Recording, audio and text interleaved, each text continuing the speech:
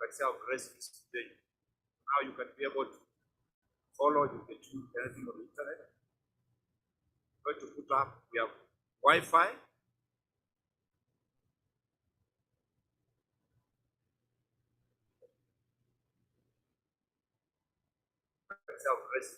The media put Wi-Fi on our screen. Follow, you can do anything on the internet. Going to put up, we have Wi-Fi. So we are starting. Those who are walking in, kindly please do, so that we can move. The media put Wi-Fi on our screen. Follow, Wi-Fi. So we are starting. Those who are walking in, kindly please. Yeah, we have Wi-Fi, so that we can log in Wi-Fi on the screen. Follow. So the screen, the blue Wi-Fi, you can be able to check, be able to log in. Yeah. So we are starting. Those who are walking in, kindly please. Yeah, we have Wi-fi calling the house order. Those who are still moving around, Wi-Fi. Those who are on the way, please come in. So the screen, minister will start. The blue Wi-Fi, you can be able to check, be able to log in. So we are starting. Those who are walking in, kindly please. Yeah, we have Wi-Fi. Where I come from, I feel more comfortable addressing crowds, not a politician there. So when I see some of these empty seats, I begin being empty as well. So can we have members in? I want to start the session today. It's the 5th day. I just want to run through the program for today. We are 30 minutes late, so just start. We're going to start with the third session. We have been having sessions which have been going on from Saturday, Sunday, and Monday. Tuesday, yesterday, we were able to do 2 sessions, and today we start with a third session, which reads the implementation of environmental, social, governance standards. This will be discussing the challenges and opportunities for the African insurance sector. This is very important. We have a panel that is going to help us discuss this. We have Mr. Thomas Wishas, Assistant Director for Risk and Resilience at FST Africa. We have Mr. Leslie Dog, the CEO Africa Risk Capacity. And we have Dr. Cesar Mangi, the CEO of ICA Lion Group. And we have a moderator who's already with us, Mr. Savu Bancher, the Managing Director, Continental Re Kenya.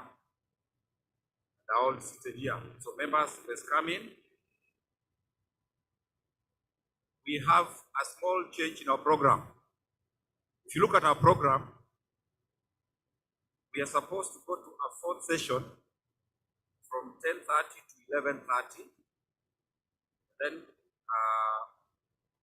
we have a speaker, then go for coffee break. That's too long.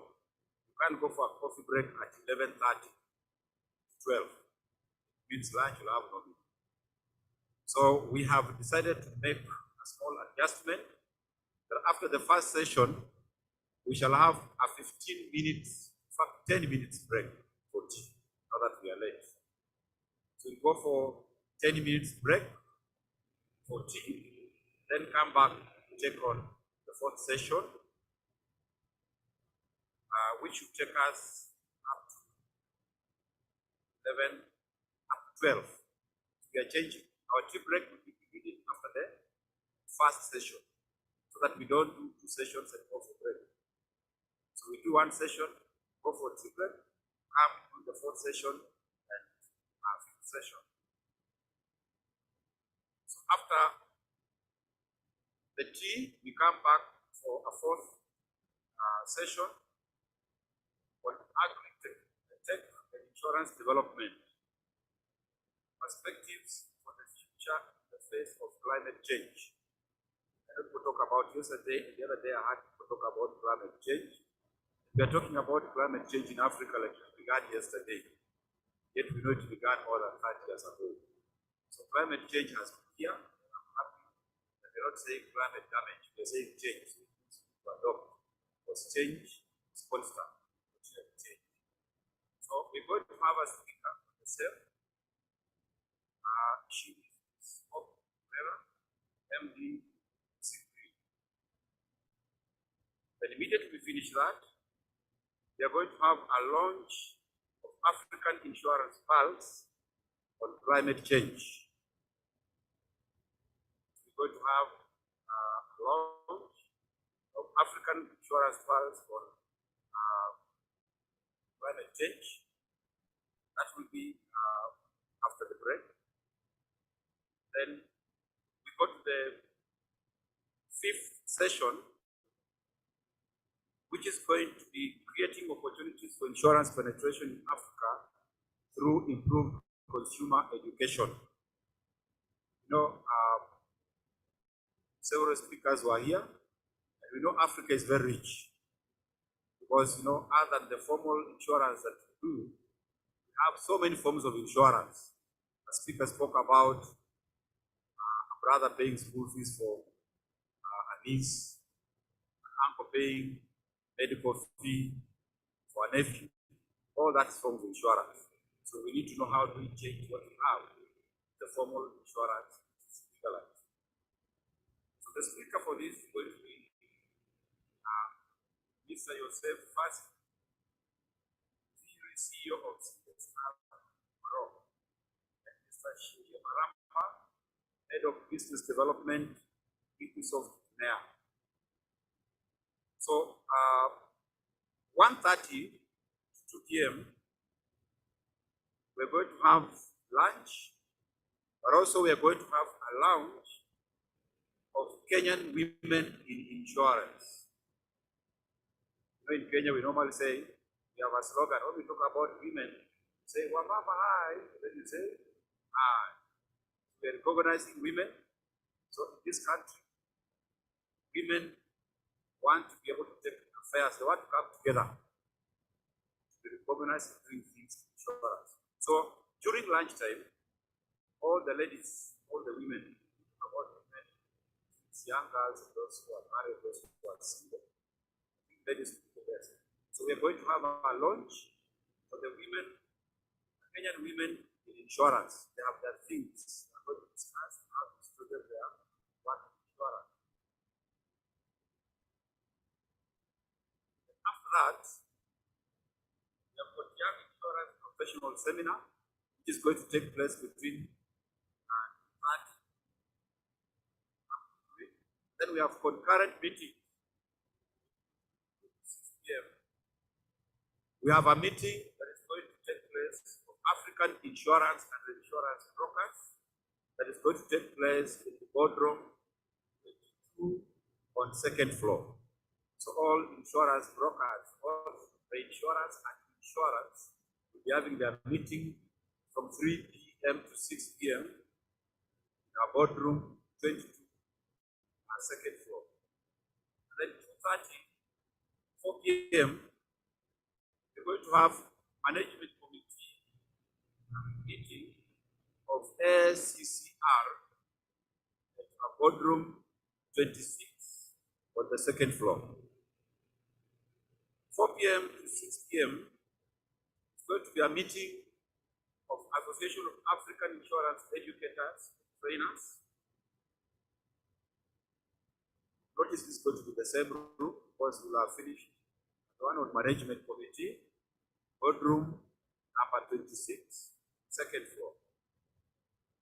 And 7 p.m. we shall have dinner, better than the one we had yesterday at KICC. So we can't afford to do this. At the College of Insurance, sponsored by Waika Re. We just told her they have everything that you can be able to suffer. Kenya, whatever call it, Kenya, East Africa, West Africa, Middle East. You're going to have the best dinner that has ever been. more than what was there. So that is what we're going to be able to go through today for the program. So we have several announcements. I want to start with transport. There's a notice for transport. One, transport is provided from hotels to the conference venue once in the morning at 9 a.m. and back in the evenings at 6:30 a.m. Departures to the airport will be done from the respective hotels 3 hours departure time as per individual flight schedules. So you make sure that for this you need to get liaison with transport desk and the registration desk out there. 3, there are no arrangements for individual errands, meaning if you have to dash the car, you have to wait with somebody, not have that arrangement. But any delegate wishing to use a taxi Uber service can contact the transportation liaison desk at the conference lobby, which is the registration mark. So make sure that if you have any issue, please contact transport desk.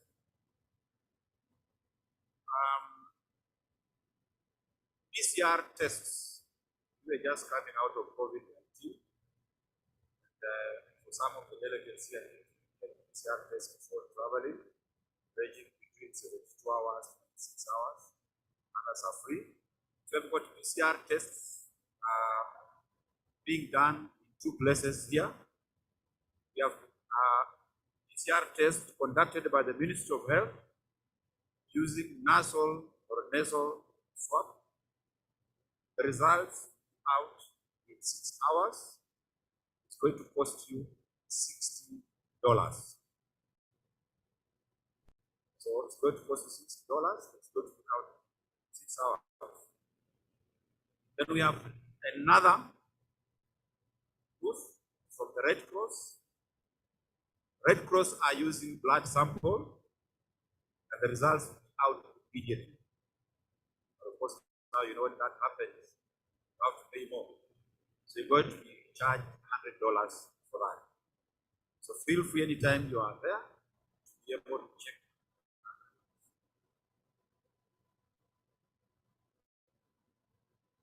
We have excursions, and we have tour farms which are stationed out there. If you wish to be able to do an excursion, right at the back across, we have Nairobi National Park. As you are aware, this is the only city in the world that has a national park right in the middle of the city. Those of you who want to see real elephants, real lions, real gazelles, you can be able to go there. So we have got tour farms out there, registration. So make sure that you get in touch. We have our personnel all over who will be able to help you. At the same time, in East Africa, we are known for hospitality. Make sure before you go back, you're not from East Africa, you grab an artifact from East Africa, a Maasai, a giraffe, good scarf. We have a booth out there, so when you go back, you can be able to travel everywhere from East Africa. Now, our lunch will be served between 12:30 and 2:30. Our evening coffee is going to be served between 3 p.m. and 4:30 here. So those are the announcements for the day, and we are ready to be able to start. So we want to start our program. Unless there's anything, we need to start. We have our panelists.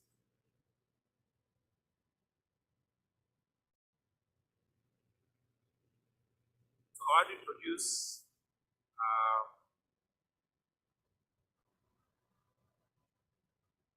tells me not where I come from. Where I come from, in this part of Kenya, some names are difficult. So we want to start our first session. I would want to hand over to our moderator, Mr. Shawu. So, yeah, Shovik Pandya, the Managing Director of Continental Kenya. So, welcome. Thank you very much.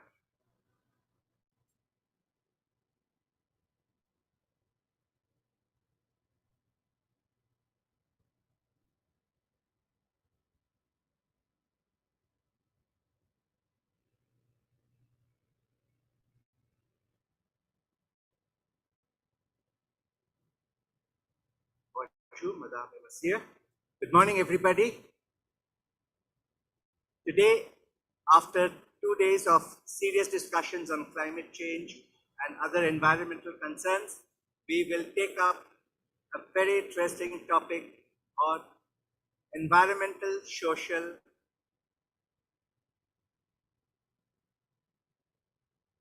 and governance standards, challenges and opportunities for the African insurance sector. We have a distinguished panel with us today, and we start with Leslie Tlobu. I will give a rather more expansive introduction to them as we start off. Dr. Cesar Mwangi, and joining us online is Mr. Thomas Wichers. Thomas, are you online?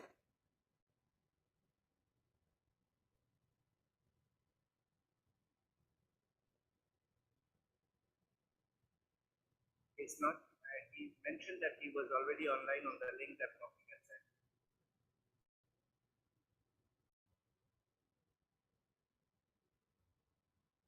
So we will try to link up with Thomas as soon as we can.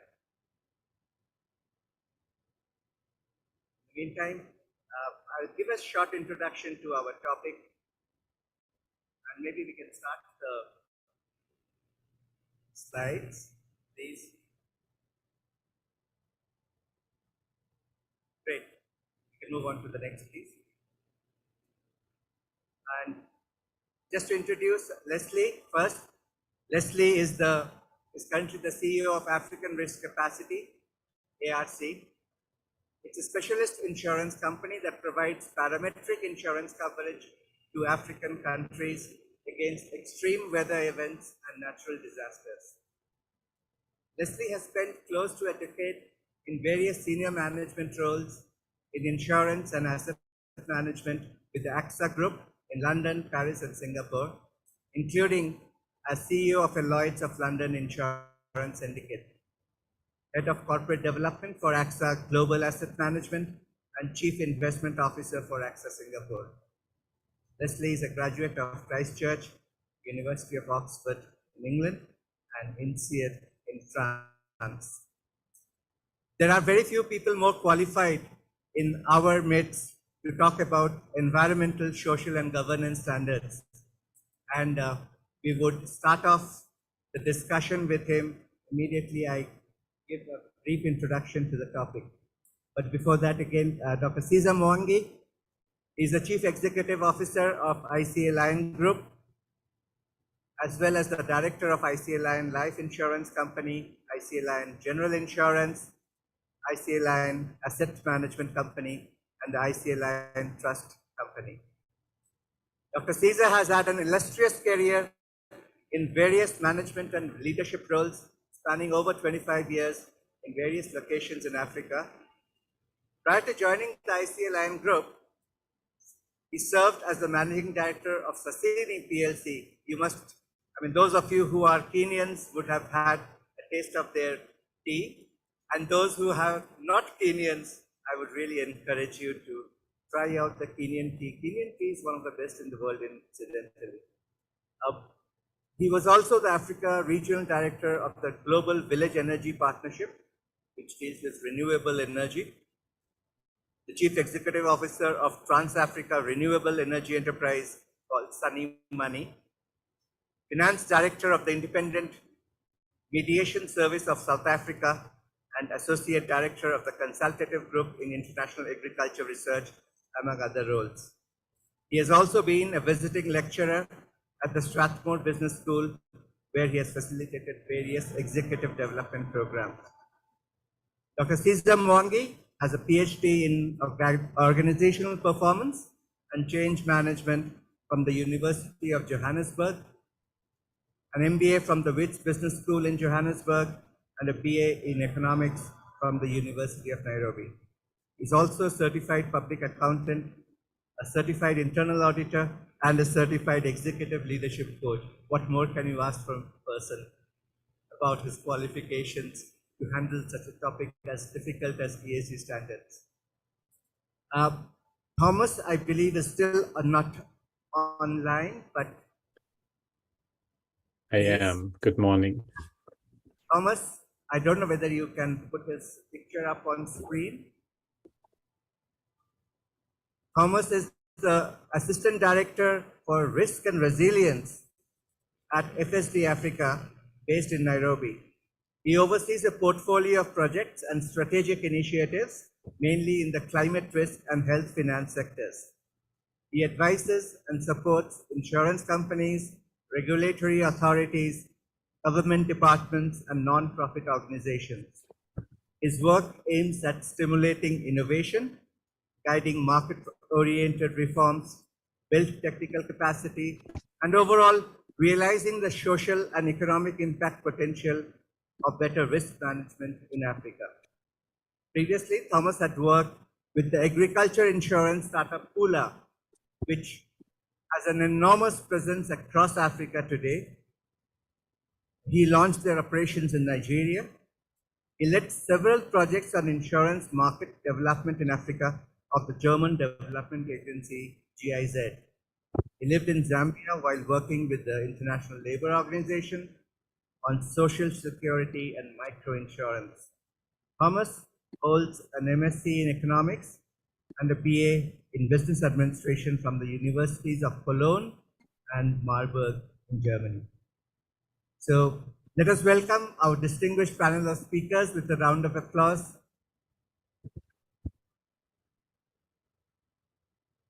Thank you. Could we go on to the slides, please?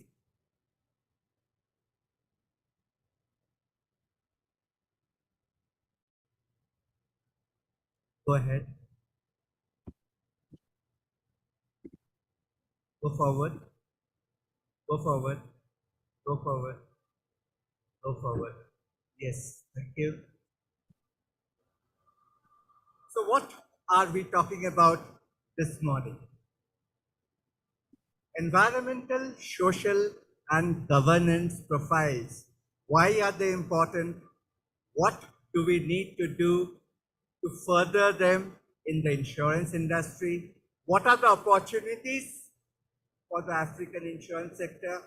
And what are the challenges before us when we talk about ESG standards? Now, identifying, understanding, and managing risks is at the core of the insurance industry. All risks have various dimensions, right? And we are all risk managers in our own way. So we know exactly what risk means. But in recent times, what has changed is that environmental, social, and governance profiles of a risk have been added to the various dimensions. This has found its way into the risk analysis in the insurance sector. We move forward. Next. Right. So what are these ESG standards and why are they important? Now, as we move towards a holistic approach to evaluating companies' performance, the ESG indicators have been universally accepted as a valuable metric at gauging the non-financial performance of a company.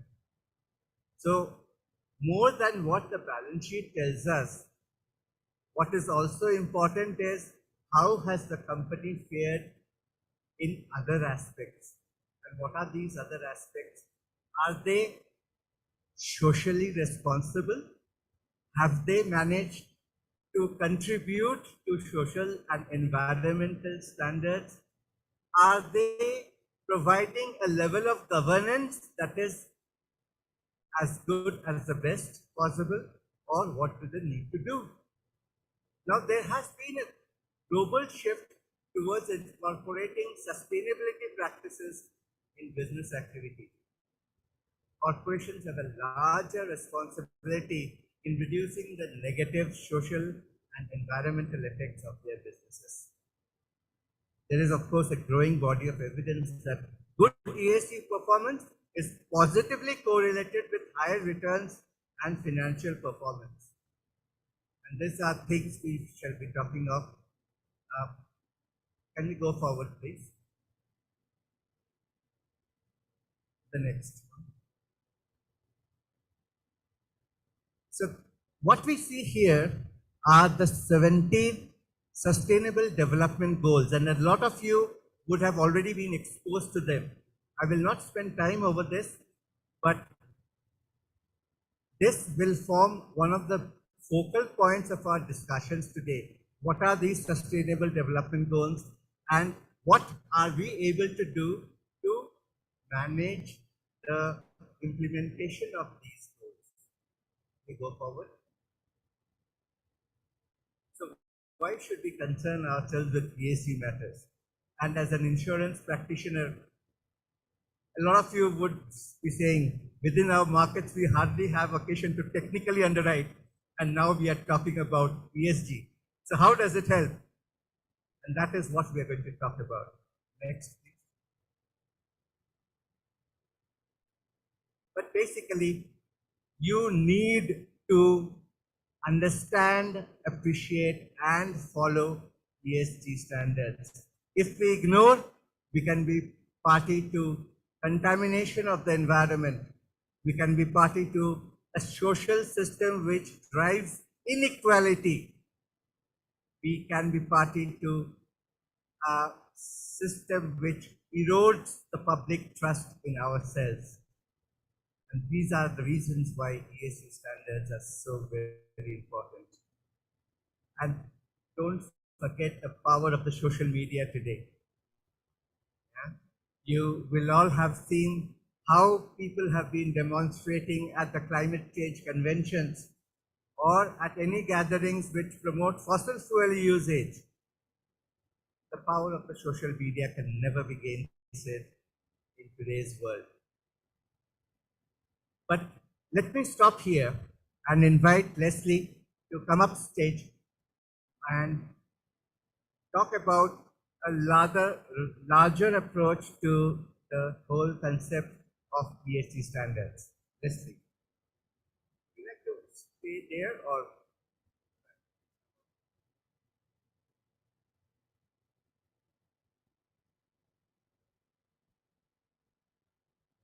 Good morning, everyone. So then, just to pick up from where Suvik left, there is an increasing recognition in terms of the importance of incorporating ESG standards in terms of the work that we do as the insurance industry. This is not a passing fad. It's something that is going to become ever more important. And we have seen it recently here in East Africa, where the global reinsurance market has withdrawn support for the construction of an oil pipeline. So then this means that we need to really adapt what we do to fit in with this framework. So when I first started looking at ESG, I have to confess, a few years ago, I looked at the Sustainable Development Goals, and I thought to myself, this has nothing to do with what the industry does on a day-to-day basis. But then upon closer examination, when we look at what the Sustainable Development Goals from the United Nations aim to achieve, it's also linked to the aspirations that we have for Africa as a continent. And then, of course, we have to then think about ourselves as the industry and what role we can play in supporting that. I will just use a few examples to illustrate the agriculture is the largest industry on the African continent.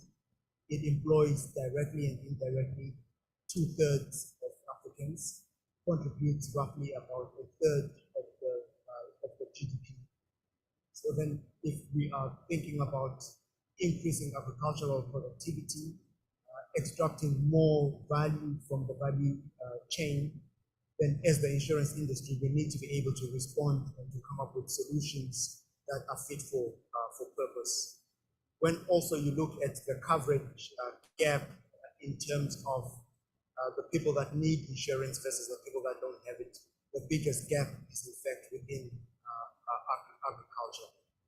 So then it represents to us at the industry level an enormous business opportunity in terms of being able to serve that industry, while at the same time it helps us to achieve some of the goals that have been set up in the sustainable development goals. So it can really be a win-win approach, whereby as the industry we make ourselves relevant to the needs of our customers, exploit the business opportunity while supporting the broader aspirations. And for me, this is what ESG really entails. It's not something that is a good to do that you can do off the side of the desk, but it really has to be a core part of how you assess strategic opportunities for your business going forward. And it is really by adopting this approach that we can make a difference. The theme of the conference this year also touches on the importance of climate change. And again, as the industry, we need to be then coming up with solutions that help us to address the impact of climate change. Agriculture is an obvious one, as I've just explained, but there are also other opportunities, as we discussed yesterday, in areas such as renewable energy and also then supporting the energy transition in solar and in hydroelectricity. So again, I emphasize the point that it's not just about doing something off to the side of the desk within a specialized department within the company, but it's really more about making all of this mainstream. Then to make it really concrete, again, it's not about changing all your business practices in one day, but it's choosing a specific point where you want to start the transformation. The easiest place to start from our experience has been on the investment side. If you screen your portfolio and try to orient it towards a more sustainable investment approach, and then you can incorporate it in terms of your underwriting. There have been quite a number of industry guides that have been released by the Net Zero Alliance, by the Principles of Sustainable Insurance, about how all of this can be integrated into the underwriting process. Because again, while at the senior management level you can be convinced, but unless you can explain to your underwriters, to your claims handlers, what they need to do differently, it will never really take root. My colleague and friend, Dr. Caesar, will talk to you about the Nairobi Declaration, which is an initiative that we launched in Nairobi about how African companies can start the process of integrating sustainability in their own strategy.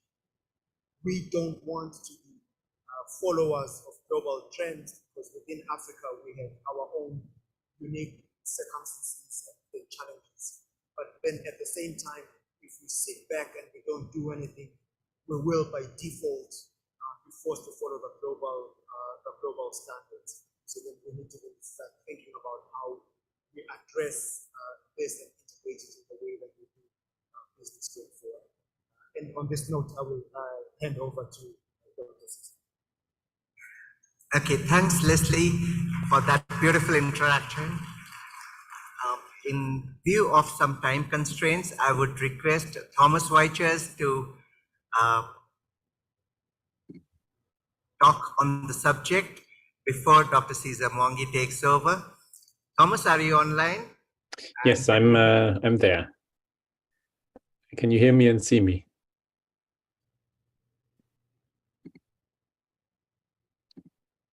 Possibly you need to unmute yourself, Thomas. I am unmuted.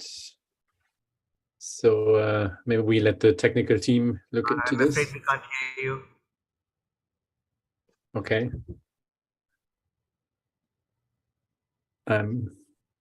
Well, I am unmuted.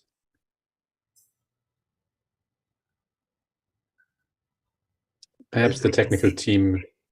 Lips moving, but perhaps no. Can we try again? Can you log off and log on quickly? Sure. Yes.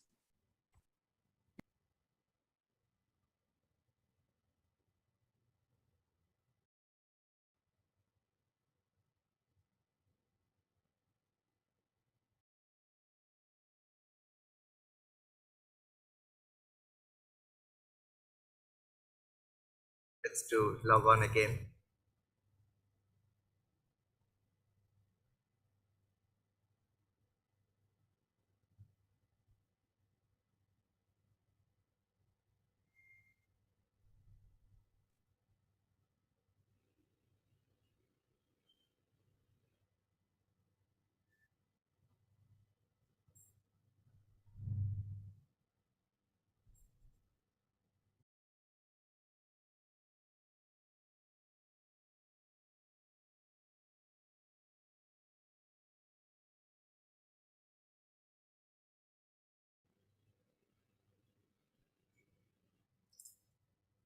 Can you see him online, gentlemen?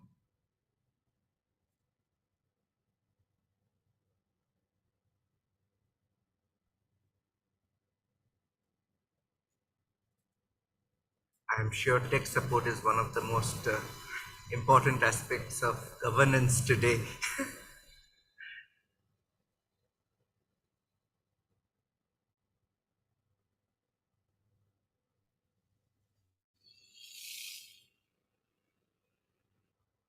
Okay, let's try to catch up with Thomas in a little while. And then may I request Dr. Cesar Mwangi to come up on stage and talk about, he's going to talk about a lot of things. And most importantly, the reason why he's here is because ICA Lion has been one of the first companies to implement ESG standards. And we want him to give you a practical guide on how to take up this challenge and what is possible for us to do today and not talk about it for the next 5 years. Dr. Cesar Mwangi. Thank you. Good morning. Good morning, delegates.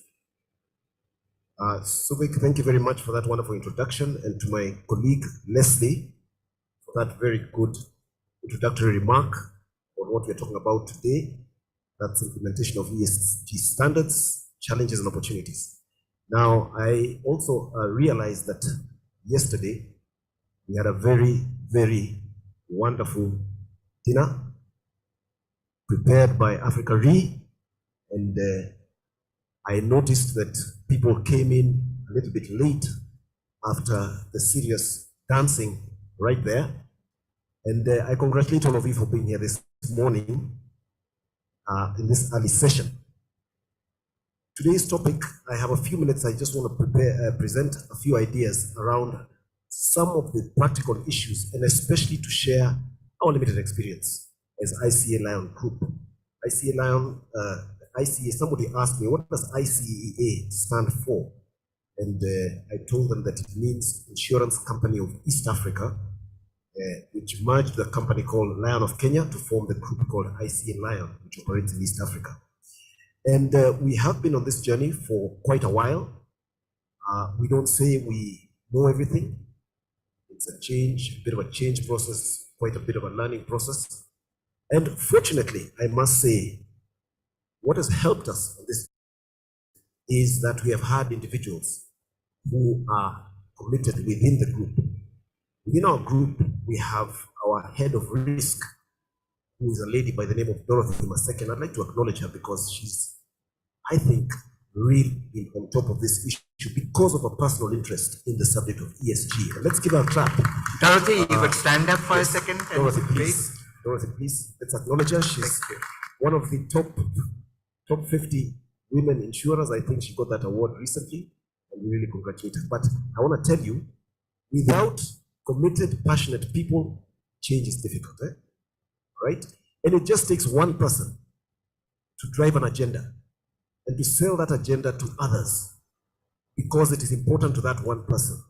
And that one person then affects another and another. And I urge you all, if there's one thing you should do is identify that one person in your organizations, okay? It will make a huge difference. So I just want my slides to be put up very quickly. So I just go through this presentation with some of the ideas we have. Okay. I hope, yes, technology is working. This morning, I don't know how many of you realized that it was winter in Nairobi. The temperature was registering 12 degrees centigrade. Did you notice that? It was pretty chilly. It has not been like this.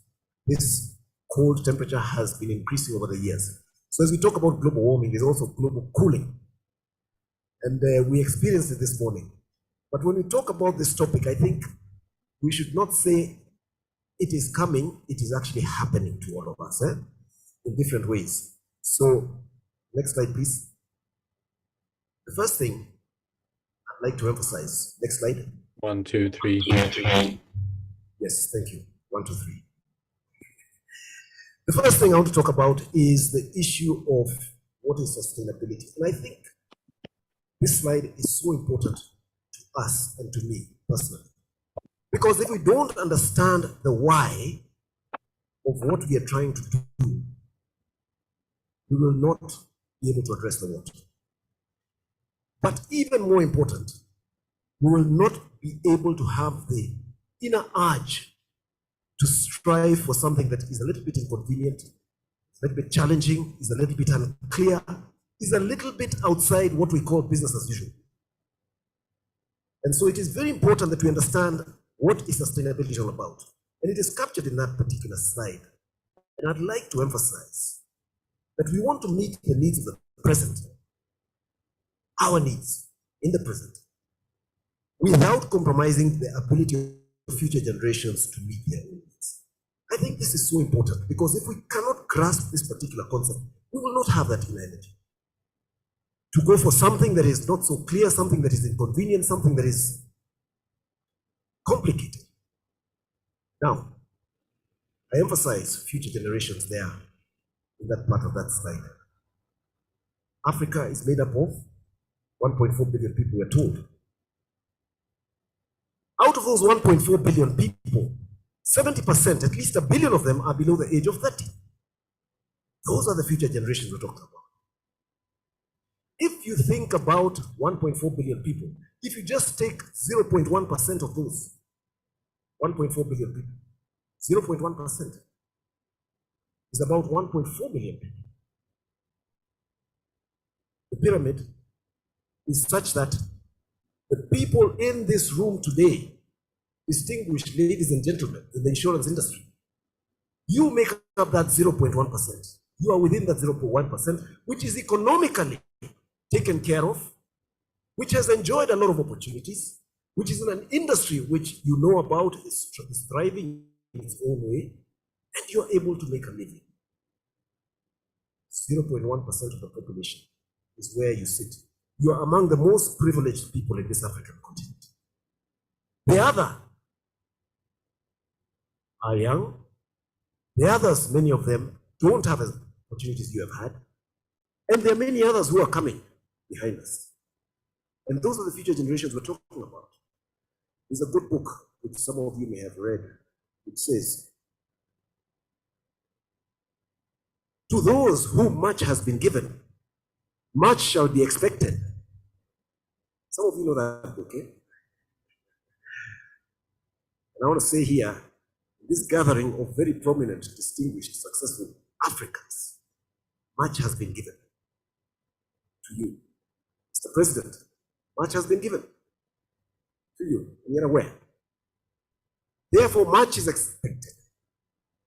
And therefore, that is what has driven ICA Lion Group realizing what kind of privileged position we have in an industry which we are passionate about, within an industry which can help so many people, so many families, that we want to do something about the situation that's unfolding.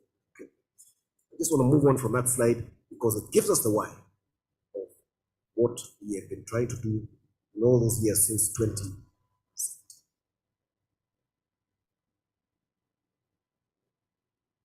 Next slide, please. Yes. So the goal of standards and disclosures is very simple. It's to provide guidance on best practices. This is something we've not been involved in, so there are people out there who have tried to develop standards. But one of the things we say is that the standard provides a best practice of something that is new. As people sit around a table, they say, this is the better way of doing it, so let's set up a standard. It also enables transparency on our institution's contribution to sustainable development. We're trying to talk about sustainable development for those future generations I talked about, for those marginalized, majority, who we have a responsibility for. So that's why we then have to think about these standards and also the disclosure issues. Next slide, please. So ESG in very simple terms, I think you're all aware, environmental, of course. The big thing here, the big issue, of course, is the climate change, and there are other issues around biodiversity. We have beautiful forests that are being destroyed. We have water efficiency, energy efficiency, carbon intensity, etc. Those are some of the issues.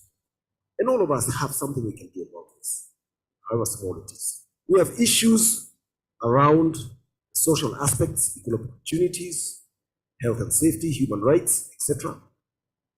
And I think Subik did mention some of these issues, so I will not go into them in too much detail. And of course, there's the governance, good business practices, building strong businesses. I think this is what we want to do in Africa.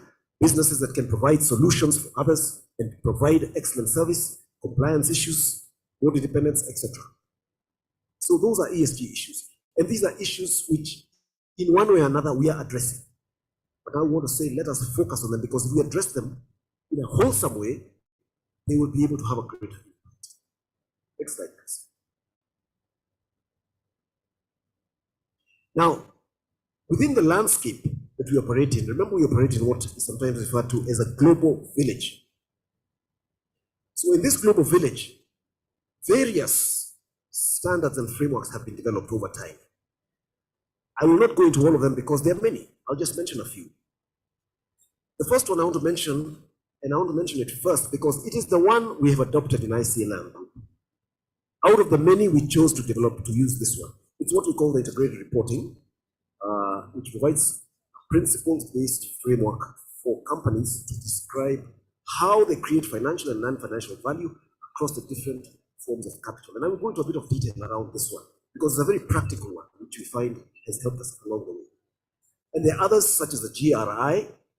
Next slide, please.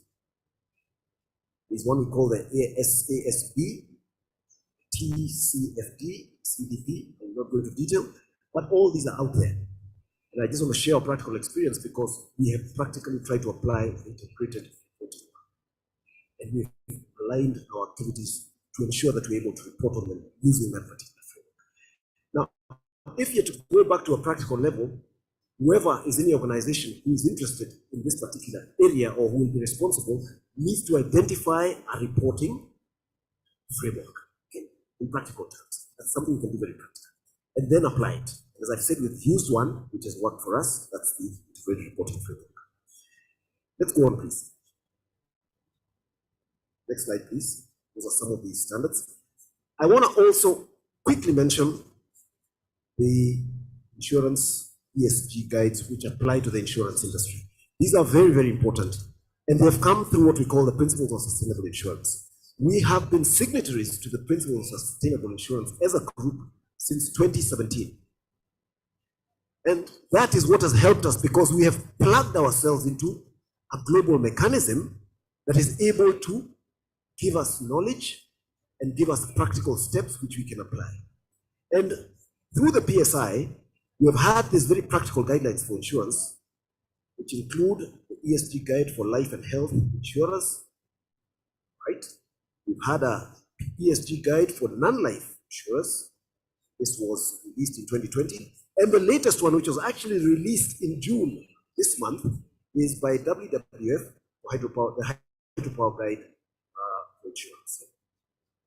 Now, these are, again, practical guidelines, because at the end of the day, I said, we are all learning. And there are people who are trying to develop some of these guides. And as they develop them, they in fact involve everybody who is interested. And we find them very useful for us, because then they give us some guidelines on how we approach some of the ESG issues in our businesses. Next slide, please. This is simply a representation of a plethora of possibility of sustainability standards. As you can see, there are quite a number of them. Right at the bottom, we have what we call the global goals. The most perhaps visible is what we call the Sustainable Development Goals. Okay, there are a number of goals in that area which are developed by the UN. And then we have the reporting frameworks, I talked about those. And then the regulations, which again, will be a few of them, but they are now converging into what we call the ISSB, International Standards for Sustainability Standards Board, which is trying to bring all these together. And just as we have IFRS 17, we're going to have some sort of very clear guidelines for businesses to report on through the ISSB guidelines. In fact, they are currently in the process of receiving submissions of these guidelines. And if you Google the ISSB, you will see that they are asking for comments on what these guidelines should look like, what these reporting guidelines should look like. So again, I encourage you, back in your businesses, seek the information from the ISSB and then produce your inputs, because these guidelines or these reporting standards will affect all of us. Okay. This is a plethora, it's like a pyramid, but again, it just shows you that it is something that we can all follow. The beauty of the world we live in now is that you can plug into all these issues very easily through the internet. You can make contacts with all these different groups through the internet. And you just need that contact person in your organization who follows up on these issues. In ours, as I said, we have a person who has been doing that. Very quickly, I want to give you a very quick overview, next slide please, of our sustainability story. And this is in brief. We've been learning over the years as a group that we realized we have to do something. It is important, however little it is. And so in 2017, we joined the UNEP PSI. We then committed to the 4 principles of PSI and released our first sustainability report. Because we're basically saying we need to report on what we are doing. And we started then. And I'm not saying it was perfect, but we realized we have to do something, we understood the principles, and we came up with a report. We then moved on to 2018. And in that time, we enhanced our disclosures on ESG in our reporting. We then committed to adopting sustainability practices, very practical steps in the use of energy in our various businesses, in our various locations, the use of paper and the use of water. Very simple, practical things we did, the use of sustainability. And we produced our second sustainability report in 2018. We moved on to 2019, still growing, still learning. And we tried to adopt what we call now the integrated thinking, the concept of value creation. And this was within the particular reporting framework I talked about in relation to the 6 capitals. And we then produced our first integrated report. If you go into our website, IC Learn Group, you will find our integrated report there, which shows you the 6 different capitals that we work on across the organization and how that has contributed to ESG issues. So we then move on to 2019, and we're still on this journey. Next slide, please.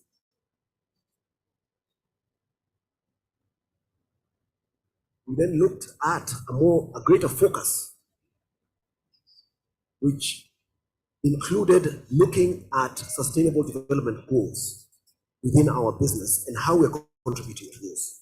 So we did various activities. One of those in 2020, if you recall, in 2020, we had a number of issues which we addressed. One of them was, along with the Africa Risk Capacity and FSD Africa, we convened the Nairobi Declaration. It's a market event organized under the PSI, which we hosted here in Nairobi. It's a virtual event. And within that, in 2020, we developed the Nairobi Declaration.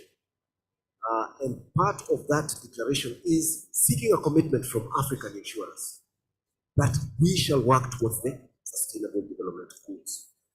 We also did other activities there. I will not go into the details, but we were involved in the pilot for the TCDF Insurer Pilot Group to develop certain reporting standards.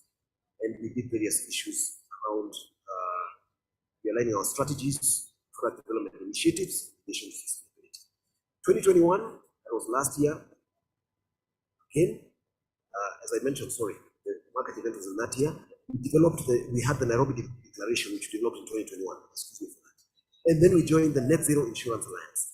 Net Zero Insurance Alliance is, of course, saying that by 2050, we shall then have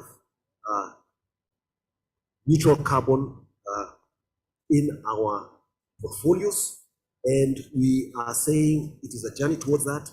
We don't have all the answers, but we are working towards that and learning from that. So we became also among the founding members of the Glasgow Financial Alliance on Net Zero. And these are all the different groups, all the different businesses talking about net zero, which formed this particular Glasgow Financial Alliance on Net Zero in 2021. Again, a spirit of just tapping into the available resources and saying, what can we learn from them as we join them? My dear friends, we are continuing this journey in 2022. We are here and we are asking kindly, those of you who can, let us join together on this journey. Let's go to the next slide, please. I want to share. Yes. I hate to interrupt your passionate espousal, but I would really need to try and get Mr. Thomas Witches because he has another appointment in a short while. So, but I'll come back to you. That's right. Because what is left in your presentation is what we want to talk about today and get people out here working on. Yes. Yes. Right. But can we just try and get Mr. Thomas Witches back online? Hello, can you hear me? Good We morning. can hear you. Thank you very much. And welcome Excellent. to this discussion, Thomas. We are ready for you. Excellent, thank you very much. So I also have a few slides. I'm not sure if, do you want me to put them up myself or? Sorry, the Thomas Witches slides, you can put them on right now. Yeah, it's on from here.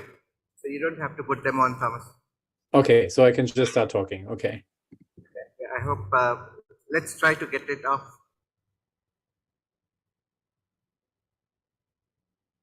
Thomas Witches, his presentation, can you just put it on, please?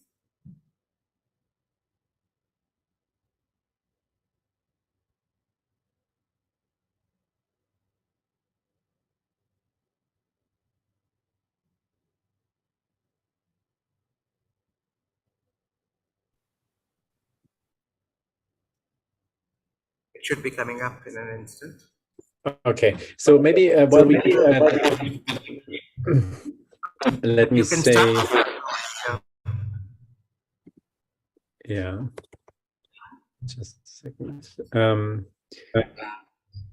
So FSD Africa is a UK aid-funded financial sector development agency. We're based in Nairobi. Unfortunately, I'm traveling today, so I can't be with you in person. But I'm very thankful for having been invited to talk about our current work on ESG in the insurance sector. So what I'm going to talk about in 3 slides is some preliminary insights from engagement with the insurance industry that we're currently running in Nigeria, Kenya, Egypt, and Ghana.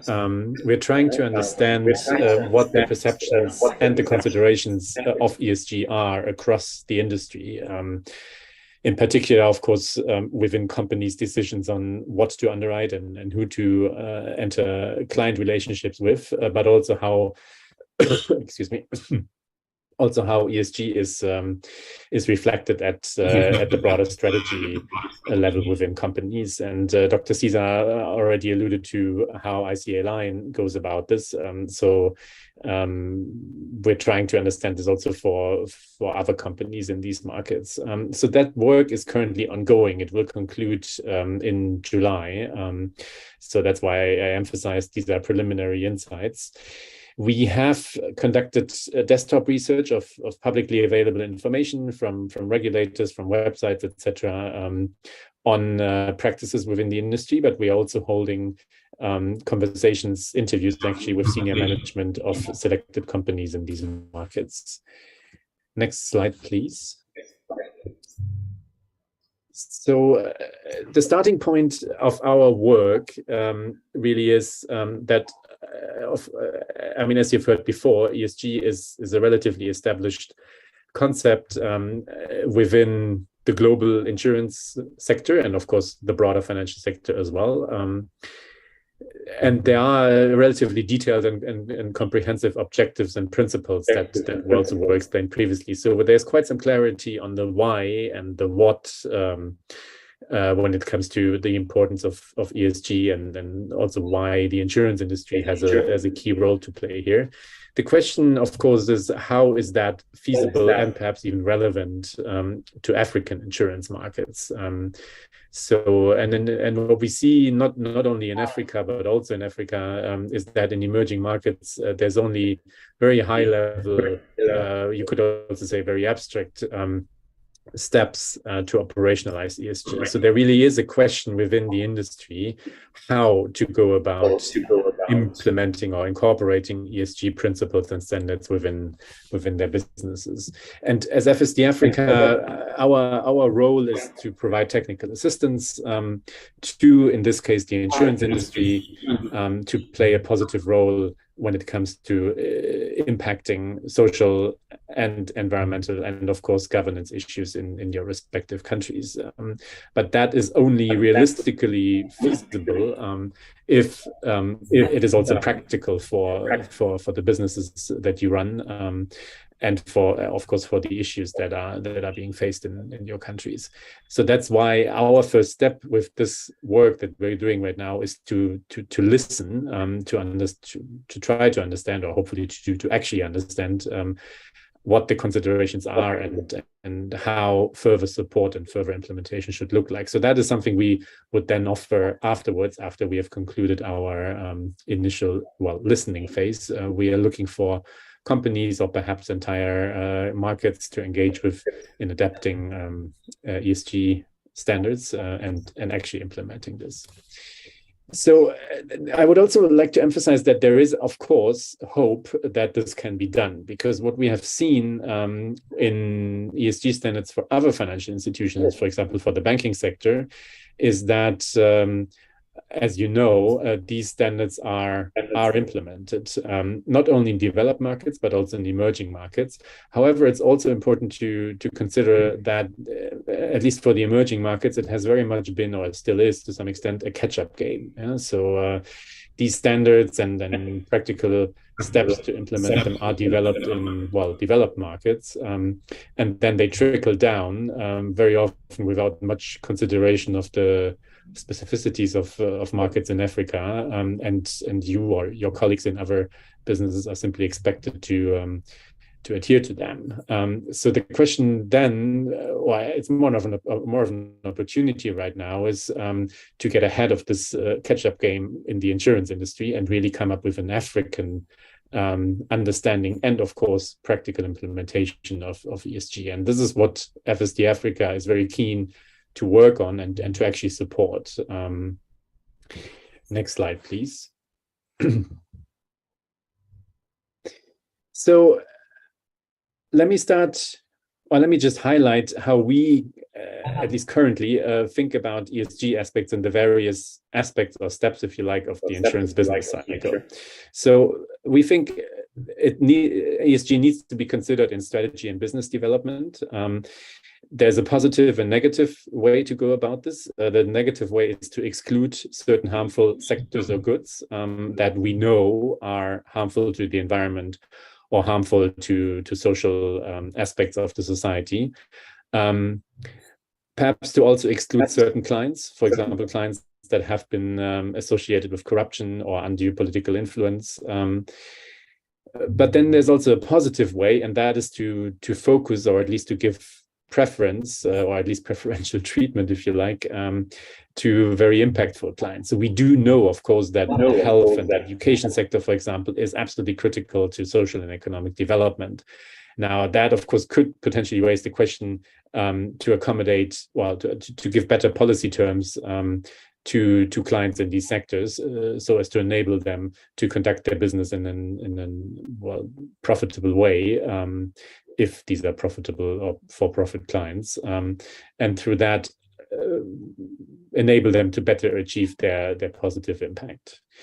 Then the next aspect is client appraisal. So when you look at whether to enter a contract with a client or to renew that contract, there's a lot of internal to insurance businesses, internal things to consider here. One is to screen the clients and to perhaps also categorize them, which would help with forming an internal picture of how you or your clients or your business are exposed to ESG issues.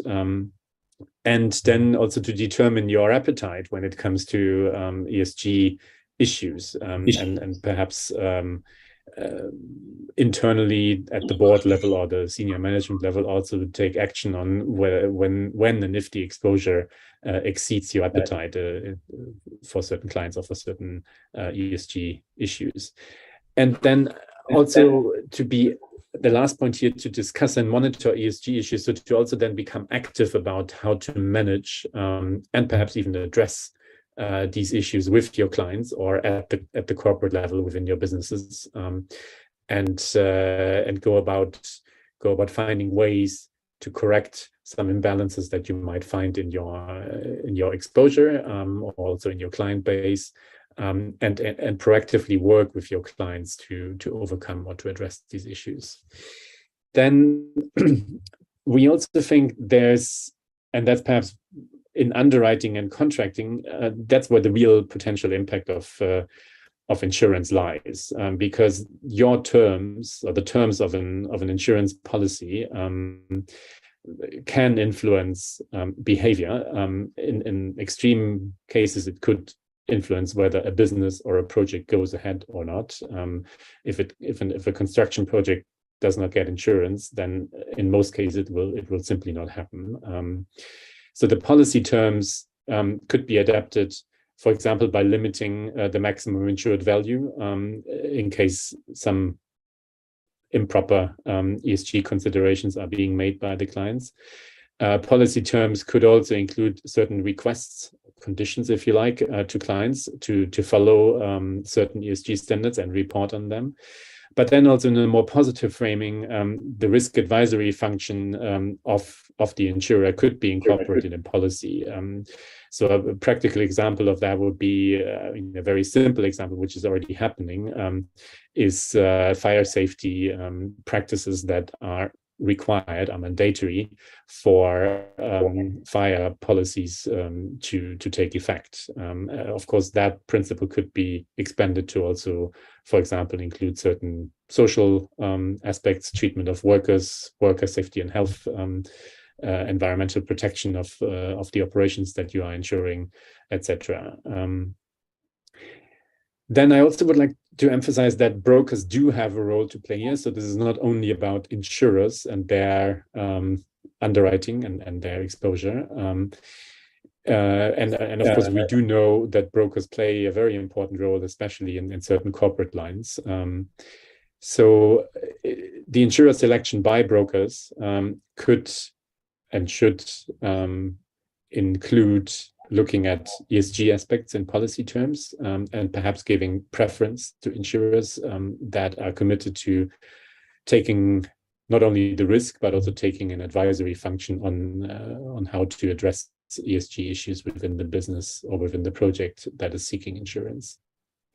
And then lastly, on portfolio management.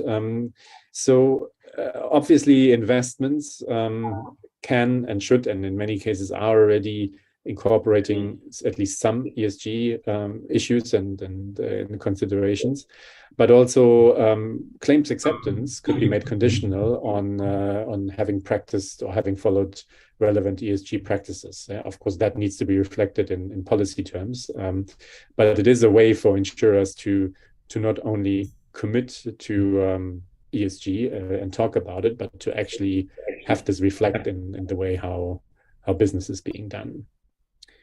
Okay, next and last slide, please. So as I mentioned before, we're conducting desktop research and interviews right now with insurers in 4 African markets. So some preliminary insights, final insights will become available at a high level, of course, later in July. So what we do find is that many companies have already risk management committees and policies, but it is very unclear what exactly the scope of ESG aspects are for these committees and policies, and whether ESG is actually included in the mandate of these committees and policies. I do suspect that in many cases it refers more to financial risk and not so much to ESG risk. Then it's also quite unclear, at least from publicly available information, how these committees and policies are really influencing day-to-day operations. So underwriting decisions, reporting or monitoring of risk exposure, etc. Many companies do have a code of ethics or a code of conduct, but in most cases this is rather inward facing. So it deals with how you work with your employees, how you treat your employees to some extent, and how you conduct your business, but not how you actually conduct your underwriting or other aspects of insurance business. As I mentioned before, basic ESG standards for investments do exist. In some cases, they're actually it's a regulatory requirement. But underwriting ESG standards in underwriting, we haven't found these yet. Out of the 3 letters E, S, and G, there is a relatively developed and strong practice on the G, so compliance with regulation and other pertinent laws is of course there, and of course reporting on that as well. So the G is perhaps the most advanced of the 3 letters. E and S, of course, is unclear, if not lacking. We also found that there is quite a heavy overlap and to some extent, I would say, confusion of ESG with corporate social responsibility initiatives. Now, I would say corporate responsibility or corporate social responsibility is about giving back to society.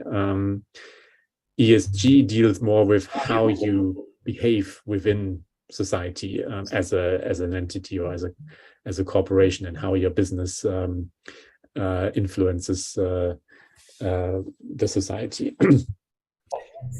Then we couldn't find any, at least not publicly available information in how ESG impacts your business strategy and perhaps even business model.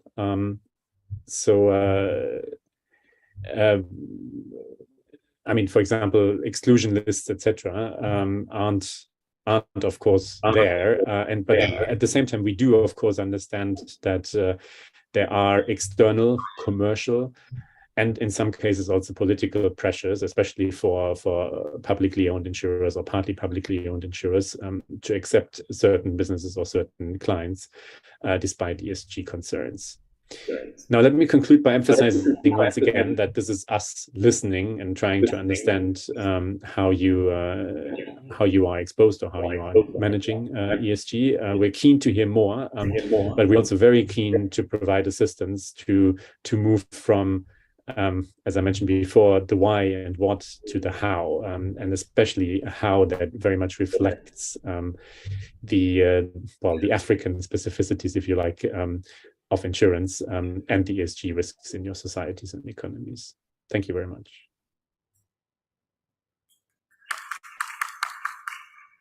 Thank you, Thomas. At last we got you, and it was worth the wait, I'm sure. We will pick up the conversation with Dr. Mwangi again because I think the most important part of his presentation is still to come, and that is what can we do as insurers and reinsurers to take the sustainability gap or fill up the sustainability gap, and what is practically possible to do in today's world. Yeah. Can we go back to Dr. Cesar Mwangi's presentation, please? Suvik, unfortunately, I really have to leave because of my other commitment. I'm really sorry about this, but I wish you all the best for the continued conversation, and thank you very much. Thank you, Thomas. Thank you, Thomas. I must say that FSD Africa is a really wonderful resource in this journey. So for those of you who have signed up to the Nairobi Declaration, you know they've been at the forefront of getting insurers to really understand what it's about and inviting them for forums. And I think there was one that was held in Nigeria at some point, and I think there will be others, apart from the one that was held in Nairobi. So thank you very much, Thomas. We really appreciate the work that you've been doing in this agenda. Let's go to slide number 10 very quickly, and I'll be very brief because of time.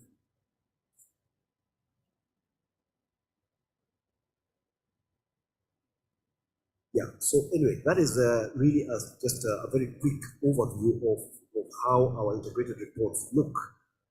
And before I get to that, there are some practical steps we took. For example, in 2022, where we adopted, there's a lot of issues around flooding, which we were experiencing in East Africa. And part of the resilience in relation to this risks of flooding was the flood risk mapping, which is actually available for access to get to understand where are the likely areas that those floods are going to take place. And from there, as insurers, we can then actually advise our clients accordingly on how they can actually mitigate some of those risks, having raised the awareness about them. I'm sure some of you may have been involved in this. We also have very small, what we call small initiatives, but part of the initiatives have been to try and sensitize our staff on issues of ESG, on issues of climate change. And one of the very, very practical things we did was we encouraged our staff to actually take loans, to get what we call green loans through the company, where they could then solarize their homes, for example, use solar solutions for their irrigation in their farms. And this is a way of actually raising their awareness, which can then spread a small way to others. These are just some of the initiatives. But if I come back to our integrated reports, let me go into some detail. The next slide, please. I mentioned we used a framework called the 6 capitals, which we found is actually a very good framework because it helps us look across a whole spectrum of capitals that have been identified.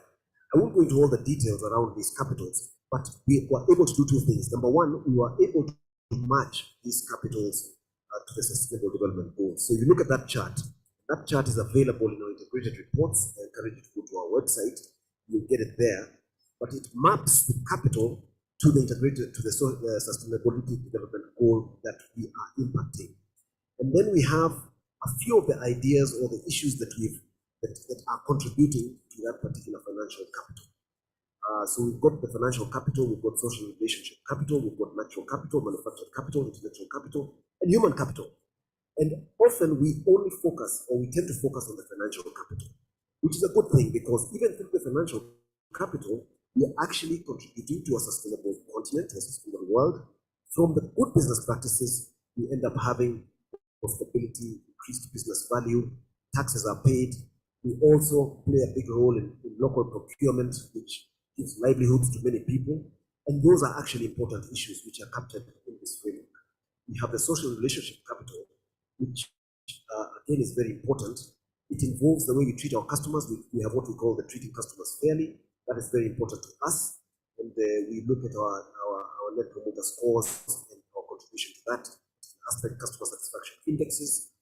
We also, in this particular area, were very concerned in relation to the COVID pandemic and the issues or the things that we did to really reduce the risks for our customers and our staff members. Natural capital is really around the issues that we're talking about, climate, the environment, etc. Manufactured capital is the new products we are developing, and the ability for online purchases, the ability for technology to help us in our business. And then we have the intellectual capital, and those were the innovations that we introduced into the market. And finally, the human capital, our people, and this is in relation to the number of jobs we create, percentage of women in management, and staff well-being programs. This is a way that we are able then to monitor our ESG issues from the six capitals perspective. Again, as I said, there will be details in our website. Next slide, please. I want to very quickly just emphasize the opportunities. Okay, number one of the opportunities that we have is really the whole issue of disclosure on where you're operating. When you are forced to disclose, you have a sense of transparency and accountability, and you are able to clarify your goals as you move along those targets. And then we also are able to indicate where our company is in terms of milestones, benchmarks, industry comparisons. And finally, we're able to track our performance on our ESG journey progress. So this is why it is important to align to at least a reporting standard, because it forces you to look at these particular issues around ESG. The challenges, of course, is around issues of lack of standardization. Let's go to the next slide, please. I mentioned earlier that if you don't have a standard, then you have a problem in how you shall progress. And we also have a challenge in relation to the various reporting standards I mentioned. We have actually narrowed down on one. And the other challenge is that a lot of these standards are not being developed within the African continent. They are being developed within the other more developed geographies which we operate. And that is why I emphasized that this challenge can be overcome by us plugging into these initiatives. For example, the PSI is an initiative which we can plug into. You can plug into that initiative. It is available. The second thing is it is easy to plug into it because the information is available globally because of the internet. And of course, the other big challenge is challenges on data access. Data is the new oil, very valuable, but there's challenges on data access. Availability and access to carbon emission data, etc., is a big challenge. But again, with the help of partners like FSD Africa, with the help of partners like PSI, the Principle of Sustainable Insurance, UNEP, you are able then to access the data that can help you move along this journey. So what can we do practically as African insurers? I mentioned along the way that we can actually participate in various collaborative initiatives. A number of you may be in the PSI, the Principle of Sustainable Insurance. A number of you have signed up to the Nairobi Declaration on Sustainable Insurance. A number of you have been in the forums in Nairobi and in Lagos in relation to the Nairobi Declaration on Sustainable Insurance. And you can plug into this. We have a website for this. You just need to check Nairobi Declaration and you'll come up with a website and see how you can plug in. We can also contribute to the development of standards. There are various standards being developed. I mentioned earlier that the ISSB is currently in the process of developing and finalizing standards. And I encourage all of you to go to the ISSB website because I think they have a window up till the end of July where they are seeking inputs into the development of reporting standards for sustainable development. So I urge you kindly to check that. You can contribute with your views, and also you can also start on your disclosures. Okay? Sustainability reporting or integrated reporting is a very useful instrument. I mentioned that we have an example of IC Lion approach on how we do that.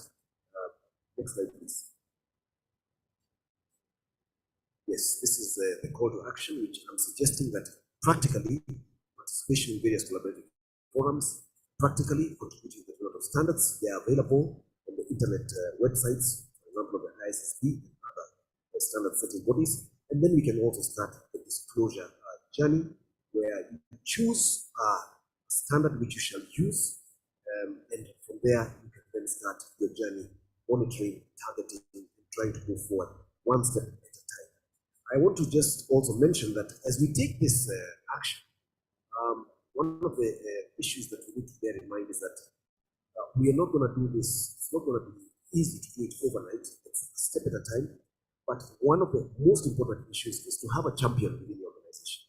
If can possibly identify a champion. In the organization, we have taken up this up within the risk compliance department, and we have our champions there, and they are able then to move the agenda forward one step at a time.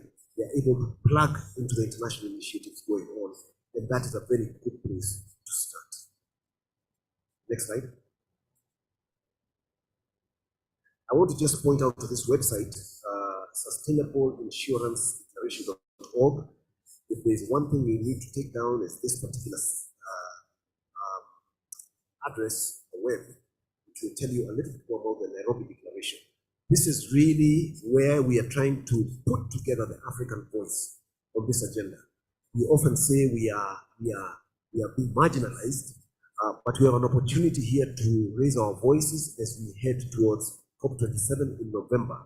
And the target is for us to be at least 50 signatories. I think we're now at about 25 signatories in this Nairobi Declaration. But if we have 50, we can have a very good voice at COP27 when we're discussing the issue of climate change. And I really encourage you, if there's one thing you can do after this presentation, is go to that particular website and see how you can really plug into this very good Africa-based, Africa-grown initiative for the Sustainable Insurance Declaration.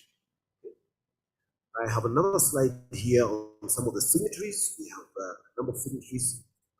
The African Risk Capacity, of course, is there, FSD Africa, Ghana Re, we have, of course, PTA Re, Continental Re, and a number of very wonderful organizations that have plugged into this particular initiative. And we are collaborating and saying, we want to have our voice heard. We are disadvantaged.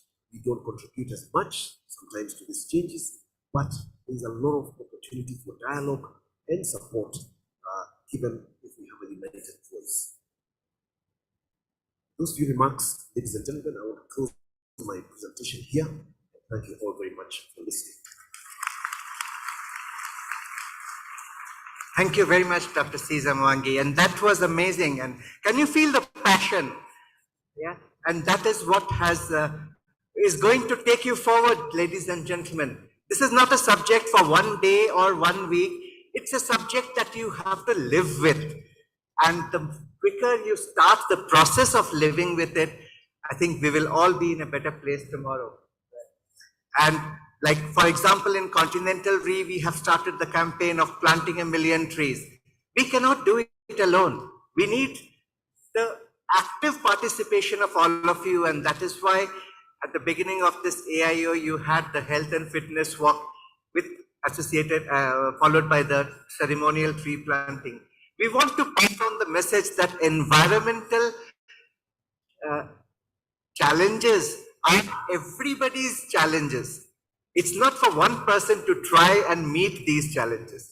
We are all participants, and as Dr. Caesar has mentioned, we sitting in this room are part of the 0.1% of the privileged class. What are we doing about it? That is what is required for us to understand and take forward. Leslie, any further comment? Thank you very much. I would like to really reiterate the call to action, because as you have seen, you need to choose a framework, because there are a lot of frameworks that are available. You need to measure a baseline in terms of what you want to focus on, so that you can see the incremental improvements. Please utilize the industry guides. In my personal experience, the industry guides have been the best resource, because sometimes this idea of ESG and of sustainability at large can be very conceptual, but the industry guides are written by practitioners who face the challenges that you face every day. It's also highly important that Africa has a voice at the table. So we need to all be joining the global coalitions.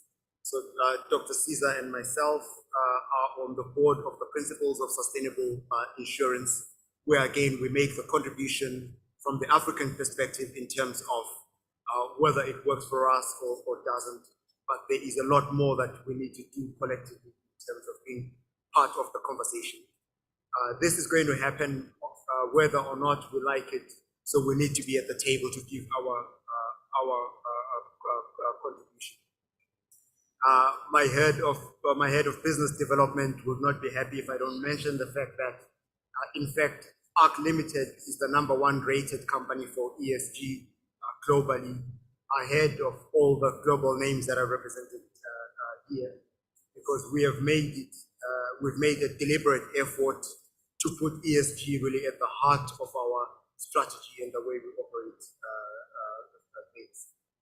Then I've seen that the regulators are also in the room, and the agenda is being pushed also by regulators. So there will be increasing regulatory pressure we expect for us to have an ESG strategy or outlook, or at least an assessment of the risks that we face. And the best place to start, I think, for the people in the room is by signing up with the Nairobi Declaration. As Dr. Caesar has already mentioned, our ambition is to have at least 50 African insurers and reinsurers sign up, so that when we go to COP27 in Egypt, the climate COP, we can really credibly speak with an African voice in terms of what works for us and what contribution we can make to the global conversation, so that Africa is not just a follower, but is also a leader in terms of the global conversation. Thank you so much. Thank you very much, Leslie. And those are very important comments. So let us all sign up for the Nairobi Declaration. We will discover more about ourselves, discover more about the continent, and how we can make this continent much more sustainable, and we all have a better quality of life. Right? We want to see the smiles on the faces of the future generation, and that is what we are aiming for today. Thank you very much.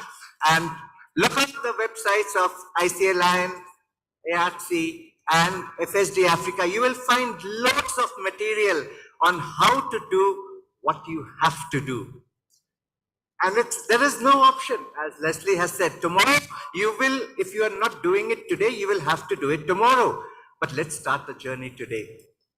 Thank you very much, ladies and gentlemen. We move on to the MC. Thank you so much, Savuk.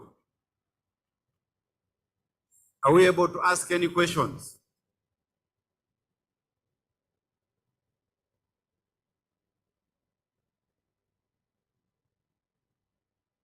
Any questions? You know, we came late.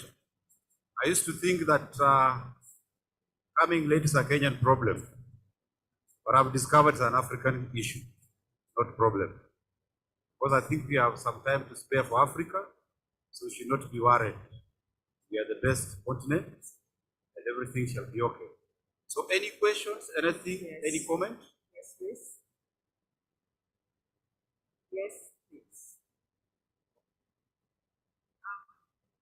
Without prejudice to the advocacy, the sounding nature of the advocacy, there are things that I'd like the panel members to answer, and also some comments. To Leslie. Sorry, before you proceed, could you introduce yourself? My name is Aditola Adebayi, Big Assurance Nigeria. Again, to Leslie, this mention of investment as one of the ways by which insurers can improve their footprint on ESG. But as African insurers, depending on the markets where we operate in, we also need to look at the investment or market landscape. We tend not to look at that. There are not that many investment opportunities that seem to fit the mold of the E of the SG. Not the ESG, but the E. Again, as well, when you look at long-term funds, because on the pension side of the industry, there's a lot of investment in government debt. Government debt is not necessarily also ESG, even though in the future, it has the potential to increase inflation. How do we, as African insurers, begin to look at these fundamental issues and begin to address them. Perhaps, from the AIO point of view, there's really a need to set up an African insurance research organization that will begin to look at some of these economic impacts. Secondly, is on the insurance underwriting that you mentioned. Now, it is also an existential threat, for our industry that we tend to overlook when we're talking about the E of the SG. And that is because, which also perhaps will connect with Dr. Wangi's points on the new release from the World Wildlife Fund on hydropower. That is because the bulk of our industry is essentially on the now perceived negative industries, whether it is energy extraction, whether it is hydropower. So hydropower is now meant to be negative as well. So we're now in a situation where our entire economic foundation is a threat. What do we as insurers do? How do we help our countries and our nation to begin to understand what we need to do to take advantage of the positive position that we are in within Africa? We talk about the COP26, and I hope that one of the things that will be discussed will also be some of these things. I was a little bit disappointed by Dr. Wangi points on joining Net Zero Alliance, because really in Africa, should we not actually have a platform that says, Net Positive Alliance, and begin as AIO to start an organization that also begins to market, net positive. The things that the net positive needs to look at is different from what a net zero needs to look at. The net zero is really because it is net negative currently. So the negative wants to move from being negative, purchase some assets to make it positive, and then come to zero. Why should we, as African insurers, be talking about net zero rather than net positive? These are really the fundamental critical issues that we need to talk about. And about having, voice at the table. Africa is not about having a voice at the table. It should really be about African voices coming out strong and defining its own caption and its own label from a net positive point of view. When you look at the contribution, even if you look at, and I'm happy that Continental is planting 1 million trees, but if I look at my country, Nigeria, for example, about 5% of our arable land is actually cultivated when you even look at it from an agri point of view. So our issues are totally different. Now, we can leapfrog to the new industry, but to leapfrog to the new industry also means that there must be services that follow that new industry that we need to begin to look at. How do we, as an insurance industry, encourage the new investment without necessarily forgetting that if we begin to do a checklist of the E of the SG, and I keep emphasizing the E, then we really are also saying that the bulk of our premiums, which is probably 80–85% on the not so good assets, is gone. Now, this also has effects on the reinsurance side.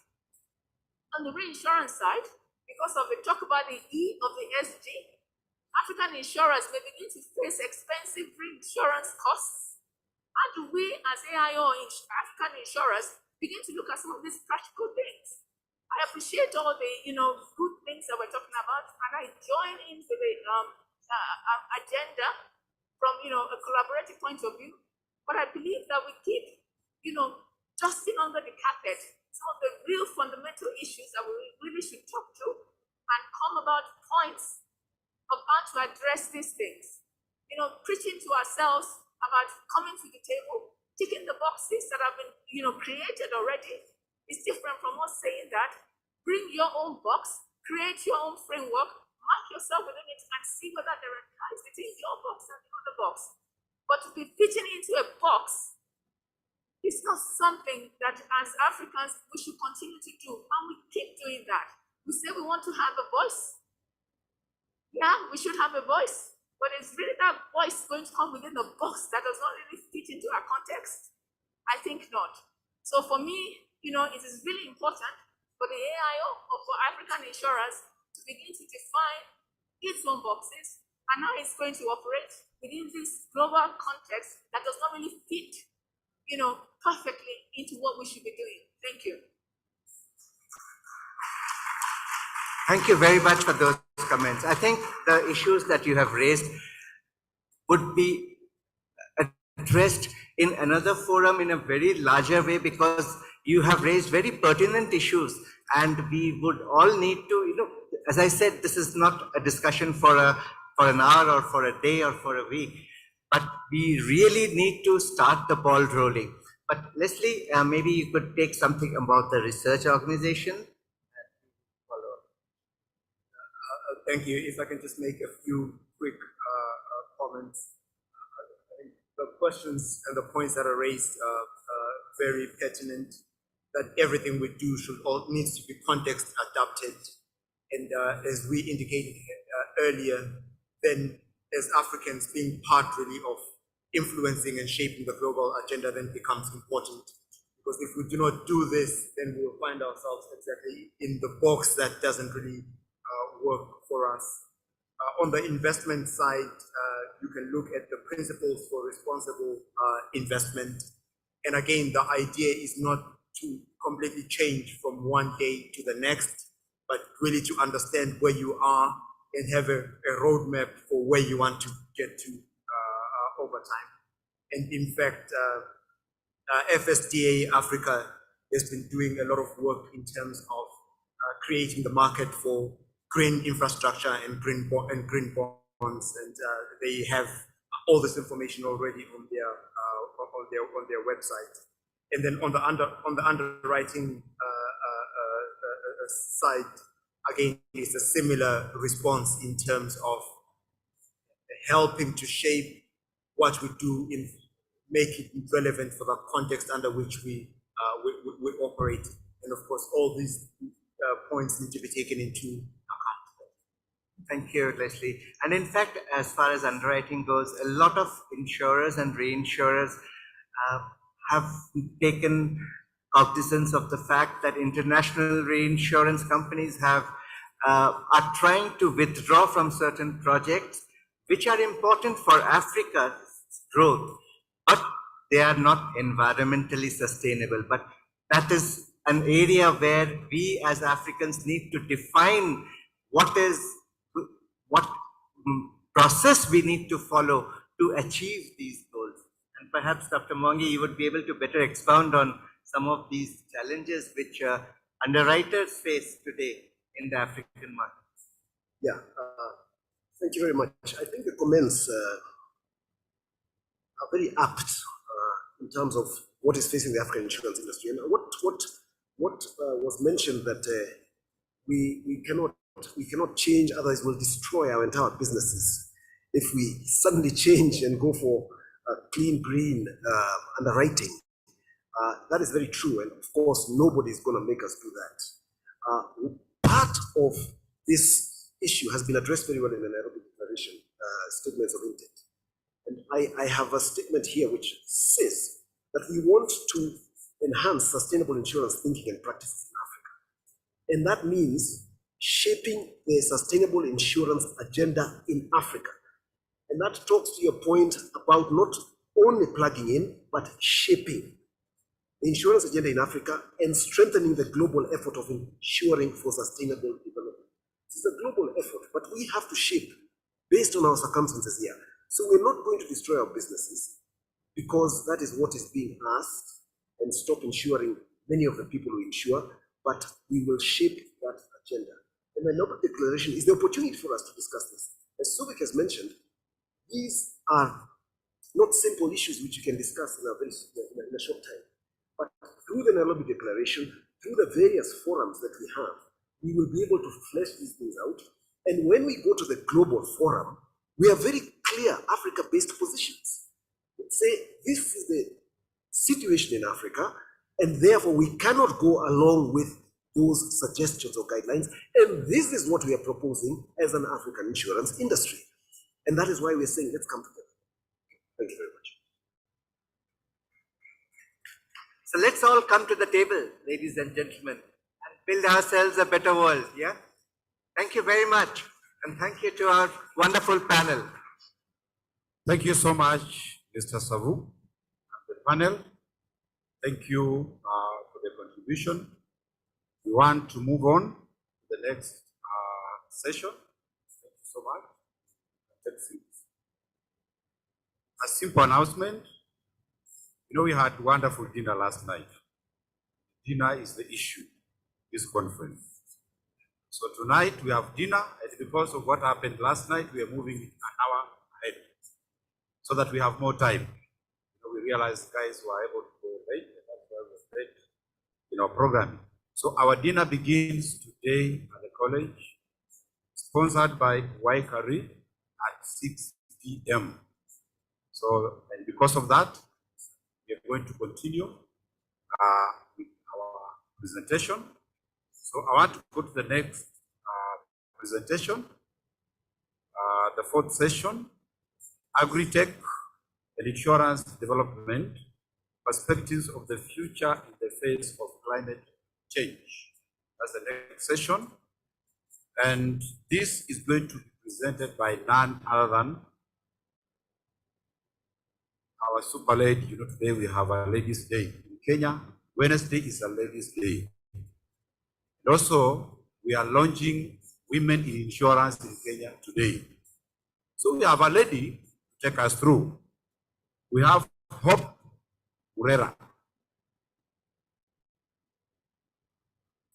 Hope Murera is the Managing Director and Chief Executive Officer of ZIPRI, PTR Insurance Company, a specialized institution of the Common Market for Eastern and Southern Africa, commonly known as COMESA, charged with the development of insurance industry in the region.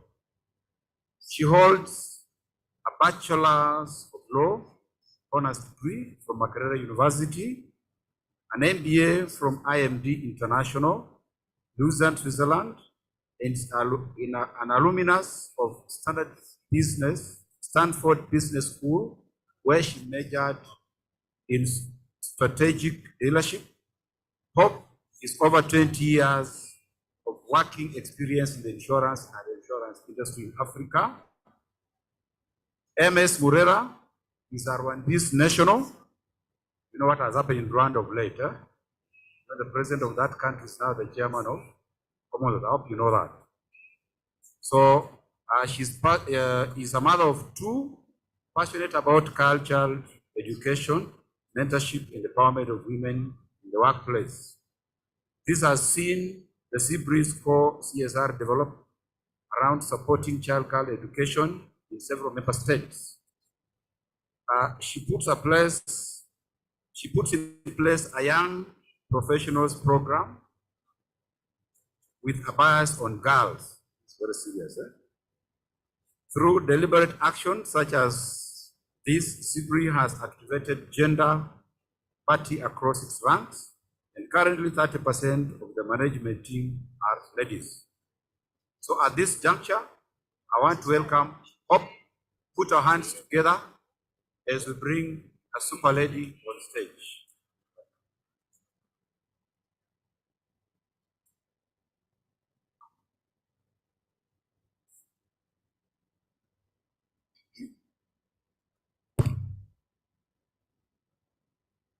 Good morning, everyone.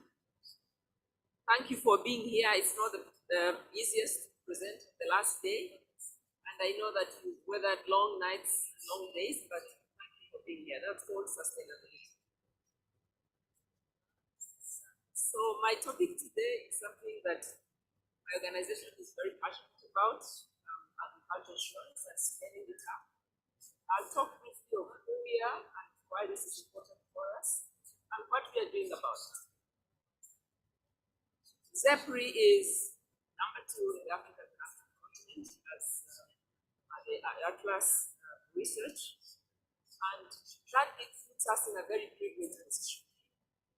Next. Yeah. Within Sub-Saharan Africa, we are number 2 indigenous reinsurers. We also have a footprint across Africa. Next slide. Next slide. please. And this puts us in what Dr. Mwangi was talking about, of being in a privileged class. We feel we are privileged, we've been given a lot, and for that we want to give more. We have 9 offices, we're headquartered in Nairobi, and our name is ZEPRI, not ZEPRI. Or as the Anglophone side of Africa calls us, the PTA Insurance Company, the Preferential Trade Area Insurance Company. That was the precursor of COMESA, the Common Market Policy. Our shareholding also allows us to do what we do best, which is the next slide. Can you move on? Yes, we have a public-private shareholding that does push into our mandate of financial inclusion. So in addition to doing the reinsurance business that we do, we are very, very involved in financial inclusion, and we've shared a few of the things that we do. Our shareholding is not only African governments, but we also have DFIs. The African Development Bank is one of our largest shareholders.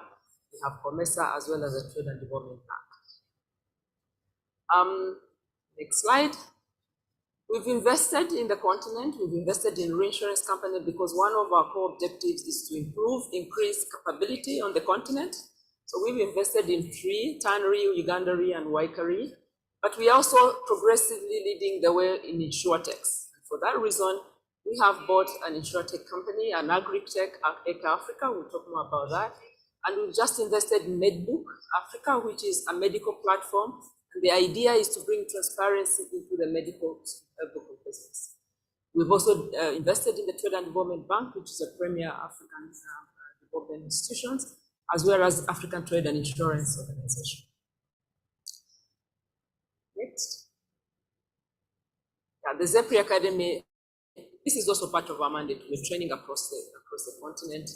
Just last year, we covered about 2,500 people. The ZEPRI Academy, look out for it. It is the premier Africa reinsurance trainer. Next. So some of our financial inclusion mandate initiatives, we just thought I'll share a few. We're involved in supporting affordable housing.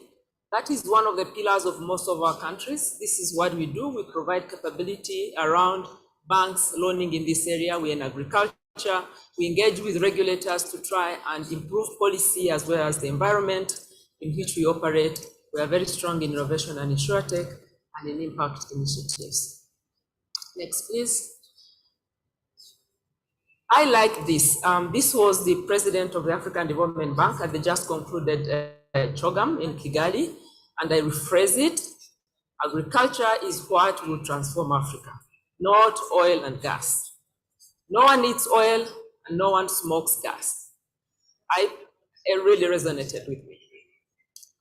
And from a Nigerian, right? So this is what brings us here today as an industry. What are we doing around that space? We've been talking about climate change. You know what's been going on, the impact of the war in Ukraine. Really, Africa is importing 50% of its grains from Ukraine, with the world's biggest portion of arable land. So these are some of the headlines we've seen in the past few months, right from last year. Kenya's food import bill surges to more than 100 billion Kenya shillings. That is what is going on. Really, it's a time to reflect and think as Africans. Next. Drought in the Horn of Africa, especially an area that we're doing something about, that I talk about. This is what is happening. Currently, we have the worst drought in 40 years. So as the insurance industry, what is our concern? What are we going to do about that? And I'll tell you what ZEPRI is doing about that. Next. So same story, just to bring the matter home. We're talking about climate change. We've talked about what needs to be done in the past presentations the last few days. I think it's something that needs to be on top of our mind every day. So, of course, climate change is making it much more difficult for our smallholder farmers. We've talked about that, not only drought, the yield is coming down, right? We've seen that while the overall temperatures are rising 2%, yields are reducing by 10%, right? Pests and diseases. The last few years, we've had locust attacks in Kenya and the surrounding areas. It will only get worse. And we talked about flooding. Every year, it's getting worse. So we are impacted. We are impacted as Africans, and as an insurance fraternity, we are called to action. The financial services, insurance included, has been failing agriculture in Africa. 80% of food production is from smallholder farmers. 53% and maybe more, in some cases as high as 70%, comes from this sector. Yet, only 2% of these smallholder farmers have access to any form of agriculture insurance, compared to 20% in the rest of the world. And by the way, Africa has the lowest subsidy in insurance, agriculture insurance, or anything agriculture, related to the rest of the world.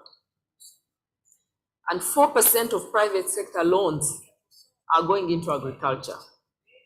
And this is not just to the smallholder farmers, we're even talking about the agriculture value chain. Insurance can make a difference, and it has made a difference in some ways.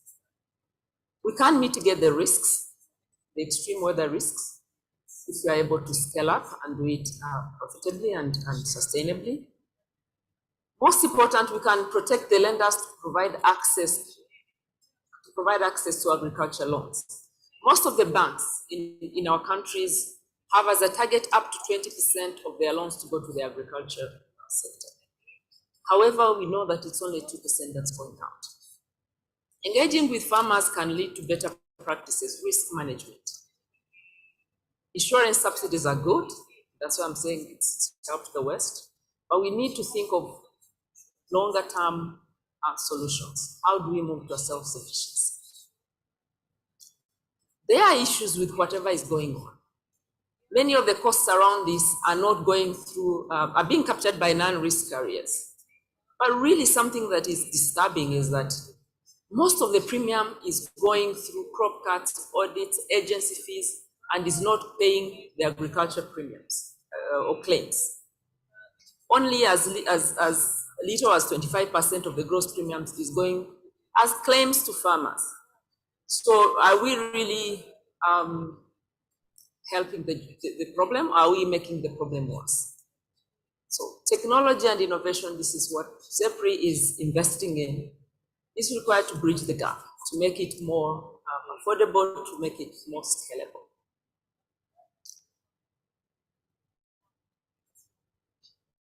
Through our experience, we've looked at what we see as a winning formula, because I think a lot has been done. You've seen there's lots of scattered efforts. There's different insurance companies are trying to do different things. Different DFIs are supporting different things. Different reinsurers are supporting, scattered efforts.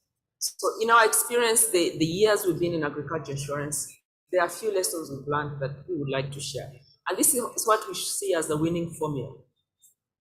We need a combo of index products. It's not just one. Add that ground truthing.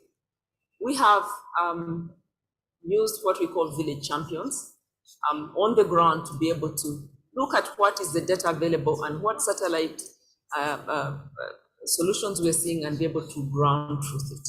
This way you also get the farmers much more involved. Maybe at the beginning is about regulation and policy.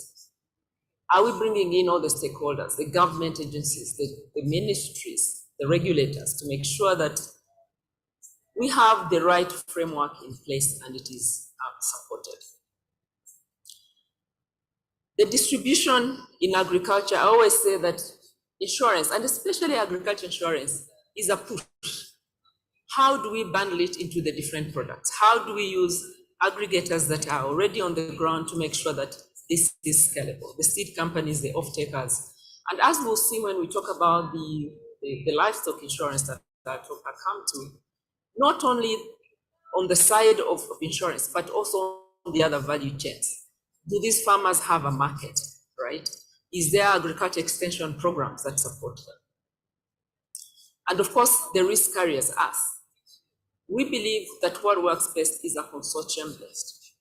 because the cost of doing this are great. I mean, if you think about the monitoring, if you think about the cost of data, if no one can go it alone, so we need to think consortium, not about undercutting each other, even in agri-insurance, which we've seen in some places.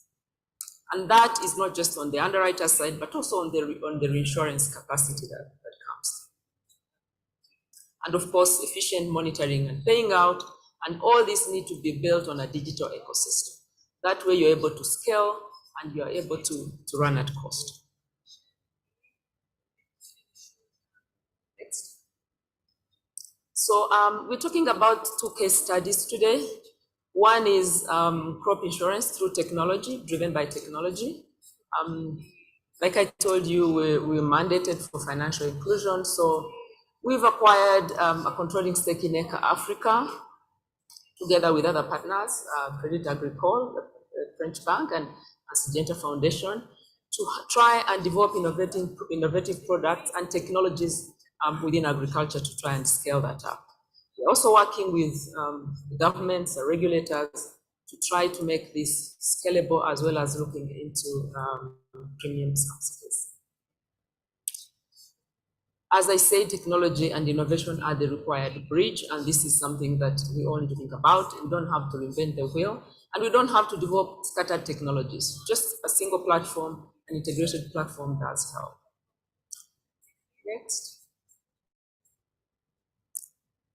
So we have seen that index insurance and other forms of remote insurance can now provide very highly accurate and complete covers for farmers at significantly lower costs.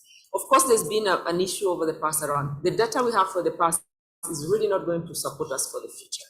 But progressively, we've seen that we are getting more closer and closer to data and technologies that can help. And digital platforms, of course, can now manage the entire system from onboarding up to the point of payment of claims without, low touch, with low touch.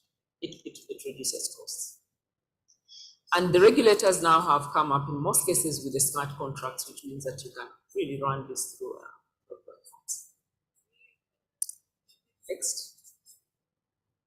We've seen that we've moved now from a granularity of what used to be about 10 kilometers to now about 100 meters in terms of determining index insurance. So that's why I'm saying that for a country like my country, Rwanda, where you have hills and valleys and microclimates, this was a difficult technology before, but it's getting much more.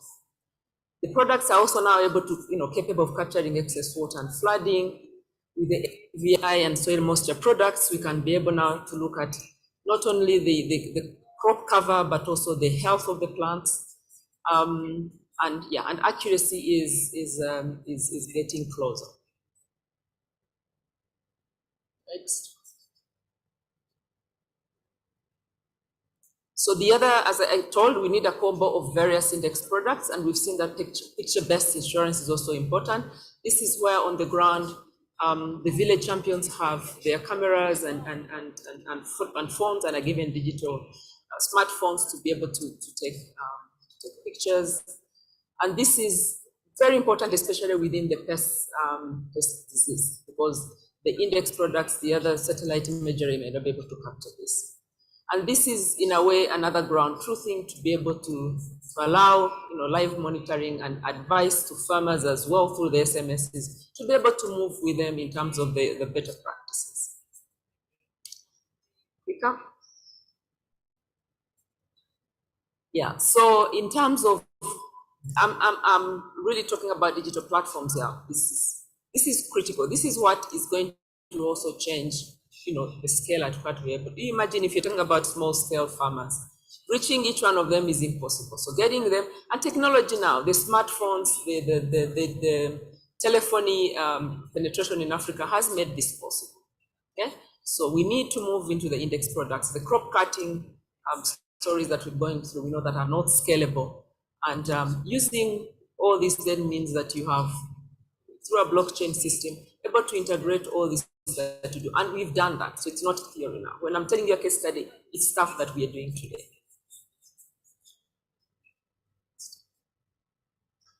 So that was on crop. So essentially the message there is that we need a combo of index-based products, that we need technologies to drive it, that we need consortiums to manage this in terms of the industry. But I wanted to spend a little more time on livestock insurance through an ecosystem approach. I know that most of our member countries do have dependency on livestock. We've never seen this as a commercial activity. We've sort of agreed that the pasturists are not coverable. You can't cover them. They are too high risk. But it's time to rethink that. And ZEPRI is involved in a very, very interesting project, the DRIVE, which is de-risking inclusion and value enhancement of pastoral economies in the Horn of Africa. This is a World Bank supported, but we were appointed by member states to run this project. And I just want to take you through that on how, as an ecosystem, you can de-risk the most vulnerable of our people. So what is the issue? Pastoralists are among, really, even when we say the poorest, it's because their money is in the cows, right? Or the goats, or the camels. It's not necessarily that they are poor, but the minute that this is not being monetized, then we see that they have no access to cash. We have also recurring climate shocks. I mean, if you talk about climate change, these are the areas that are most impacted. They are very vulnerable. There's low extraction rates and productivity of their systems. There's lack of quality infrastructure and trade logistics. One of the things that we found out was, I mean, there's a big market for goats in the Middle East and sheep. But how are these farmers going to get into this? So they're sometimes taken advantage of by middlemen, and who are buying the cows and the goats when they are dying. So there really doesn't become an economic activity. And private investments into the value chain are low due to the high risk perception.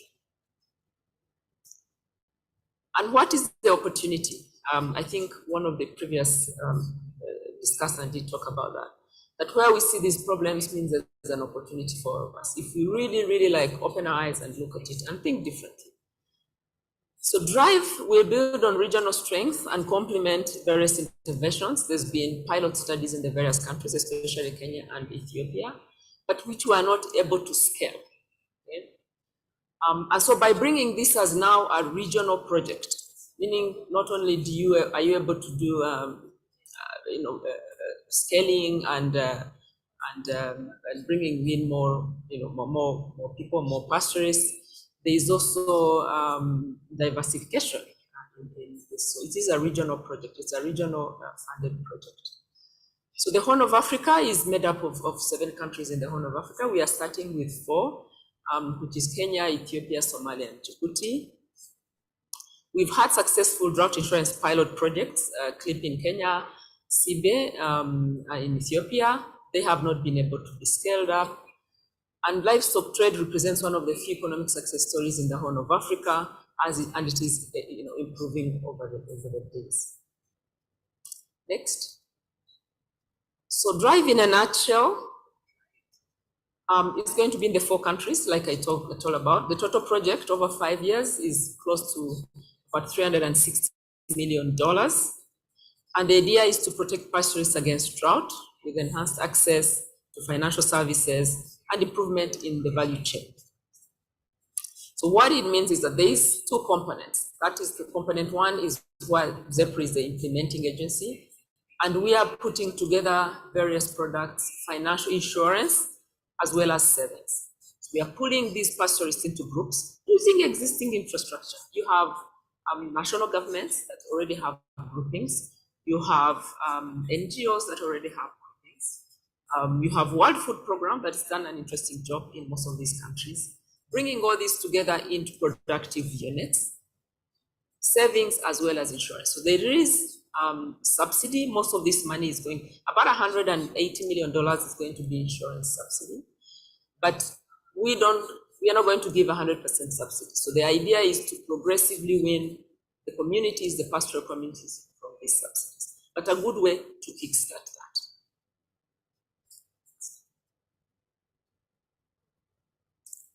So I did talk about the component 1. There is also component 2, and this is very important from what we've seen. So this is to grow the value chains. What does that mean? So if we are covering pasturists and we are covering pasture, so to give them pasture when drought kicks in, we need somebody who is growing the pasture. You find that in most cases, you don't even have that. So unless you have, supported that person, you will not have the pasture, so the cows will die, right? You want somebody who does fattening, because for you to export, you need to have done some level of fattening. So that is groups that are also going to be supported. You need to promote the abattoirs, right? So that they are also ready to take on the excess cows. One of the things that we want to do is also to help destock, because climate change is partly because there's overstocking and overgrazing. So the intention at the end of the day is how do we have less animals that are healthier? So those value chains are very, very important. There is a big market, like I said. Qatar alone in 2022 for the World Cup meets over 2 million cows. But how do we organize ourselves as Africa to make sure that that is going there? And it is Africans supporting that chain. So this program, this drive, part of the component 2, is also bringing in the marketing side of it, is to bring, support the guys that are doing the pasture, support the guys that are fattening, put sort of cooperatives to make sure that the farmers are getting the credit out of what is going to be exported. And through future, contracts where we agree on what are the prices at what weight of the animal, it means that the farmers are not going to be exploited. Now, why this is very important for insurers is that they are not only relying on insurance, right? They have a market. Insurance becomes the last resort, But we know today that agriculture is more of, you're 100% sure there's going to be a claim. So why go into that? No, you're 200% sure there's going to be claims. So by having, and it's important when we look at even at the crop side of things, is there a developed value chain?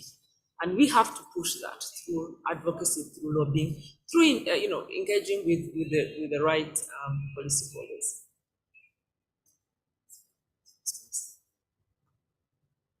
Yeah, so this is the region. It's really one of the driest. And by the way, after this, the intention is to go to the Sahel. So we would like to get this work and then move to the Sahel. But this is one of the biggest areas that gets the shock.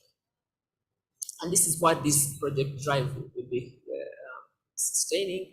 We are kicking off now. We're starting to do stakeholder engagement.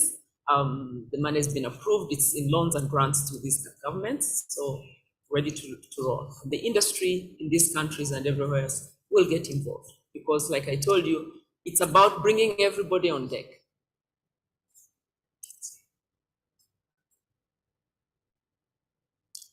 So what are the expected outcomes?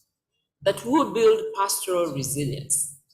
That the pastoralists start to see also the value of keeping fewer, healthier cows.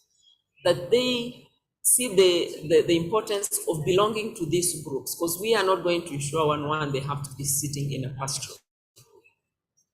We are hoping to create markets around the livestock value chain. I think I've talked about that.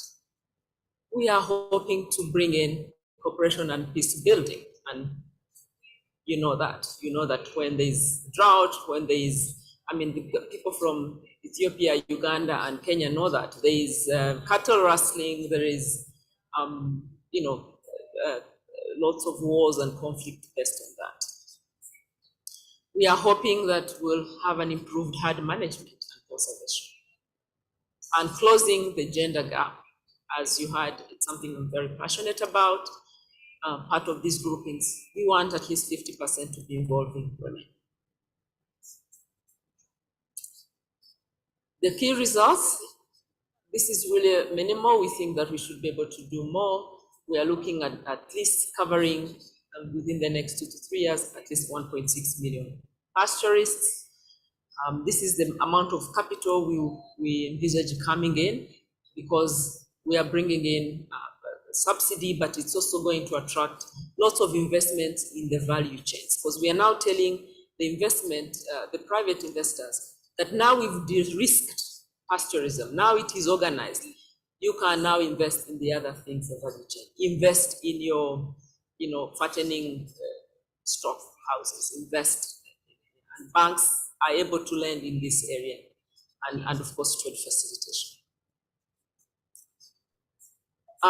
It is a village, right? It is a village in terms of the people that we bring together, and it is going to be the pastoralists themselves. It is going to be the aggregators, the people that are bringing these pastoralists together and providing the services. Think about the milk cooperatives. It is going to be a package of financial services, both insurance, savings. We hope to bring these people to put their money in the banks as opposed to keeping their money in the cows. We have public-private partnerships. ZEPRI is pulled together both African and international capacity because, like I said, it needs to come through. We are also going into the member states to pull together the interested insurance. Whoever is interested in this is welcome. Yeah, and so all this, financial education, think about it. It's a very costly, agriculture insurance is very costly. Unless we do it together, we will keep scattered and really not more or less destroying value as opposed to building. Next.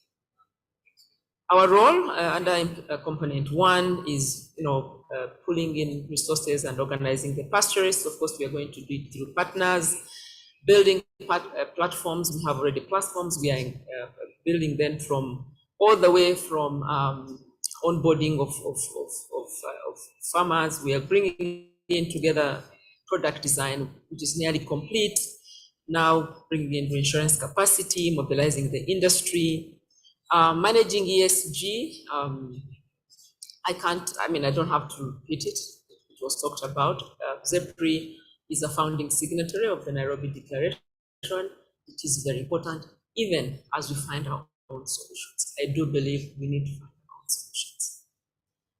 Yeah, and we'll manage those funds and pay the subsidies and the service providers. Yeah, so the ecosystem I did talk about, the first part of agriculture, I did talk about how we need to drive it with digital systems. This second part I'm talking about, it needs to be an ecosystem. And I believe we will keep improving and adding on to the ecosystem. But you can see from the farmers, from the pastoralists, where we get onto the insurance and insurance. There's a lot of things in between. There's government regulation. For example, now we are discussing with the regulators in the region to say, can we change who can be an insurance agent for this? Because if somebody already has 5,000 farmers organized in the group, they should be a distribution channel. Because if we stick to the person that has a COP, we call it COP here, I don't know whether the other markets. If you really want, is that for the agriculture insurance, is that going to be the main thing? Or is it somebody that has qualifying farmers, qualifying pastoralists? We'll train them. After all, they are not necessarily the risk carriers, right? So those are the things that really that are keeping us awake and excited. So what are the key messages? There have been lots of technological advances that make affordable large-scale agriculture insurance achievable. Index insurance and a combo of different products means that digital platforms can really help us push the agriculture insurance. Subsidies might be needed at the beginning, and we'll need them. And like I said, Africa is the one that still has the lowest subsidies, whether in seeds, whether it is in insurance. And it's a message that we need to push to our government that if really agriculture is this important, if the transformation of Africa is going to be agriculture, push it more subsidies, not only in seeds and fertilizers, but also on the insurance side, on the risk management and mitigation side. And interlinked ecosystems are the way to go. As an industry, I want us to think together. As far as agriculture insurance is concerned, you cannot go it alone. It is very expensive. Data is very costly. The distribution channel is impossible. We have to do it as an entity. Thank you very much.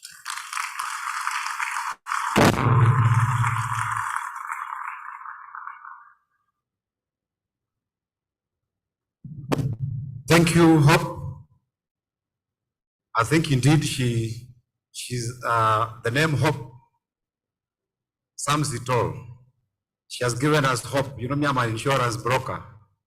And the only issue is when she says you don't have to have COP, you don't have to be qualified.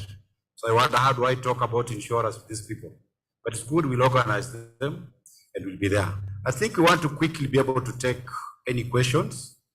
She has done well, isn't it?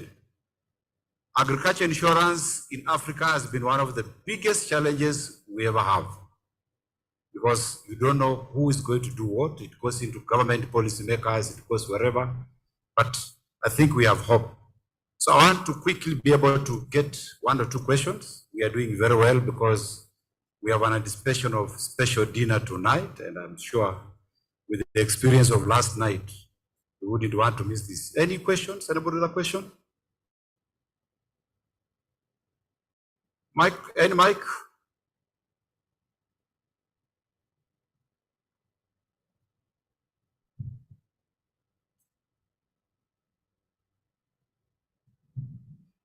Good morning. Thank you, Hope, for that excellent presentation. My name is Agre Mulumbi. I work for KCB.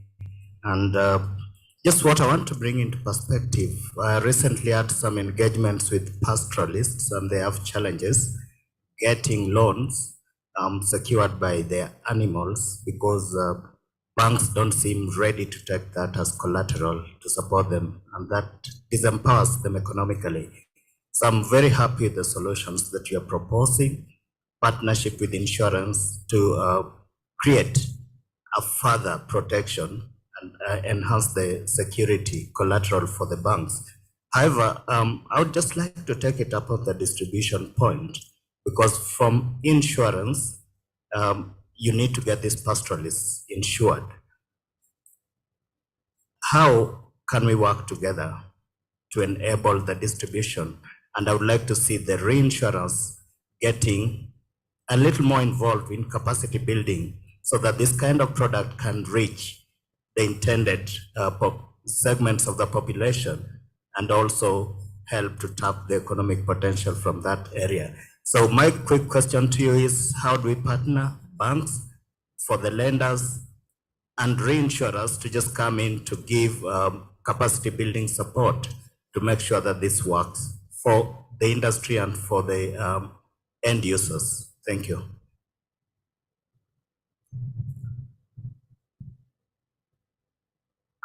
Do I take this question? You want to? Any other question? Anybody with a question? Hello. Yeah. My name is Musa Lukwago. I'm Principal Economist, Minister of Finance, Uganda.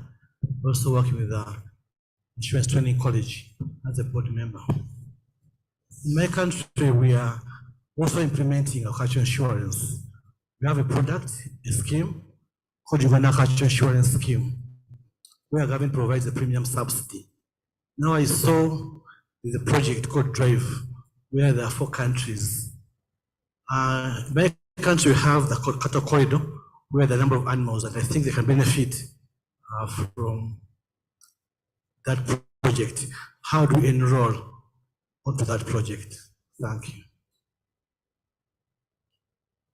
Thank you. I'll start with the last question because it's an easy one. I don't know if Alhaji Kadonab is in the room, the regulator. We have engaged him. Uganda will be onboarded soon. Yes, so because you're also members of the Horn of Africa. Also to commend so you will benefit with time. It takes the country writing to IDA, to the World Bank, to be either, they get the loan or a grant, long-term loan or grant.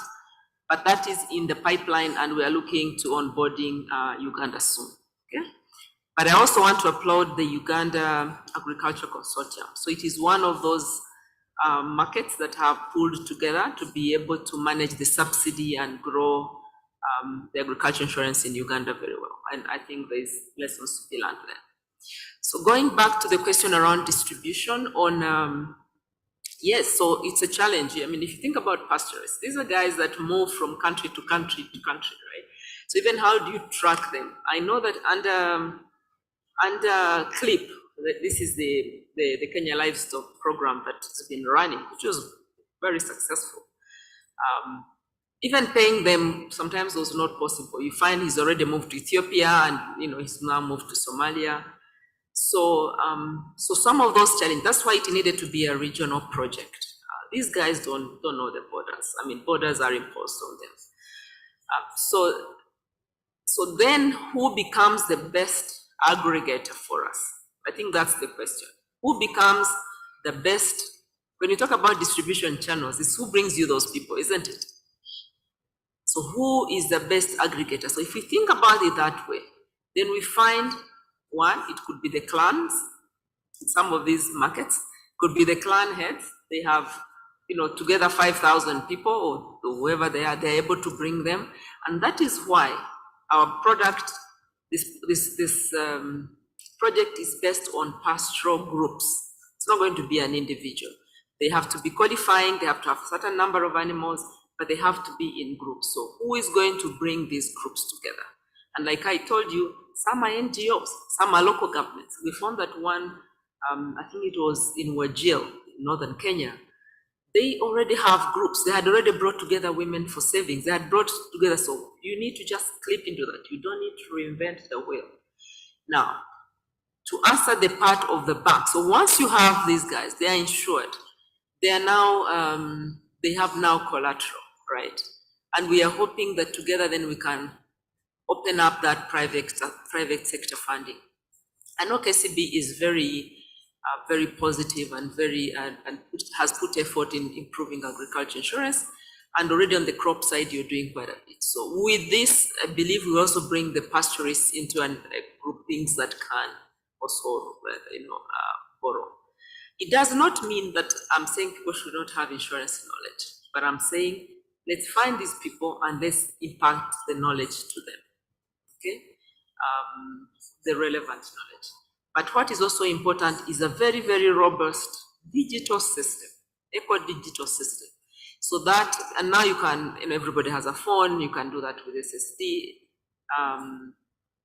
to just make sure that that integration is complete. I hope I have answered your question, Casey. We can engage some more, but it's a whole ecosystem. We want the banks in, we want the NGOs in, we want the brokers in, we want the insurance companies. No one should be left behind, but there should be value, and we should be looking at cost containment. Thank you so much. Hope any other question, because we want to close. There's a question on the other side.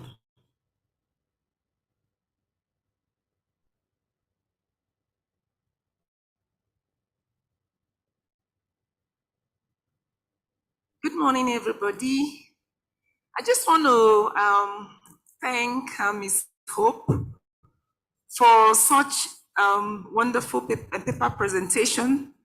At the start of our presentation, I was, wondering if I will really understand what she'll be talking about, because agric insurance has always been a very technical and dry area, but she so clarified it. Thank you so very much.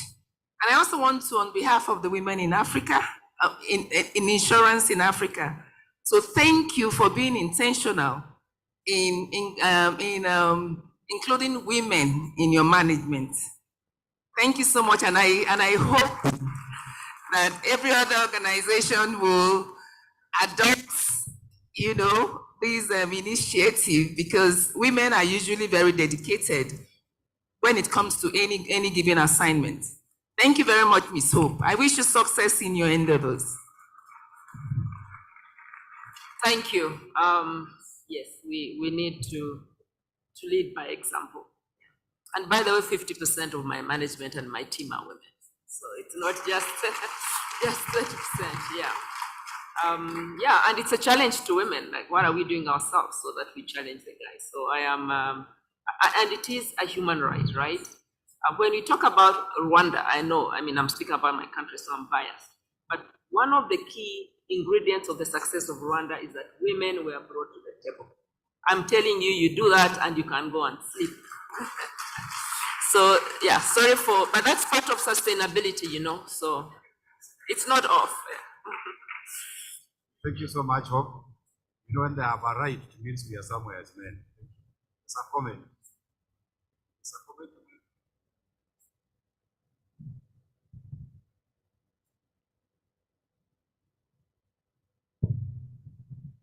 Thank you very much, Hope, for that very good presentation. My name is Sumaya Hassan from Takaful Insurance of Africa here in Kenya. We are the first underwriter in Kenya to offer index-based cover, index-based livestock takaful in our case. And one of the things I wanted to comment on as we look at this very large drive initiative, which, as you said, must bring together stakeholders from different sectors, is the reality and impact of climate change on an indexed-based initiative. Our experience has seen when we started, index-based was premised on the assumption that there are years when there will be drought and the years that when drought will not be there, hence the relevance of the index.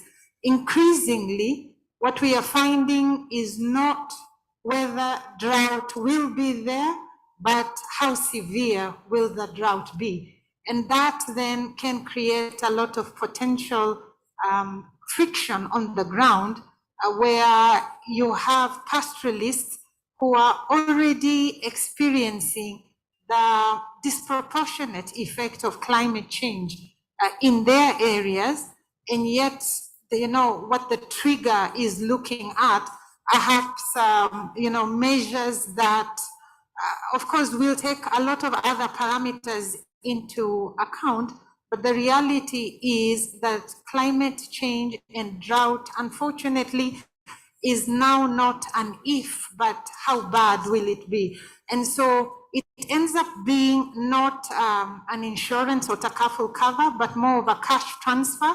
And I do hope that these are part of the conversations that will be had as we look forward to working together to deepen a much needed project in this area. Thank you very much. Yeah, thanks, Maya. And yeah, we applaud Takaful Insurance for dipping into this when no one else was doing that. And what you're saying is absolutely true. I mean, we're just seeing the pictures that we are in that place where the drought is the worst in 40 years. And yes, it's not about if, it's the severity. And that is why we need to think about the value chain side. We don't want the pastoralists to simply depend only on insurance cover, right? We want that to be one of the solutions. But if you think about, the conversations we're having with the farmer groups and the markets is, once cows hit this weight, you are buying them for this amount. So we do not have to wait for the drought to be so bad that the cows are dying, and that's when we are looking for a market. So it is, if we are able to involve all these things, we know now that there is enough market, and make sure that the farmers are integrated into this market. Then insurance does not become the only alternative, because otherwise you will never get a cover. So we learn as we go, indeed, but we believe that done at scale, with not just within one region, but covering more and more countries, then imagine if we integrated all the pastoralists in Africa into this program. Then you know that when drought comes in this area, it's not maybe in this area. But very important is making sure that the value chains are also working. It's also making the farmers, so one of the ingredients, the savings products. So we are motivating the pastoralists to save. For every 5, I mean, just a number, let's say every 5 shillings you get, you're getting 5 shillings subsidy on savings. So we are also encouraging them to open bank accounts, Mr. KCB. We are encouraging them by giving them money to actually save. That means that then they're less, as vulnerable as they should be. And then, so insurance is one of the many things that we're trying to put together.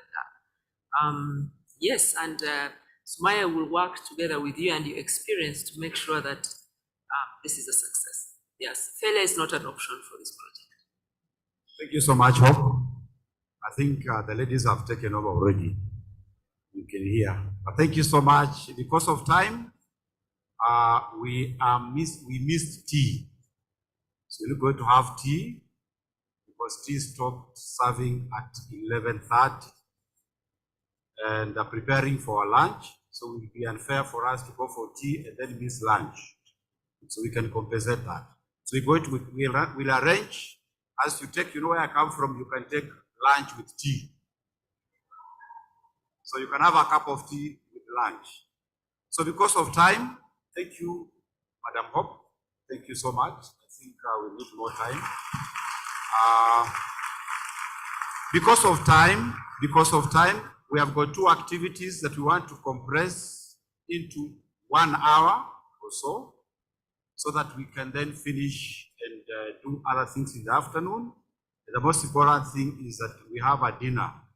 I've just been told this dinner is it's more than yesterday's, so you can't afford to miss. Now, I have several announcements to make. One, we have delegates who are traveling, who are leaving the country, who have flights today. You are asked that you'll be able to check with the transport office at the back. And those from the following hotels should also be able to get in touch with the transport office. Emara, Olesereni, Boma, Eka, The Cave, Radisson Blue, Upper Hill, Radisson Blue, Arboretum, Weston, Somerset, Tamarind, Panari, Sarova Panafric, and Sarova Stanley. Get it done. So I've been told that she says in French. Bonjour tout le monde, j'espère que vous vous portez à merveille. J'aimerais vous informer tous que si vous aurez le vol aujourd'hui, s'il vous plaît, vous pouvez visiter l'équipe de transport qui sont trouvés à l'entrée, s'il vous plaît. Si vous aurez le vol aujourd'hui, veuillez visiter la pupitre de transport à l'entrée. Merci.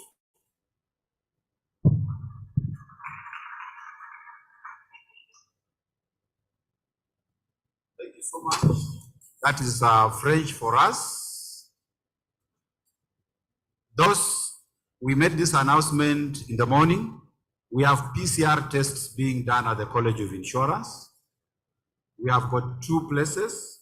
We have Ministry of Health conducting a nasal swab at $60. You expect results in 6 hours. Then we have got Kenya Red Cross doing a blood sample test. It's immediate. You pay $100. So those of us who are able to conduct that, I think it's important.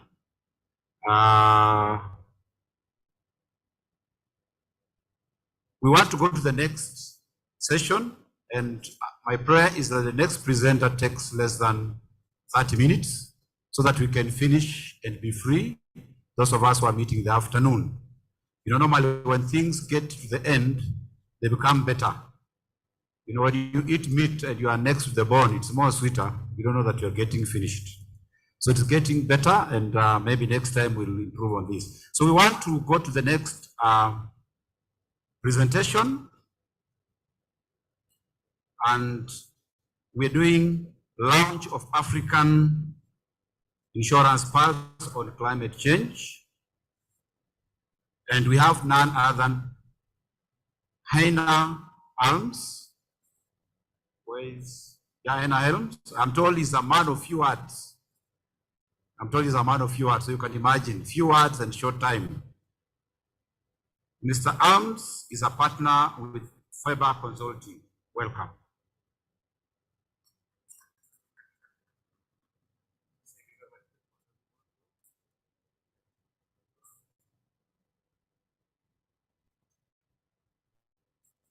Is this one? Okay. Can we have the slides, please? Okay. Welcome also from my side, and it's a great honor to present to you here today the Africa Insurance Pulse, the first edition this year. Those of you who know us will know that we have been producing this on behalf of the Africa Insurance Organization for the last 6 years, and today's topic is obviously climate change. And although you've been hearing the last 3 days a lot on this topic, maybe this is a good opportunity to basically summarize some of the key findings and present to you the data in more concise fashion. So I'm Hannah Arms from Fiber Consulting. We are a consultancy based in Switzerland, focusing on research, communication, and business development for the insurance industry. And what I will be presenting to you in the next 20 minutes or so, maybe I can be actually, in the interest of time, be a little bit quicker, is the main findings of the publication focusing on the impact of climate change on Africa, its economies, and also the insurance sector. Next, please.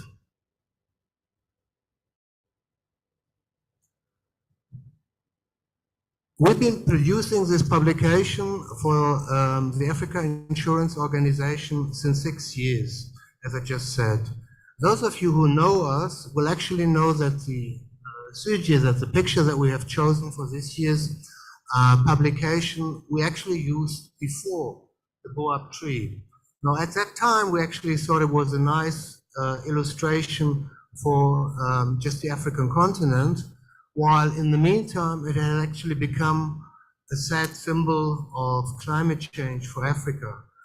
Many of you will know that this tree has been around for 2,000 years, and for those who have the benefit of such a tree in their neighborhood, maybe will think about it as something that has been around forever.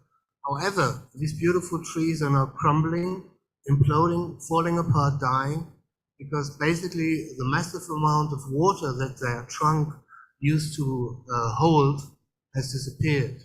So hence, this is a very appropriate picture for the subjects that we are addressing here today.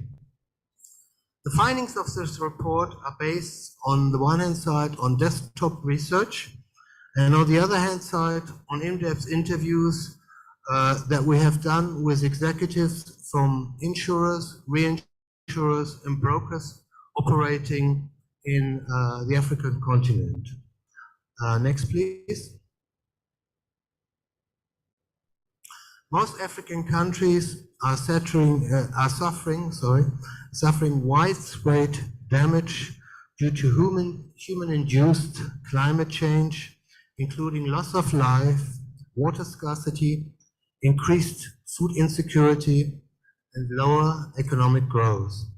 In 2021, the World Meteorological Organization reported that between 1970 and 2020, so the last 50 years, nearly 1,700 natural disasters in Africa caused the loss of life of close to 1 million people and economic losses of about $40 billion. This is obviously only what has been reported officially. We all know that the real numbers are probably, sadly, a lot higher. Globally, Africa accounted for about 15% of climate-related disasters. However, 35% of related deaths and only 1% of global economic loss. So basically, we touched upon the enormous protection gaps that we're seeing here, and that basically, the suffering is enormous. However, what the industry is carrying is obviously only a small part of it. Droughts were the deadliest risks, causing 95% of all climate-related deaths in Africa. The deadliest single disaster recorded in Africa during this period was in 1983, the drought in Ethiopia, where several hundred people died. Flooding disasters were the most common, are the most common type of disaster, accounting for 60% of all events. The executives that we interviewed named flood and drought as the two most common climate risks for insurance markets.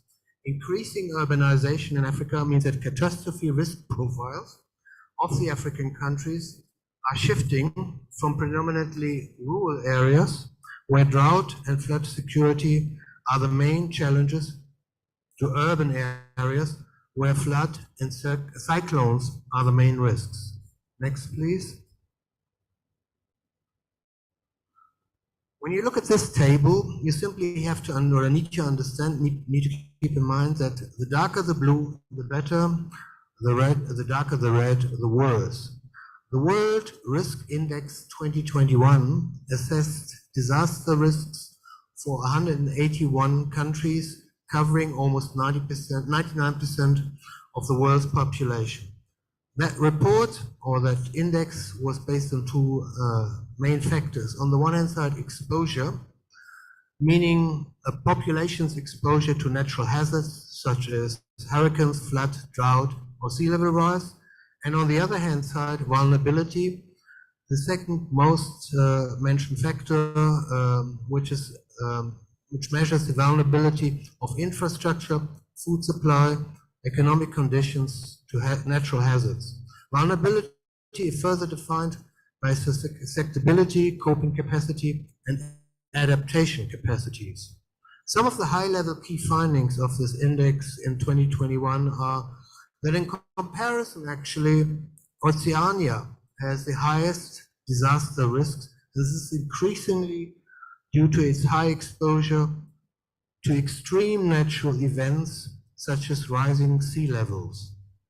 Africa, the Americas, Asia, and Europe follow in descending order of disaster risk levels. Africa is the continent with the highest overall social vulnerability. 12 out of the 15 most vulnerable countries in the world are located here. The most vulnerable country, in fact, worldwide is the Central African Republic, followed by Chad, and the Democratic Republic of Congo. Countries with low economic capacity and income tend to have higher vulnerabilities or lower capabilities in averting disaster. Extreme natural catastrophe events lead to a further reduction, that's very dramatic obviously, to a further reduction of existing capacity. Next, please. The same color coding here applies as in the previous slide. We brought here together two components. On the one hand side, the 20 countries on this index with the largest have the largest cumulative CO2 emission since 1815 to 2020, and on the other hand side, the findings from the World Risk Index. The map actually exemplifies that climate change is caused, as you probably are all well aware, by countries outside of the African continent. However, the countries most affected by climate change are on the African continent. The African governments, therefore, for them, this means that they need to get a firm grip and a fast one on climate change in order to protect their communities from this growing risk. This is where insurance can play an important role. Next, please. Now, looking at the macroeconomic impact of climate change, a report published by the World African Development Bank assess economic growth and development risks and opportunities for African countries in two scenarios for future climate change. The global warming scenario by 2050, consistent with the Paris Agreement, so basically climate change of 1.5 Celsius rising, or a more dramatic scenario of 2% rising until 2050. The African countries are expected to significantly experience adverse macroeconomic consequences of climate change in the coming decades. Across East and West Africa, climate change will adversely affect GDP growth per capita by around 15% until 2015 under the severe warming scenario. Northern and Southern Africa will also be severely impacted by GDP growth declining by about 10% until 2050, while Central Africa will be comparatively less affected with a potential decline of 5% under the severe warming scenario. The analysis also shows that the services and industry sector have a higher severity to extreme rainfall and flood events than the agricultural sector because of, for example, business interruption in the aftermath of flood. With a structural shift towards a service economy, macroeconomic sensitivity to extreme rain events could therefore increase significantly. The increasing impact of climate change on per capita GDP and the development capacity of African countries could affect Africa's ability to cope with and adapt to current and future impacts of climate change. Countries would be increasingly drawn into the downward spiral of risk and vulnerabilities. Now, looking at the insurance perspective and the interviews that we conducted, basically the feedback from the members of the AIO on the climate change risk. We asked market experts if the weather risks insurance rates have increased or decreased or remained stable over the past 3 years. That's what you're seeing on the left-hand side of this slide here. Over 60% of respondents have noticed an increase in insurance weather risk prices over the last 3 years. The drivers for higher rates are varied though, ranging from restructuring of compulsory insurance, higher reinsurance rates, regulators pushing for rate increases in competitive markets, and a higher demand for risk-exposed regions. In general, respondents reported increase in the single digit. Only Kenya and South Africa saw actually increases in the magnitude of about 20%. Over a third of respondents indicated that the prices for weather protection insurance have remained stable in since 2020, as demand is still low or prices have been indexed. Then we also ask how weather risk rates are going to develop in the next 12 months.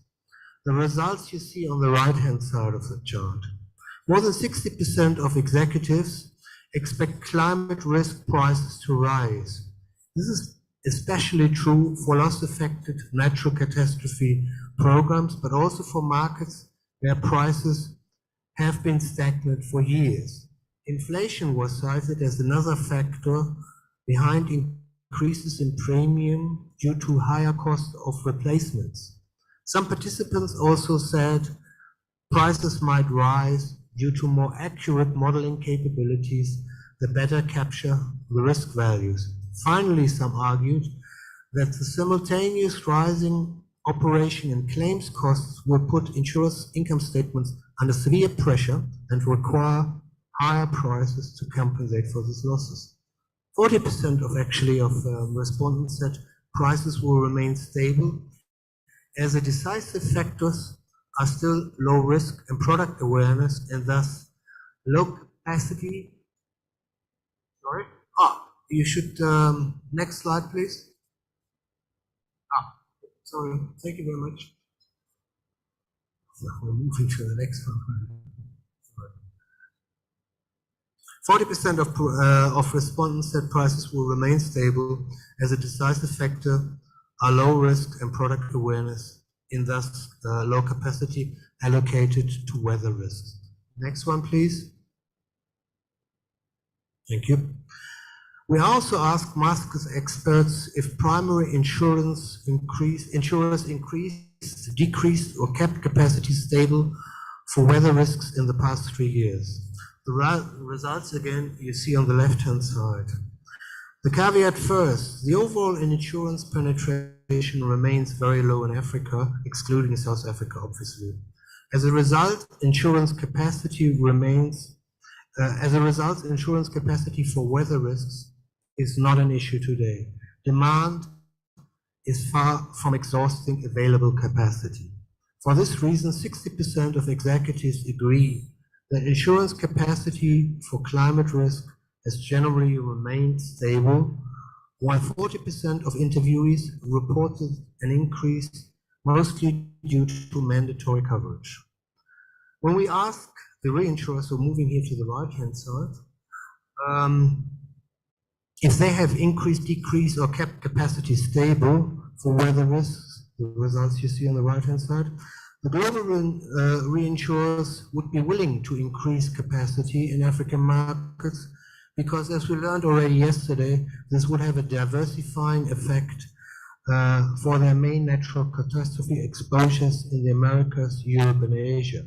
However, 52% of respondents said that the reinsurance capacity for climate risk remained stable over the past 3 years, as primary insurers have also increased their retention rates, given higher prices and stricter conditions. Some 48% of market experts report a slight increase in reinsurance capacity for weather due to a rise in demand in select markets with higher risk, with higher climate risk losses. Next slide, please.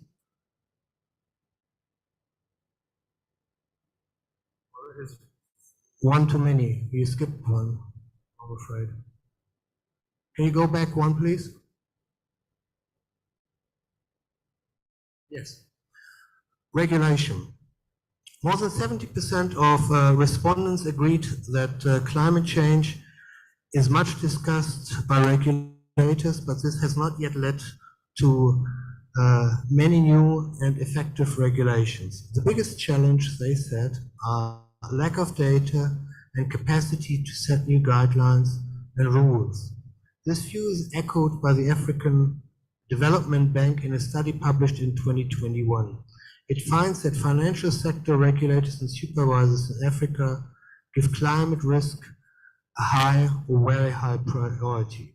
However, few authorities have actually published regulations or supervisory expectations related to climate change or climate risk. ESG we also asked our interviewees about. About 80% of our survey participants concluded that ESG is a much discussed topic in Africa, but however has not yet reached top priority. Generally, the commitment to the African insurance sector to proactively address ESG is increasing, but from a low level. According to market experts, ESG is most advanced in South Africa, Kenya, and East African countries. As global and large regional players are leading in ESG issues and have started to integrate this factor into the strategy and decision-making process. According to Milliman, insurers cannot ignore ESG considerations in today's environment, as sustainability awareness and increasingly influencing customer demand, investor preference, and regulatory attention. Now turning to the opportunities that are obviously also available with climate change. The next slide, please. First of all, there is obviously the protection gap. That's what many of our interviewees mentioned, that it gives even a further drive, a further pressure to address the gap, which is obviously huge. Let us provide one concrete example to illustrate this statement. The Swiss Re Institute reported that Cyclone Idai in 2019 caused overall economic losses of about $2 billion in Mozambique, Malawi, and Zimbabwe, of which only 7% were covered by insurance, leaving 93% of economic losses uninsured. As you can see on this chart, non-life insurance coverage in the 20 top African insurance markets is low, except for South Africa. Compared to the global average of 3.3%, Africa's non-life insurance penetration in 2020 was only 1.8%.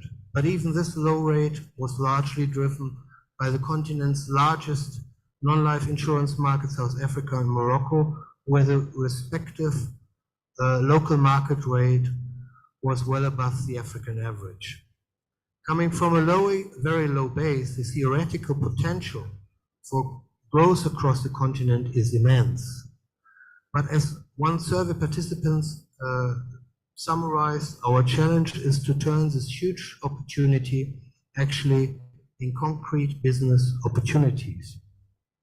Possible solutions, according to our respondents, can be summarized as follows. Offer insurance coverage that is better adapted to risks, i.e.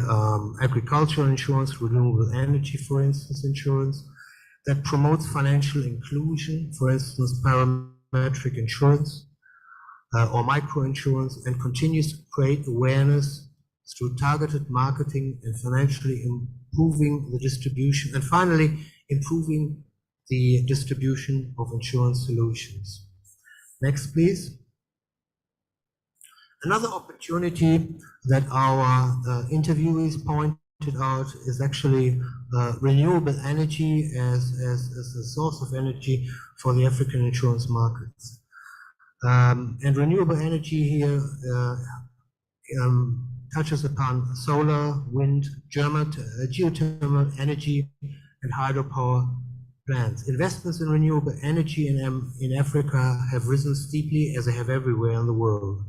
Over the past 10 years, Africa attracted $55 billion in investments in renewables, significantly up from initially close to $5 billion between 2000 and 2009. Investments, however, are concentrated on very few countries, such as Egypt, Kenya, Morocco, South Africa. Kenya is an excellent example. In fact, just 2 hours north from here, almost 50% of Kenya's electricity needs are generated through volcanic energy. Kenya has sufficient geothermal reserves to multiply its current installed capacity by at least 8 times. These investments trends is set to continue as the African continent is shifting slowly towards a carbon-free energy supply to achieve its contribution to the Paris Accord. In 2022, the African Development Bank committed to double climate finance in Africa to 25 billion over the next 5 years.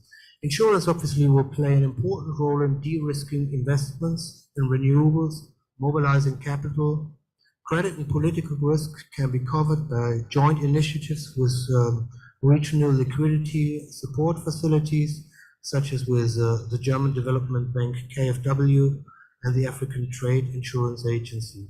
Technology risks, such as the risk associated with the use of nascent technology, can be mitigated through insurance products, while natural disaster risk can be insured, often as an extension, through property and casualty insurance products. As such, the decarbonization of African economic development, in line with a steep increase of investments in renewable, represents an enormous business opportunity for local, regional, and global reinsurance and insurance companies active on the continent. Next, please. Coming to my last slide here. And to summarize, Let me conclude with the following remarks. Although the African continent contributes among the least to global greenhouse gas emissions, most African countries suffer widespread losses due to climate change. The African insurance sector, through its insurance investment and advisory functions, plays an important role in understanding and addressing climate change in its complexity. A timely and harmonized regulation of climate risk will strengthen the role of insurance as an effective risk manager. Working closely with public partners, the insurance sector is uniquely positioned to help Africa better protect itself against climate risk and to become more resilient. Climate change represents also an opportunity to the sector in terms of new ways to explore how to increase the penetration and improve the insurability of weather-related risks, and also to look at new opportunities in new industries emerging. This concludes my remarks, and I thank you very much for your attention. I hope it has given you a good overview of the Africa Insurance Pulse. If you are keen to read more about the findings from our interviews with your members, then please do not hesitate to visit the AIO's website and download the whole report. I think it is well worth reading and summarize certainly quite well what we've been discussing here the last 3 days. Thank you very much. Thank you so much, Mr. Anna. He has done his best. Actually, he has reclaimed the program. Now we are back on the right program, and I want us to just stretch. You know, we are supposed to go for tea. I want everybody to stand and just stretch. You can't sit more than 3 hours. Everybody just stand wherever we are. Everybody just stand because we are on the right track now. Stretch a bit. I think we do like this. Again. Again. Again. Thank you so much. Let's take our seats. We now have the last presentation anyway.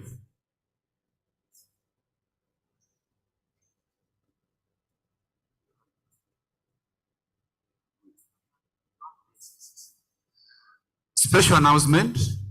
All delegates from Ghana, immediately we finish this presentation, you remain behind in that corner. We go to the other side. Ghana delegates after the last presentation. Another announcement, as we go for the lunch, you know the ladies have their lunch.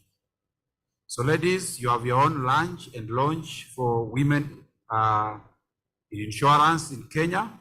So all ladies in this room, lunchtime, you proceed to first floor. Men, don't go to first floor. But we have a few men who have been selected. I hope I'm one of them. So we have got all women. During lunchtime, you go to first floor. You're going to have lunch there and a lunch for women for insurance in Kenya.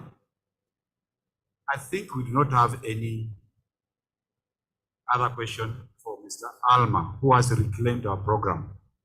I want us to go to the last session, and I'm looking for Mr. Yusuf Fasi, come on the stage, and Mr. Shinge Maramba, wherever you are, we want you up here on stage. The next subject is very, very interesting. We have two speakers who are going to go to take us to the last one. You know, as I told you, everything that is last is always good. The last one is always cared for. The last presentation must also be cared for. So our last program, we have our fifth session, creating opportunities for insurance penetration in Africa through improved consumer education. And we have two speakers who are going to take us through this. I would want to quickly just read, we need to know who they are.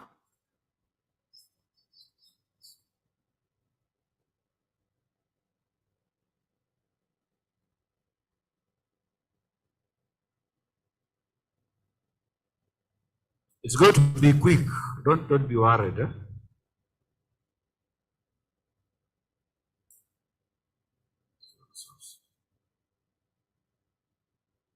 How many pages in this book?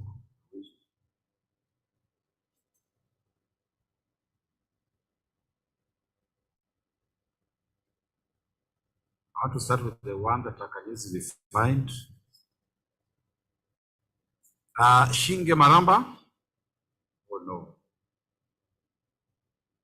Somebody has been paid. You can see me. You know I'm as dark as this room. I have a dark suit, so how would you see me? Okay. We have got two gentlemen. We have Shinge Maramba. Shinge has over 25 years experience delivering technology solutions within the financial services space. A thought leader in the industry, he has worked to develop numerous partnerships with clients by bringing his level of expertise to strategic, technical, and platform modernization initiatives. A certified solutions expert on IPM, Microsoft, and other technologies, Shinge is responsible for business development in the Middle East and Africa regions by enabling client modernization strategies. Our clients rely on Shinge's expertise to guide them through all stages of their projects, from discovery to delivery. Mr. Yosef is currently the Chief Executive Officer of SCR. He's an arts and matters engineer and has an executive MBA from ESCP. The other one is French. I wish that lady was here to go on. Mr. Fassi has several certificates to his credit, including one from CNPP, but also from IFC in corporate governance. His professional career was distinguished by his expertise in assisting companies in their restructuring efforts.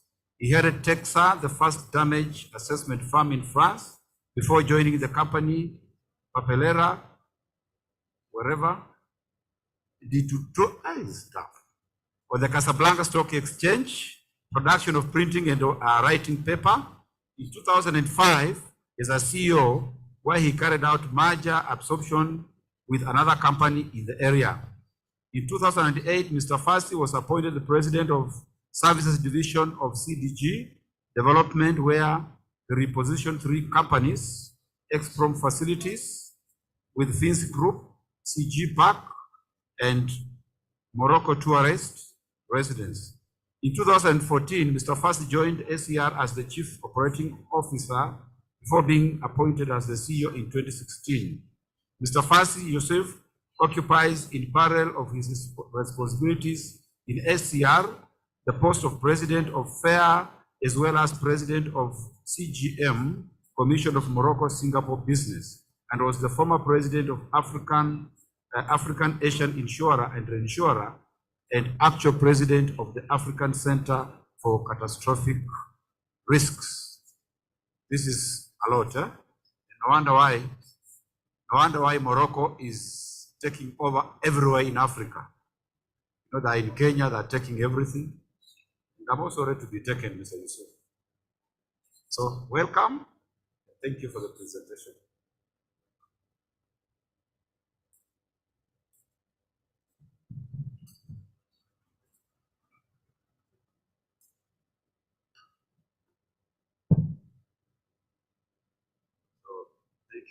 Thank you, ladies and gentlemen, and I am very honored to be with you for this presentation.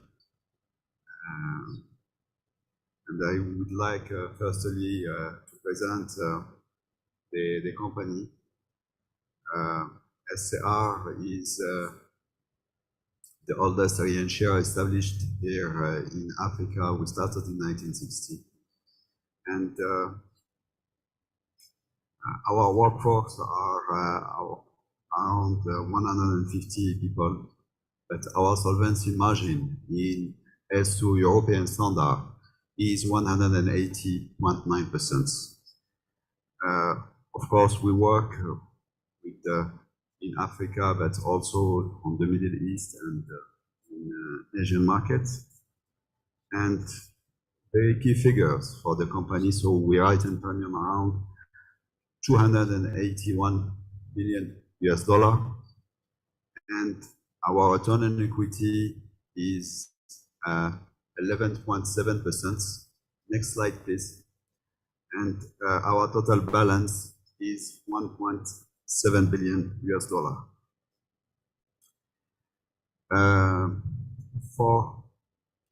We need also to share some information because during the COVID, it was difficult to know each other and to share some information. So we increased the capital from 150 million US dollar to 220 million US dollar. We opened a fourth representative office in Southern Africa, so we have now 4. And we launched in the period COVID for the curfew a new strategic plan in order to set and reinforce our company, and we have obtained the agreement for retail careful company. So the overview, so I will try to share some very points before starting that the context for the African markets. So next slide, please. So it's clear that as we shared before, that our continent is, we have a diversification not appropriate in the market. Africa is one of the largest hot region for insurance. Africa has the lowest total penetration rate, around 2.7%, with a non-life penetration rate less than 1%. Insurance penetration remains very low across Africa, excluding South Africa. And African reinsurance and the capacity offered by African reinsurance player remains very weak. And here you have the split or disparate and low African insurance retention rates. So, for example, some countries, their retention for insurer is very, very low, 40%. So it means that we need to increase this capacity. What is our role as an insurer? Next slide, please. So we have a responsibility. We are socially responsible institution for the best interest for the African people.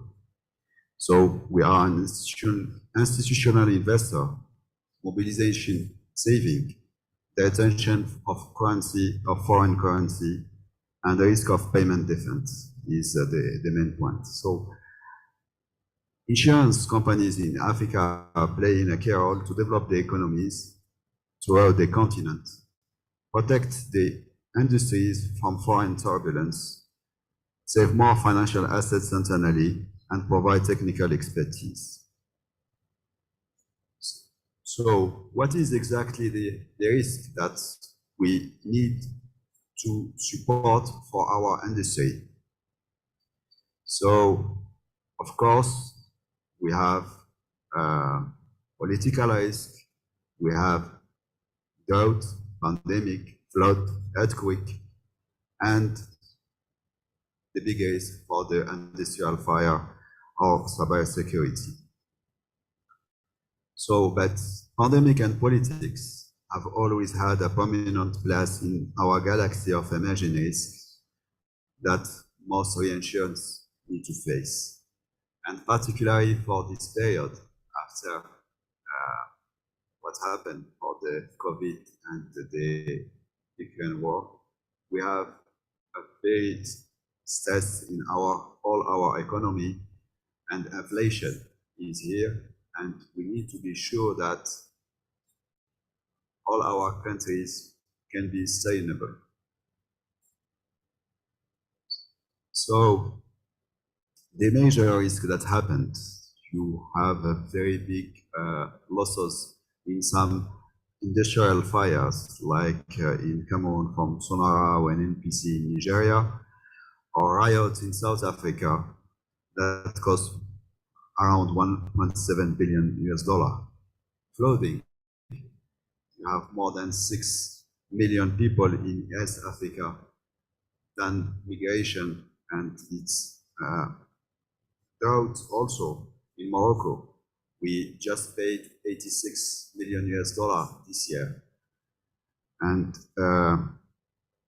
of course, Africa epidemics and pandemics have always had a prominent place in the galaxy of emerging risk in the reinsurance phase.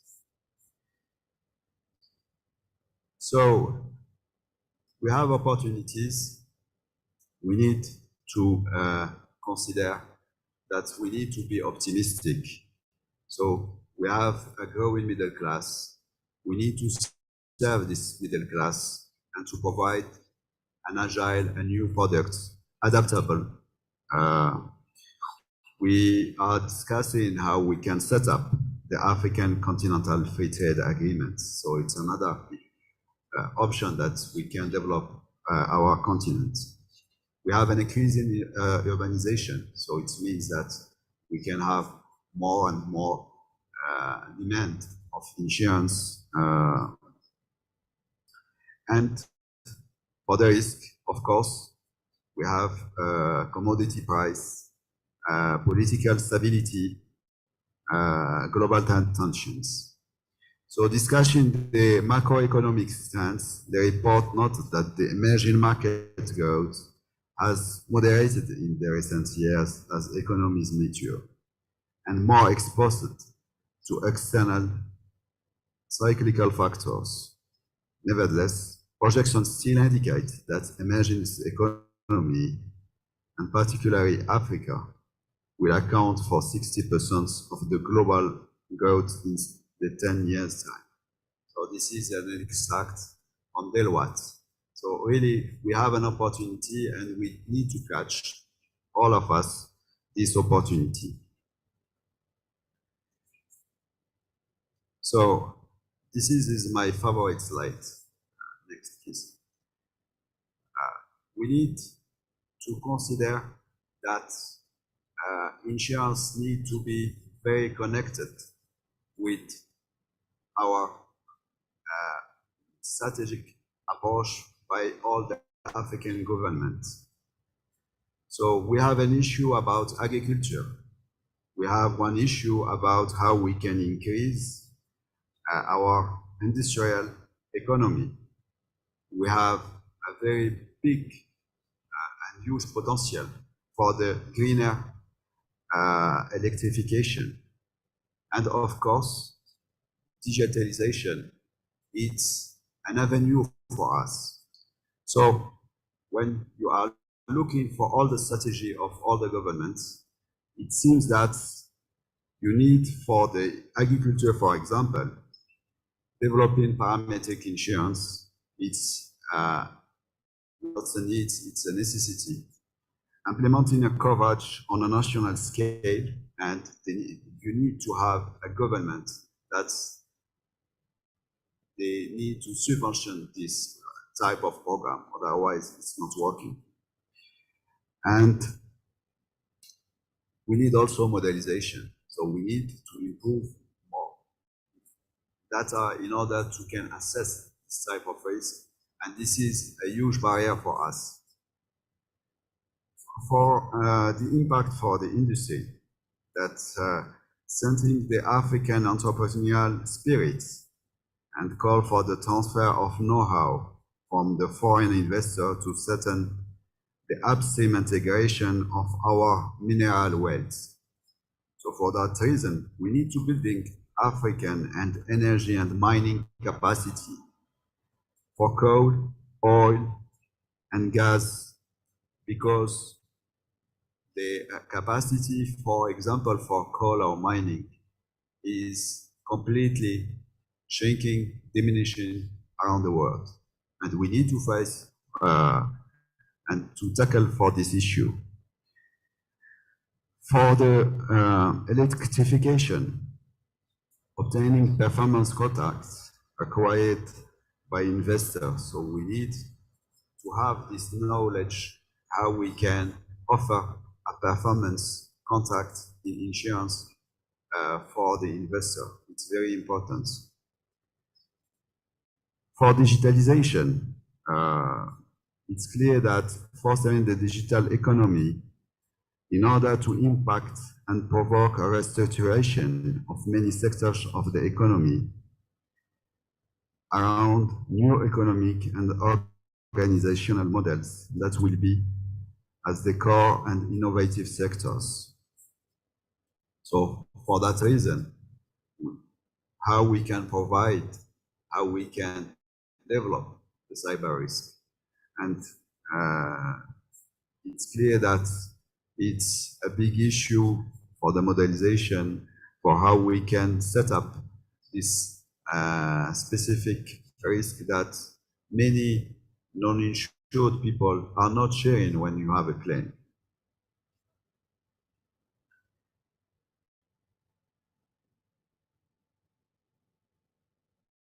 So we need to take advantage and have huge opportunity of our solar energy in Africa, and for that reason, you have a lot of projects, and we will still have other projects coming for the coming year. The Africa 50, the African 50 is the biggest fund started in and looking how they can invest for the infrastructure project. On his axis, on his strategy, he is looking how we can develop this type of renewable energy. So the forecast for 2017 in Africa, we clearly looking for a growth that can exceed 7.4%. And for clearly, when you are looking for the European market, we are around 1 or 2%. So if we need to develop, we need, of course, to have a strong regulation. And the strong regulation, it means that it's very important to define new rules and to have to create stronger and larger company as well in order to boost capability in building this industry.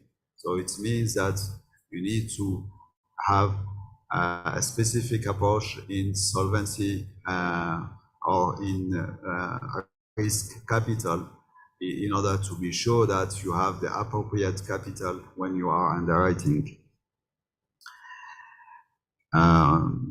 So for the acceleration for the growth, it's also via this digitalization, and digitalization for the during this period COVID-19 was a very good opportunities, and it's very important to see how we can deal with that. So this is some information that Faber Consulting done. What I am saying for that we have a gap for the against natural hazard, against political risk, that we are not considering really that this type of risk is very important to provide in our industry. It's very important. The other point that I want to share that the distribution of the channels. It's clearly that with the bank and with other broker, but IT broker, we will develop this industry. So we need to be very creative in our approach.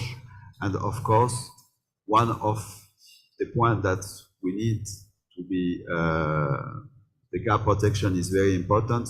The one point that it's very important to develop, it's the parametric risk.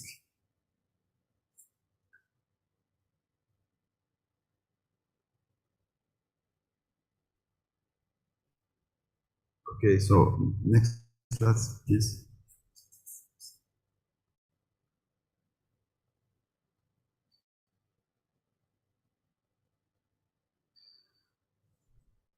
Okay, so here what I want to share that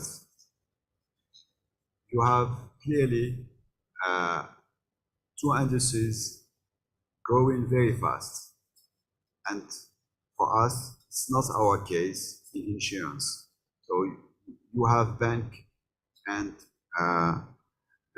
also the industry on mobile phone create a lot of value, and we are still not leveraging enough. So our industry is technologically, and of course, the digital trends is the main way in order to grow and get a greater return on investments. So growing using a mobile device is the unique opportunity for us. So as insurer, as a reinsurer, we need to set up a clear strategy on this new model. And with InsurTech's platform such as BSmart, WeatherInsure, and Kakbina are connecting customers to insurers. So here I have some example of InsurTech that they need to no, next slide, sorry.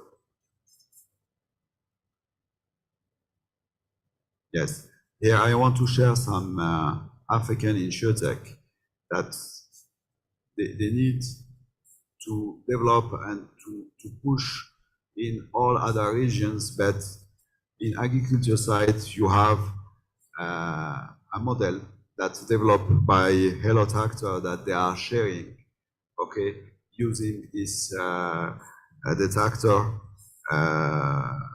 So it's a Nigerian startup, and you can consider that the platform is accessible to owners and planters. For Isaiah, is also a startup pioneer in smart agriculture, develops innovative solutions for farmers to soil sensors, the implementation of automated irrigation system, or the creation of digital farms. So one case exists also here in Kenya that you have the plenty guarantee that you can use it. The farmer have this insurance if if you are using this parametric and the plant was at a certain level of stage, okay, you are covered on you are covered. Okay, so for the Joule, for example, international in Ivory Coast, also we are talking about drone in agriculture. So for the next slide, we have other examples that I can share, and it's clear you can use it not only for the new product, but also digitalization. You can use it for your process in order to have less cost, administrative cost. So 5 imperatives. Next, yes, 5 imperatives for insurance company to succeed in Africa. So focusing on cities. For example, in Cairo, in 2025, we project to account for 37% of the total GDP in Egypt, and Nairobi will account for 27% of the Kenyan GDP. So it therefore makes sense for insurers to focus on a specific route and for the accumulation of the risk on the big cities. Also, collaborate with governments and regulatory. For me, it's very important to put this to help shape and reform the agenda. There is a significant scope for insurance to collaborate with regulators on issues such as social security, solvency, and compliance requirements. Target unique customer segments and needs while leveraging the power of partnership. Insurance company can drive innovation across products and channels to meet the needs of customer and prospects. So partnering effectively can be a vital factor here. And for all of that, you need to build a talent, capabilities to leverage all those projects, and it's very important. So the last point that I want to share, next slide please, it's a verbatim that we will have in our industry. But the no premium, no cover is very common.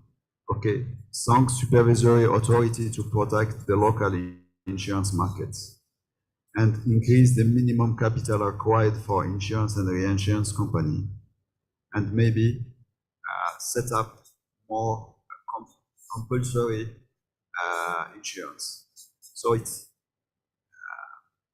I think that collectively with all the stakeholders, and particularly with the financial ministry and the regulatory, it's very important to set up a clear strategy for all each countries and to have appropriate people that they can develop all the strategy on insurance. So we have an avenue, and it's clear that we need leveraging all those challenges. Thank you.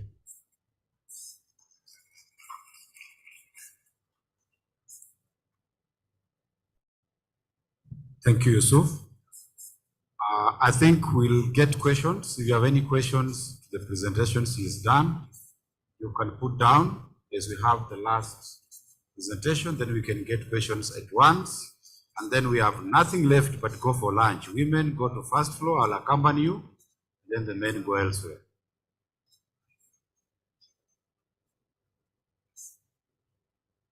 Good afternoon.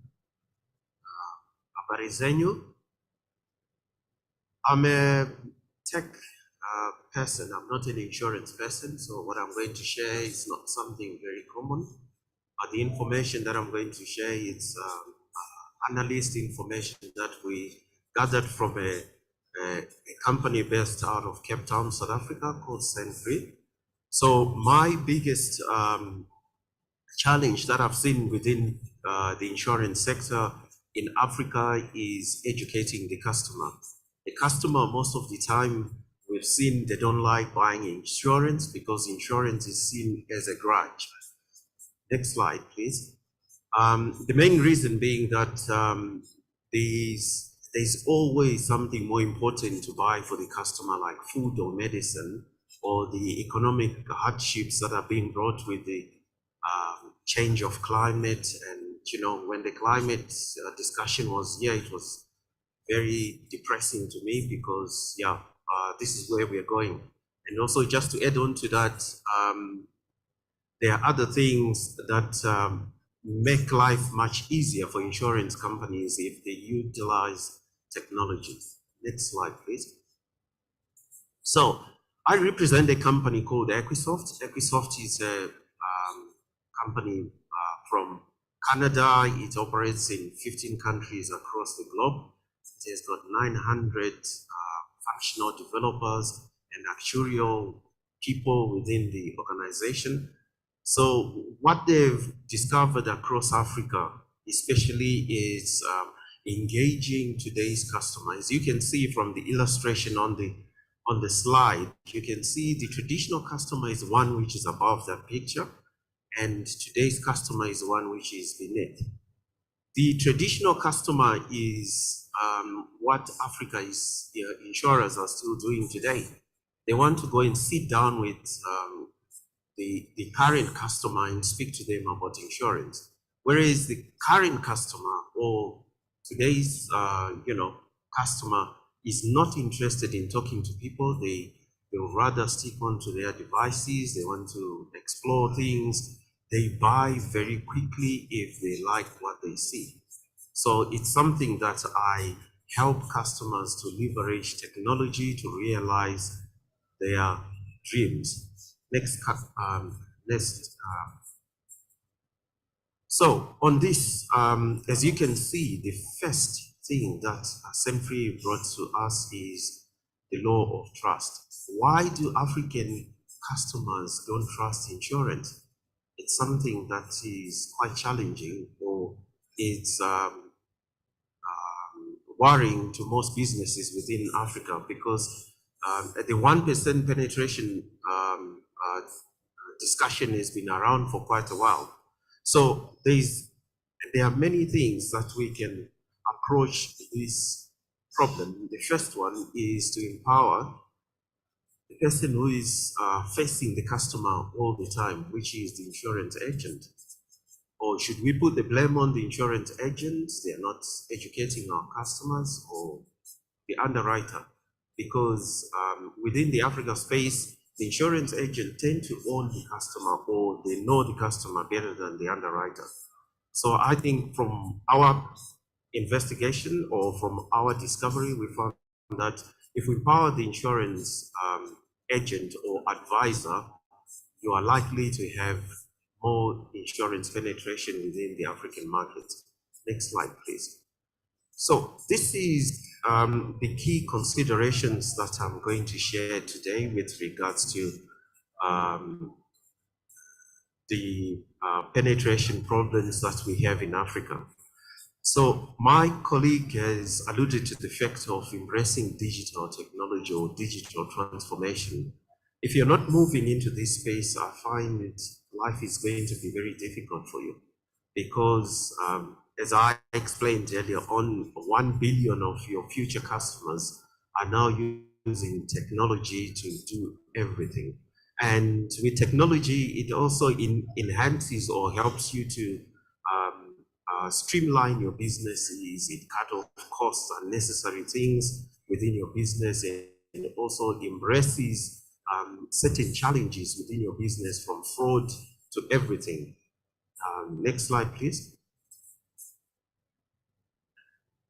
When we talk about operational efficiency, digitalization is something that we cannot miss. Why I'm emphasizing on this is because I can give you examples of certain companies that really use digital or technology. There's a company in South Africa.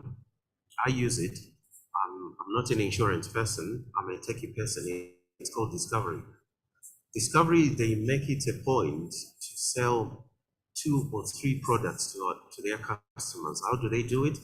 Because of the amount of data they collect from the customer.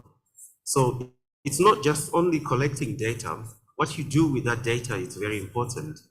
And data collection, if it's not done properly, it's basically taking rubbish in, rubbish out, and then you end up blaming technology for not realizing your goals. Next slide, please. So in order for you to realize the goals that I'm talking about, trying to penetrate the market better and also educate your customers, you need assistance with regards to structuring that data to make sure that it makes sense on not only to your business, but also to your customer. So when you approach your customer, you know exactly what they are looking for and where they are and what kind of a customer. When I'm talking about what kind of customer, I'm talking about race, religion, and whether it's male or female. So those are the things that needs to be incorporated in every business digitally, and also geolocation of that particular customer. You can't sell a certain product to a certain people because of where they are, and it wouldn't make sense to them, because what we have seen is insurance companies, they use a blanket to cover every customer. They don't really know exactly what the customer requires. Next slide, please. So the takeaways that we find from what I'm sharing is there's a lot of foundational work that needs to be done by insurance companies or underwriters as well as advisors, because the technologies that we provide, we understand that there's challenges within Africa with regards to internet connection and all that. We do have technologies that are capable of recording or incorporating data when they are offline. Once they are online, that data will be downloaded or submitted into the back office systems. So those are the things that needs to be put into place or into the foundations of a business, because without data, you are walking in the dark. You don't know exactly where you're going. Next slide. Next slide. So with the roadmap that we're looking at, is what we always advise is don't look at the silver bullet, because most of the time we go out there and buy technology. We think that technology is going to address certain aspects of our challenges within a particular business or particular product, but at the end, business is so disappointed and they tend to come back and blame the technology company for not meeting certain milestones or expectations. So every company, they've got their own identity. So approaching this digitalization, you just need to understand the core principles on how technology is going to impact the DNA of the business. Next slide. So as a takeaway from this, I've got more information that I can share with with the audience. It talks more about the technologies that Equisoft provides, and it gathers or it empowers especially the front end or the customer facing people. That's your advisors.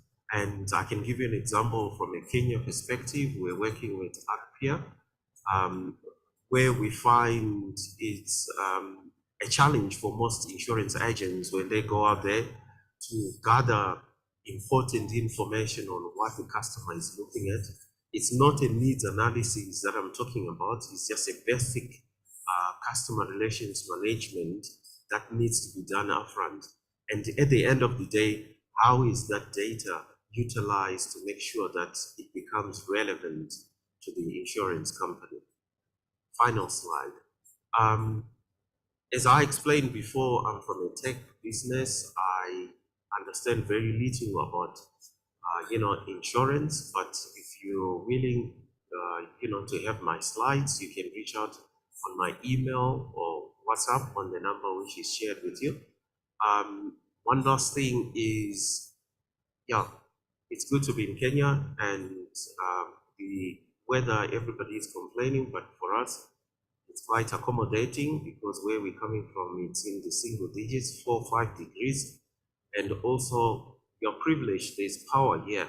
When there was a blackout, I thought maybe I'm back home, but it's quite a fascinating thing to have power and no blackouts the whole day. In South Africa, we call it load shedding. Is power blackouts that do happen at a certain period. it's not really consistent sometimes. It happens when you're in the middle of a presentation or when you're eating dinner. So thank you very much for giving me the opportunity. Thank you so much. The two gentlemen have reclaimed our program, isn't it? Yeah, we must be happy. We were supposed to finish at 1:30. We are at 1:15. Now, they have done their presentation. There must be room for questions because, you know, we have a whooping 15 minutes to finish this. We still have 15 minutes. I have told the lunch people that we cannot be served until 1:30. So even if you go, no lunch until 1:30. So questions, any questions to the presentations given to us? As we prepare, we have a signing agreement. We have an agreement that is going to be signed between AKI, in Kenya we say AKI, that's AKI and SCR. It's going to be done on the podium here. I'm asking the ushers to bring the tables up, and the teams that are supposed to get involved in the signing come upstage so that we can have this done. The agreement is going to be between AKI and SCR, the Moroccan reinsurer, on capacity building on consumer education. Capacity building on consumer education. So we are going to do that. If there is no question, you don't have a question, I'm going, okay, there's a, where is any other? Oh, another one here, another mic. Another microphone, okay.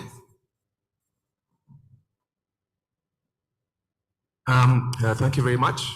My name is Ruben Degwa, and I represent an organization known as the Policyholders Compensation Fund here in Kenya.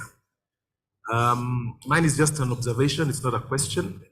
I notice we are all in business here, and the program is very skewed to, you know, getting more business and that kind of thinking. But I think something the program has not addressed is what happens when the insurance company fails. Yeah, I've had the words trust from both our presenters today. And I was just going to encourage what we do at the Policyholders Compensation Fund in Kenya. It's a government agency. And what we do is we're an intermediary that comes in when the government, when the insurance company fails. We have a levy that is part of the insurance premium of 0.25 paid by the policyholder and 0.25 by the insurance company. And this is what we use when the insurance company fails. And this actually creates a lot of confidence in the insurance industry. So I would encourage our other African brothers and sisters to look at setting up similar funds, which come as intermediaries between when the company fails and when it's liquidated. As far as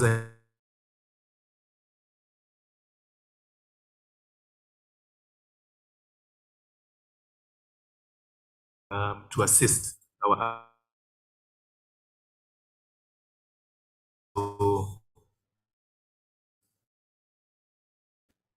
space and insurance companies here in Kenya. We are willing to hold your hands in setting up these funds to encourage confidence in the insurance industry, which will obviously mean then we will be able to grow our penetration numbers. Thank you.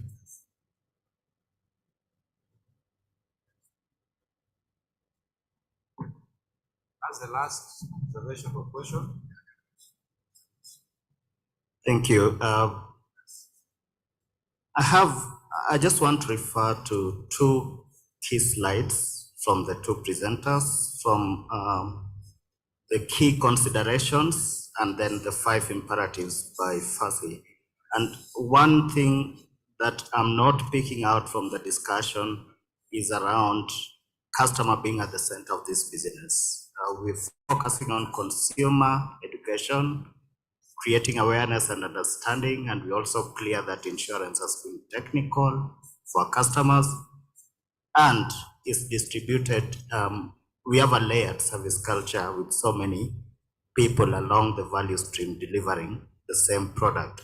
So adding technology to this increases the remoteness of the customer and the satisfaction measures. Customer ownership ceases to be with the insurance companies, starts to sit more with the intermediaries or the claim settlement agents.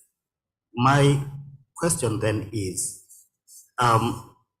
relying on the technology platforms that we're trying to promote and talking about technology as the next thing to leverage our insurance business to the promised land, how are we going to create an integration of technology platforms for the simpler product solutions and the human contact for high contact products that require high levels of advice? It doesn't seem to be coming out clearly and looks like we will continue to drive lower and lower customer satisfaction in our business, which really portends low growth or negative growth for us.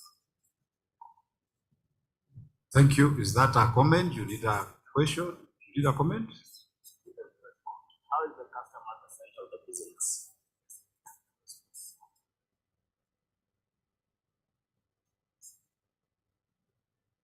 Of course, I need to add another point for the digitalization, because when you are talking about digitalization or customer, the services that we need to provide, the point is,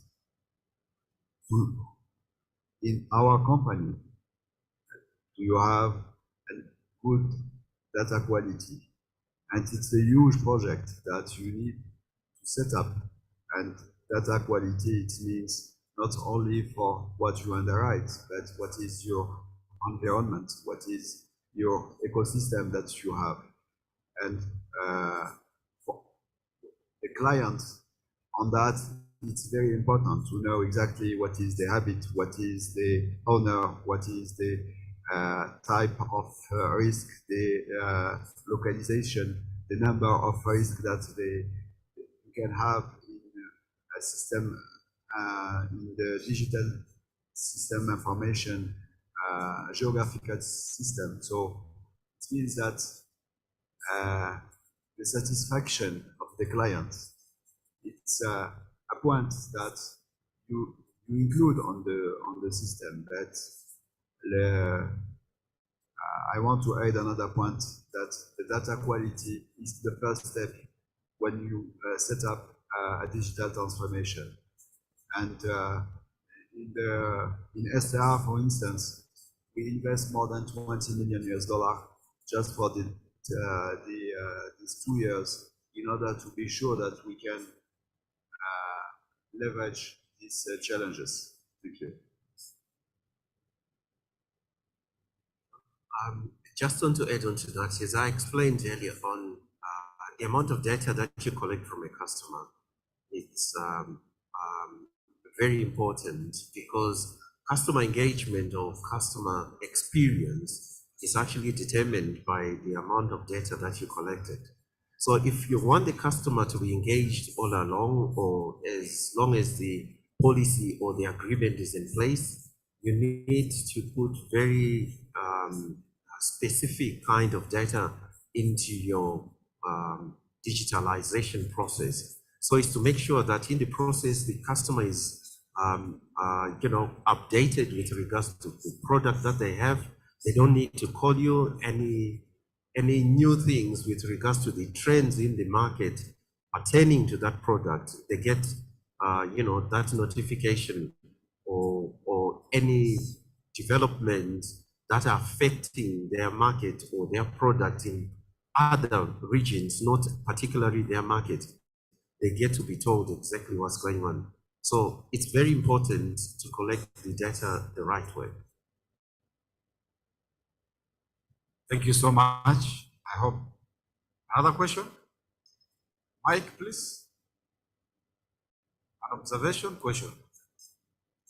I think as she finishes up, I would require that Mr. Yusuf gets to the signing table and Mr. Tom Gishu come upstage. Is there?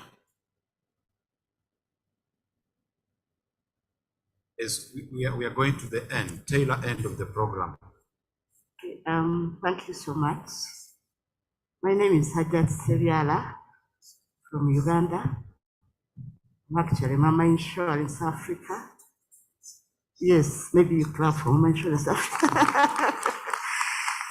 Okay, my observation goes to a colleague from Kenya, the one who is promoting the policyholders compensation fund. It's a good idea, yes.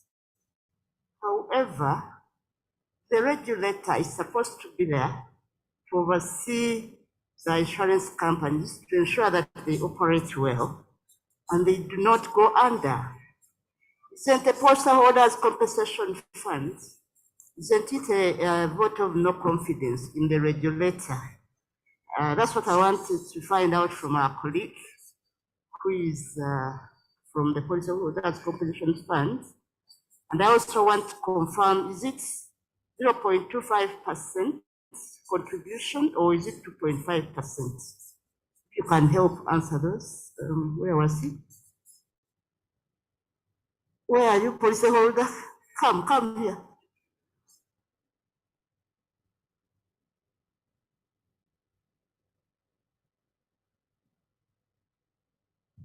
Thank you, ma'am. That's very, it's an interesting question. And I do admit that yes, if regulation is done correctly, then we shouldn't have these issues. But again, I bring it back to your table and say, isn't that the reason we take out insurance?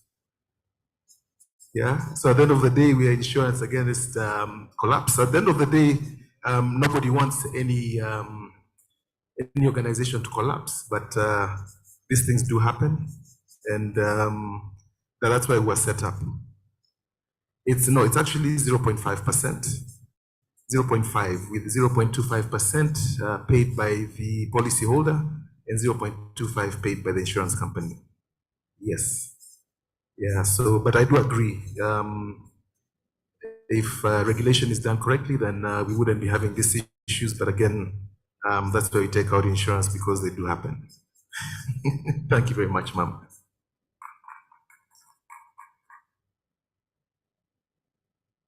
Thank you so much. I think Mama Africa Insurance, there are no insurance companies which go down to Uganda. Thank you. So we want to come to the most important part here. We want Mr. Yusuf to say something, because they could be signing that they have taken over everything in Africa. So we need to know what are they doing. So this partnership is joined the act and to be very factual, and the partnership between the Association of Kenya Insurance and the SAR is to reinforce or to develop the sharing of know-how, training, and to develop for both party technical expertise for our sectors. So thank you. I do not intend to repeat what my brother here just said, but the purpose for this agreement that we are signing this afternoon is mainly to serve two purposes. One, increase technical capacity. For us, is the increased technical capacity for people who work in the insurance industry in Kenya, and for them to provide us with that assistance, and also to share information and knowledge about consumer education programs, which proudly we are very known for as the Association of Kenya Insurance. Thank you very much.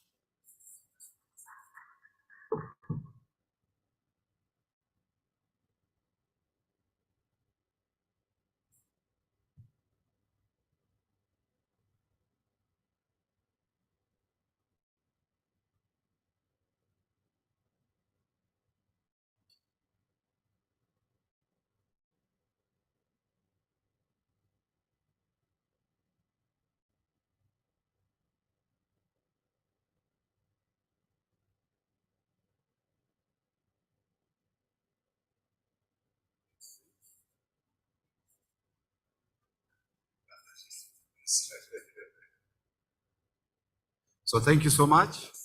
I think Mr. Gishui and Mr. Yusuf, as you are signing, I was watching, so don't leave me out. Okay, the last announcement. We are now through with our session in the plenary. We are going elsewhere. So few announcements. One, after this, the Ghanaian delegation, you remain at that place before you go for lunch. All the women are going for lunch on the first floor. We're going to have a lunch for Kenyan women insurance industry. The rest of us will go upstairs, wherever it is. And then the conference is not over. What is over is the plenary meetings in this plenary. So we're going to have lunch. We are going to have young insurance professional seminar going on from 2:30. Then from 3 p.m. to 6 p.m. we have meeting of African insurance and reinsurance brokers, room number 22, second floor, from 3 p.m. to 6. And then from 2:30 to 4 p.m. we have management committee of ACCR, room number 26, second floor. And then 4 p.m. to 6 p.m.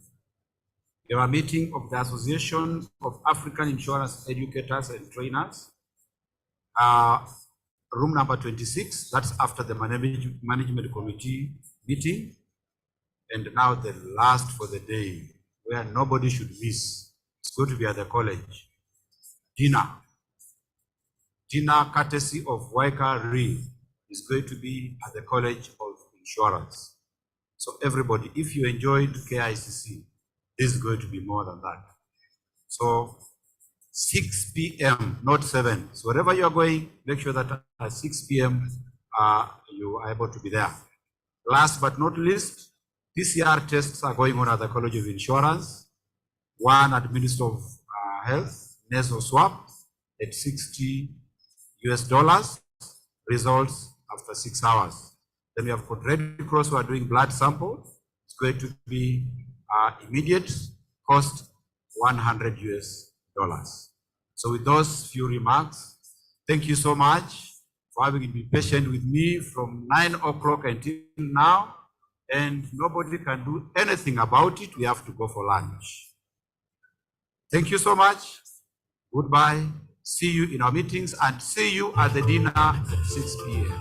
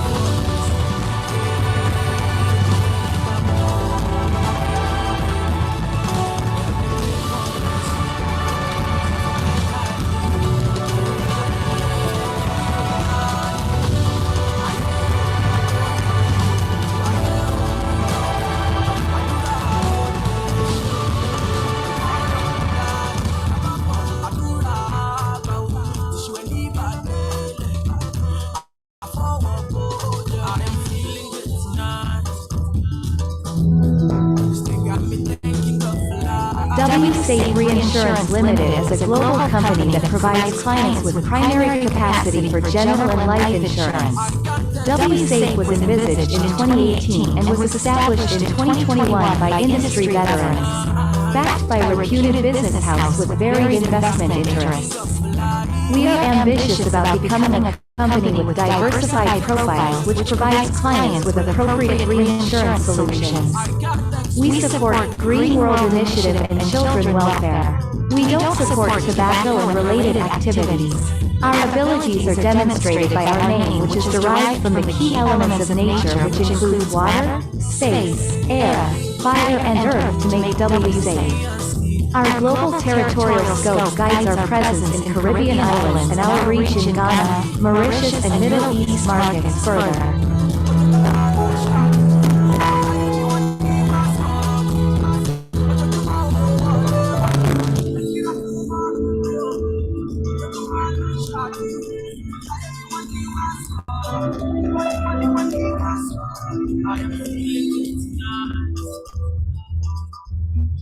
Still got me thinking of life. Oh, I can't We are the resource company. We play your role providing increased underwriting capacity in also resource services, connecting global capacity to knowledge. We offer resources that are cross range of life and life issues. Today, we write business more than the customer base of over 200 resource programs. Our vision is to be the premier Pan-African insurer. It is a vision that is informed by over 30 years of growth and profitability. One of the most enduring notions of the strategy is narrowing the focus. It's encapsulated in the English idiom, one must not spread oneself too thin. In Africa, it is captured in a Nigerian saying, a man does not wander far from where he is born. We are Africa focused. Yes, we are a Nigerian icon, but we are now acknowledged as Southern Africans, Africans, Francophone Africans, African, and non-African resource brand. We are now an African icon. Our core values are commitment, honestness, sustainability, and trust. The future is exciting and full of possibility. We have a clear, well-defined strategy that are focused on four areas. Number one, driving profitable growth. Number two, championing customer simplicity. Number three, offering alternative solutions. And number four, executing smartly. We are an acknowledged player of the industry, and we will keep pushing boundaries, leading the way by offering unique solutions.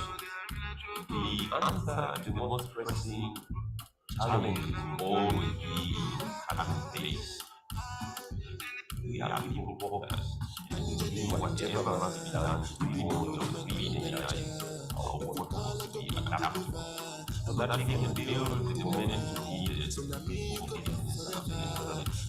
for us. Africa is bold, it is vast, it is diverse. We have 52 countries in one. We are in eclectic with nationalities, races, religions, languages. We celebrate the diversity of our people.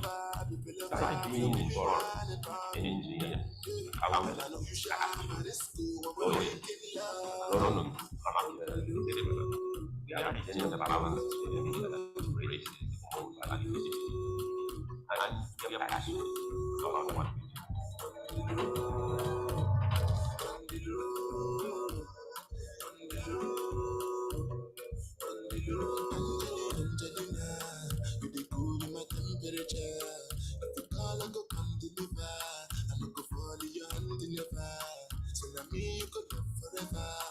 I'm a cocky no feeble letter. I'm a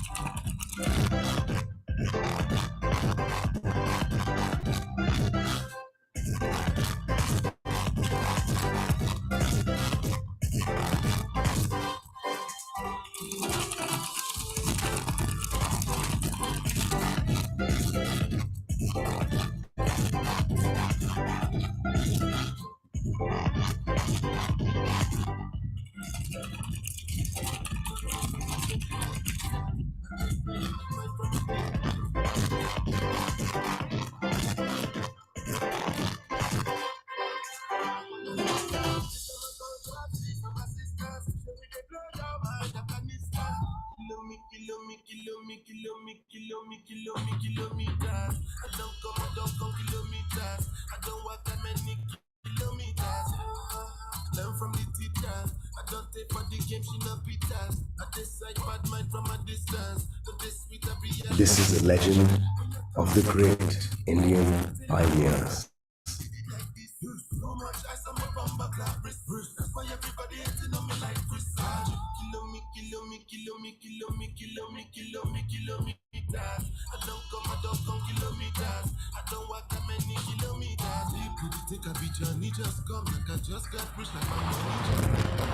In 1943, Porbandar, Gujarat,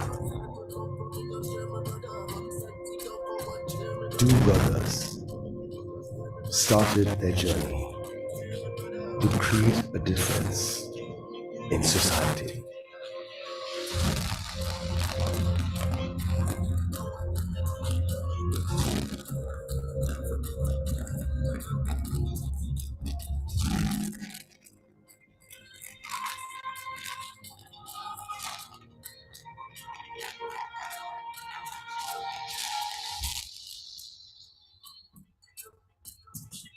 In 1943, when they were working as a stockbrokers, one fine morning they received inquiry from one of the Indian insurance companies. And during that time, there were about 100 plus Indian companies. And this inquiry came from the insurance company was for the professional indemnity coverage for the engineers. I still remember my first day in the organization and the warm welcome I received from my granduncle, to whom I used to call lovingly Bidu Kaka, and my father, who was my backbone. First day at work is always historical for everybody in their mind, and so was mine. I was handed over a letter by my father on what the company is all about, how to take the company ahead, and what are the wages and principles in 40 years to get the 75 years of the milestone.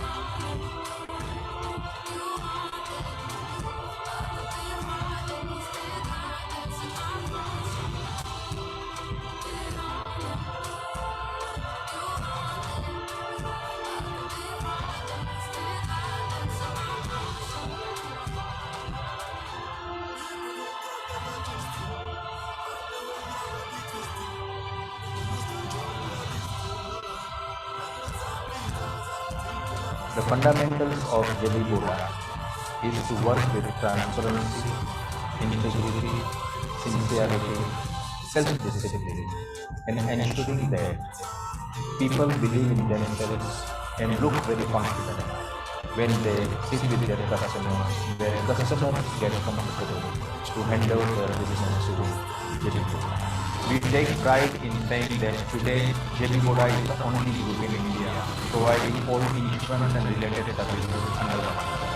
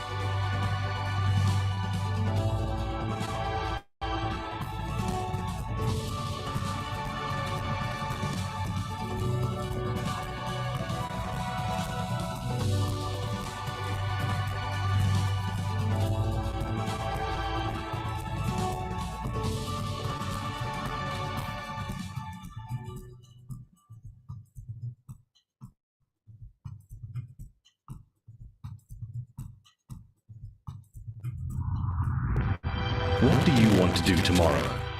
Fly to Mars? Harvest thunderstorms? Let algorithms tell you if you're pregnant? Erase cyber threats? Munich Re is investing in digital solutions to extend your reach beyond traditional insurance and serve to enhance your client's experience at every step of the value chain. At our core, we are in the people business.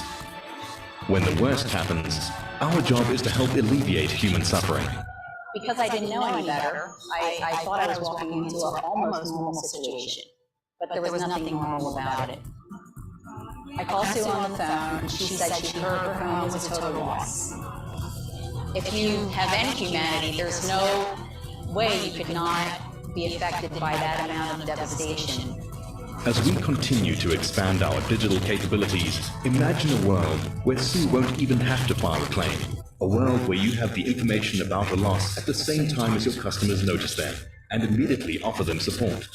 Our parametric solutions ensure rapid recovery to victims of severe natural catastrophes of a predefined strength. Imagine a world where your customers are coming to you because they know you have the right solutions for them. Our digital expertise, together with a human connection, can empower you to better your customers' experience, no matter what. Wildfire, flood, cyber. This is how we rethink, re-engineer, reimagine, reinvent, redefine the boundaries of insurance.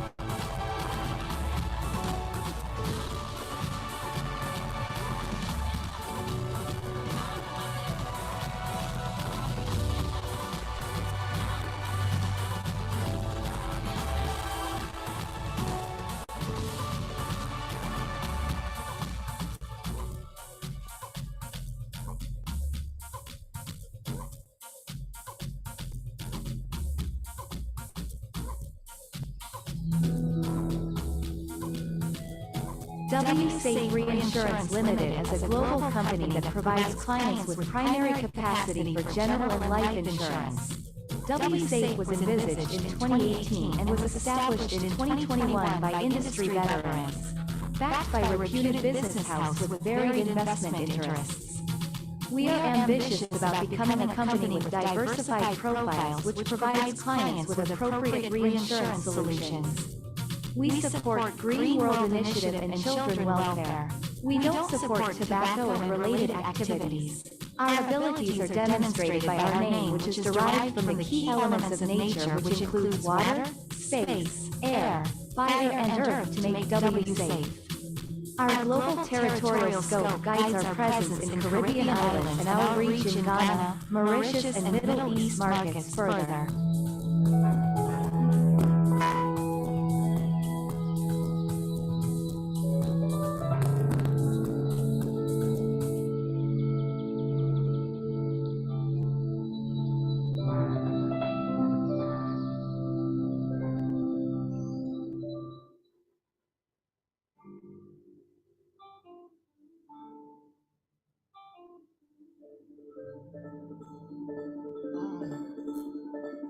We are a reinsurance company.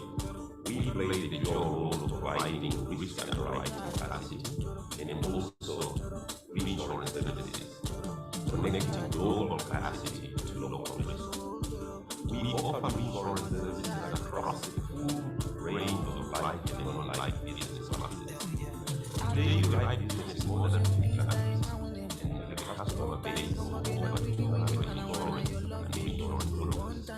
Our vision is to be the premier Pan-African reinsurer.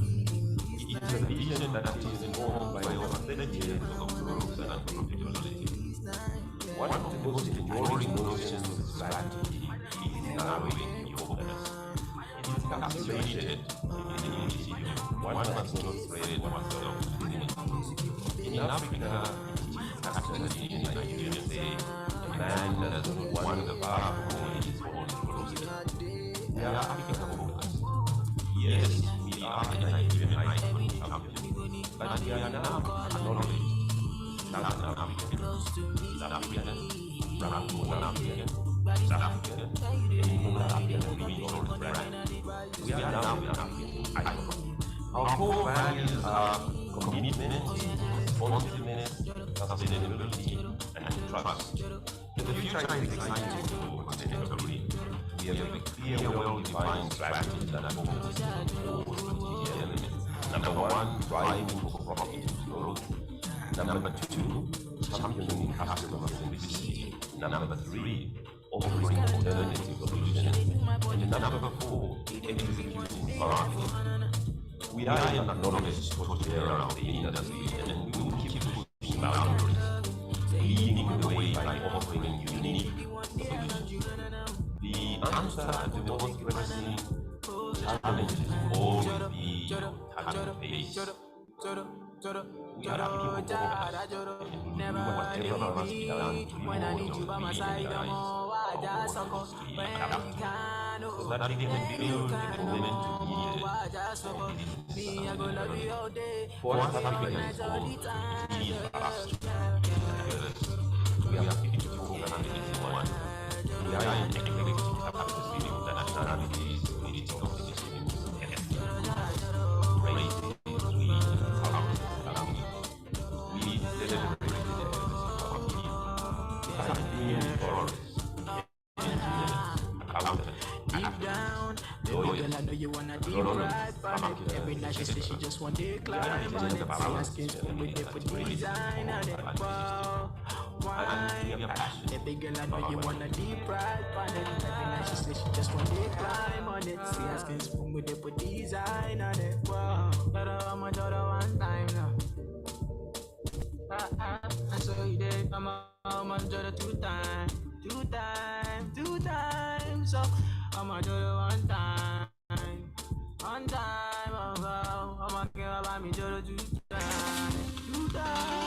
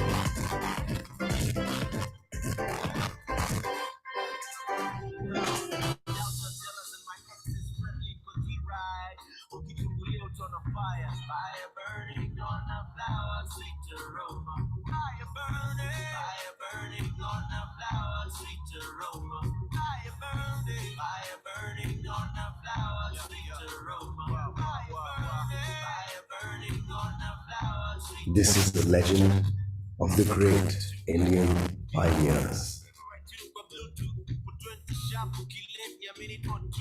Everybody deserves a redo. Unafikiria idea ukimeditate. Unawish Malki angekuwa na medicate. Watu wakigonga cheers wakicelebrate. Na wish kimoja kingekuwa kina rotate. Sasa uko kwa zao. In 1943, Porbandar, Gujarat, two brothers started their journey to create a difference in society.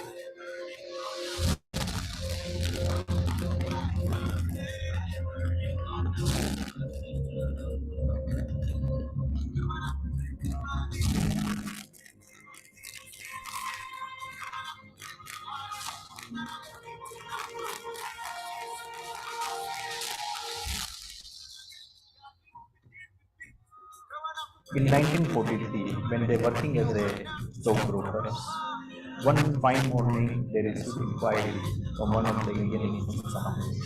And during that time, there were about 100 plus Indian companies. And this inquiry came from the insurance company, was for the professional indemnity coverage for the engineers. I still remember my first day in the organization and the warm welcome I received from my granduncle, to whom I used to call lovingly Hidekaka, and my father, who was my backbone. First day at work is always historical for everybody in their mind, and so was mine. I was handed over a letter by my father on what the company is all about, how big the company had, and what are the bridges and principles in 40 years history and 75 years of my history.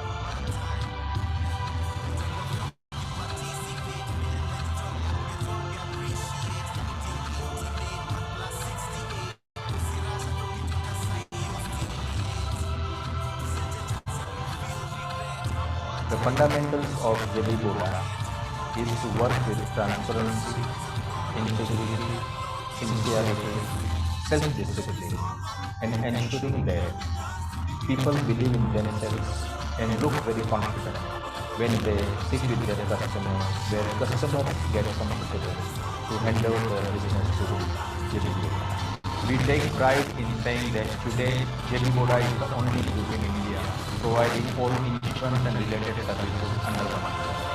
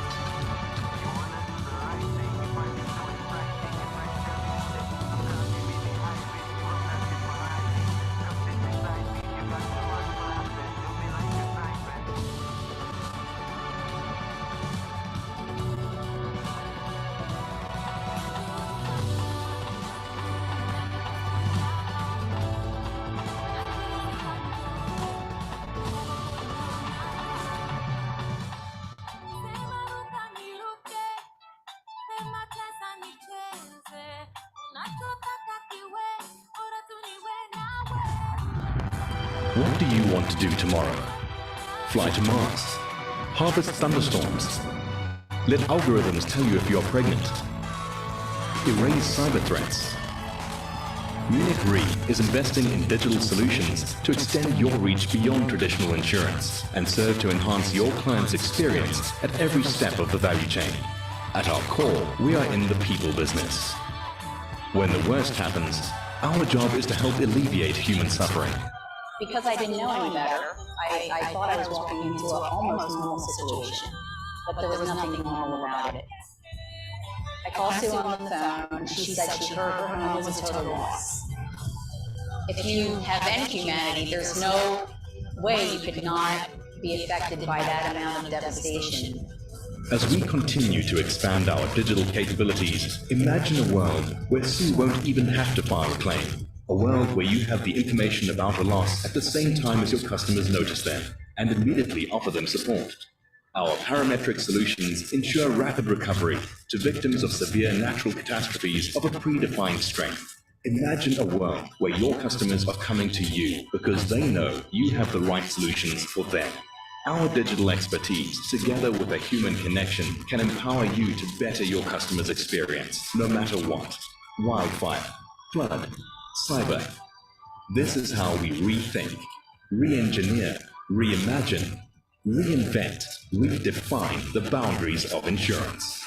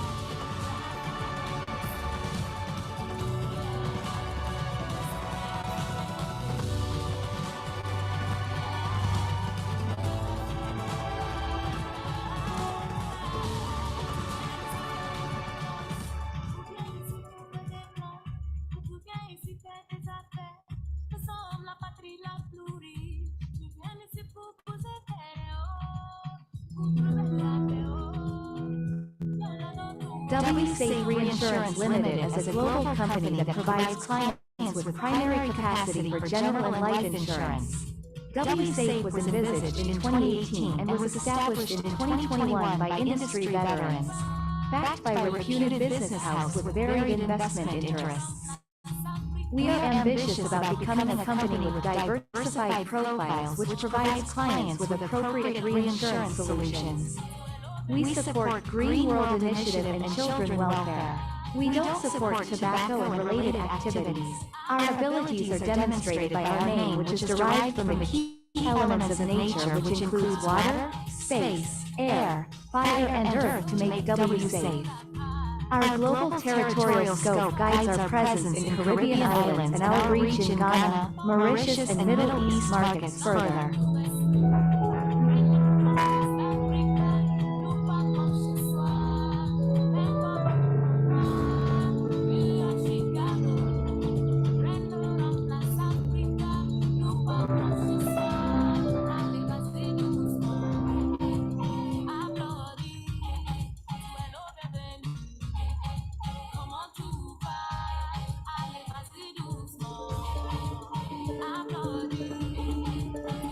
We are a reinsurance company.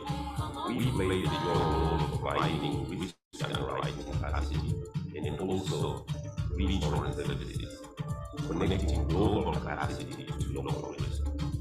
We offer reinsurance services across the full range of life and non-life business classes.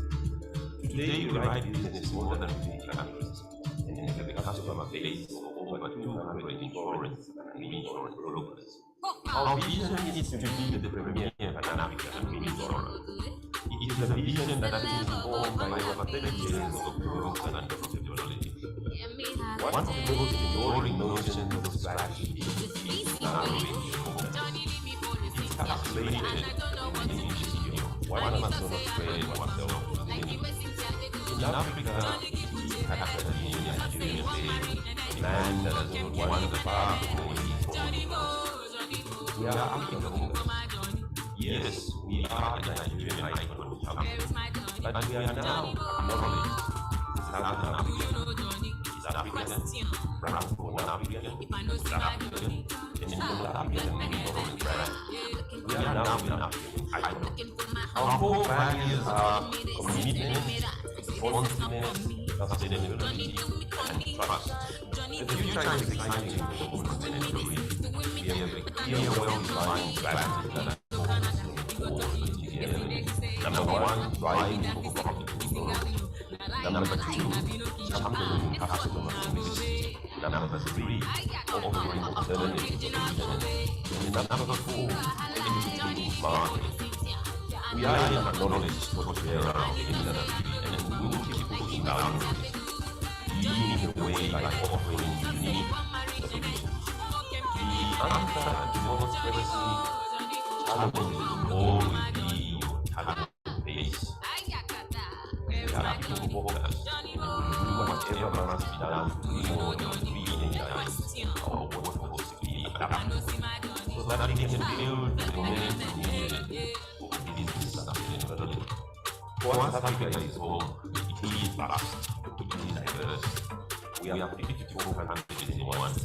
We are an eclectic tapestry of nationalities, political systems, ethnic groups, races, religions, cultures, we celebrate diversity. Besides being insurance, engineers, accountants, actuaries, lawyers, economists, marketers, etc. We are a gender balance system that integrates the whole balance system. And we are passionate about what we do.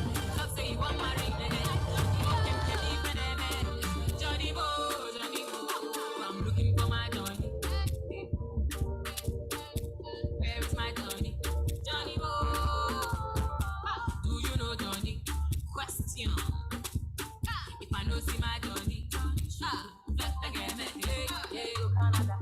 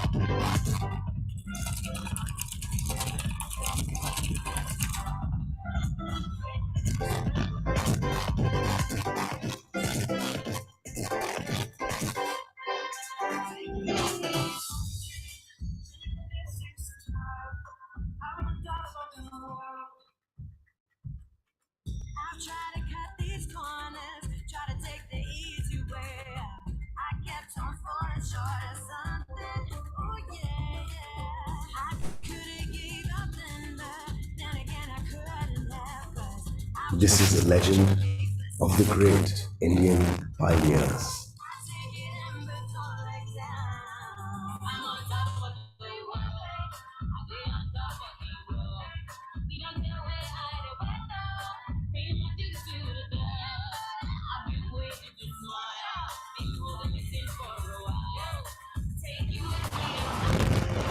In 1943, Porbandar, Gujarat, two brothers started their journey to create a difference in society.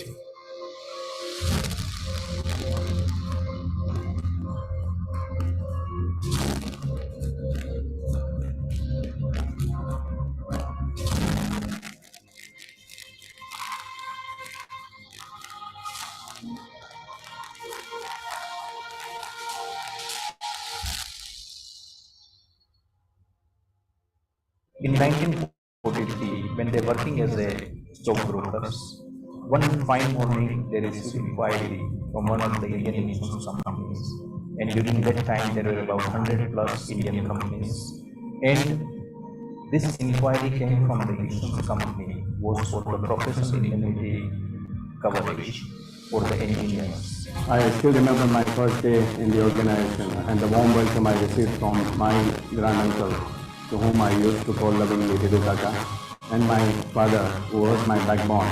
First day at work is always historical for everybody in their life, and so was mine. I was handed over a letter by my father on what the company is all about, how to take the company ahead, and what are the basic principles which is what we are used to in the 75 years of my history.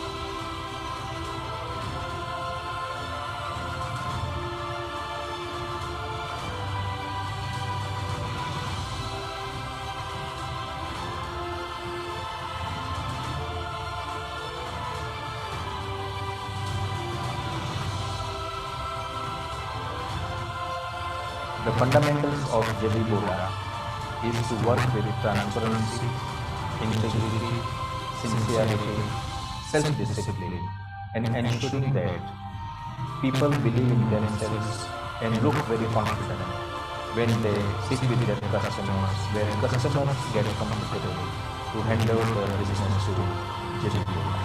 We take pride in saying that today JB Boda is the only group in India providing all insurance and related services under one umbrella.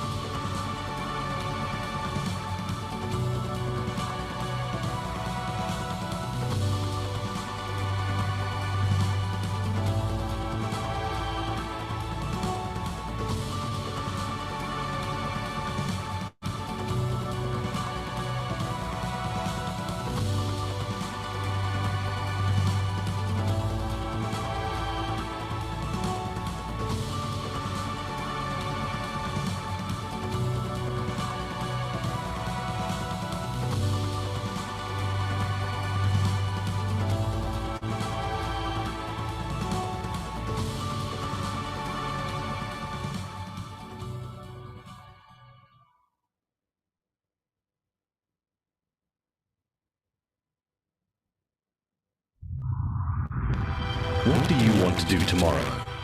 Fly to Mars? Harvest thunderstorms?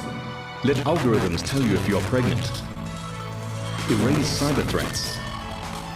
Munich Re is investing in digital solutions to extend your reach beyond traditional insurance and serve to enhance your client's experience at every step of the value chain. At our core, we are in the people business. When the worst happens, our job is to help alleviate human suffering. Because I didn't know any better, I thought I was walking into an almost normal situation, but there was nothing normal about it. I called Sue on the phone, and she said she heard her home was a total loss. If you have any humanity, there's no way you could not be affected by that amount of devastation. As we continue to expand our digital capabilities, imagine a world where Sue won't even have to file a claim. A world where you have the information about a loss at the same time as your customers notice them and immediately offer them support. Our parametric solutions ensure rapid recovery to victims of severe natural catastrophes of a predefined strength. Imagine a world where your customers are coming to you because they know you have the right solutions for them. Our digital expertise, together with a human connection, can empower you to better your customers' experience, no matter what. Wildfire, flood, cyber. This is how we rethink, re-engineer, reimagine, reinvent, redefine the boundaries of insurance.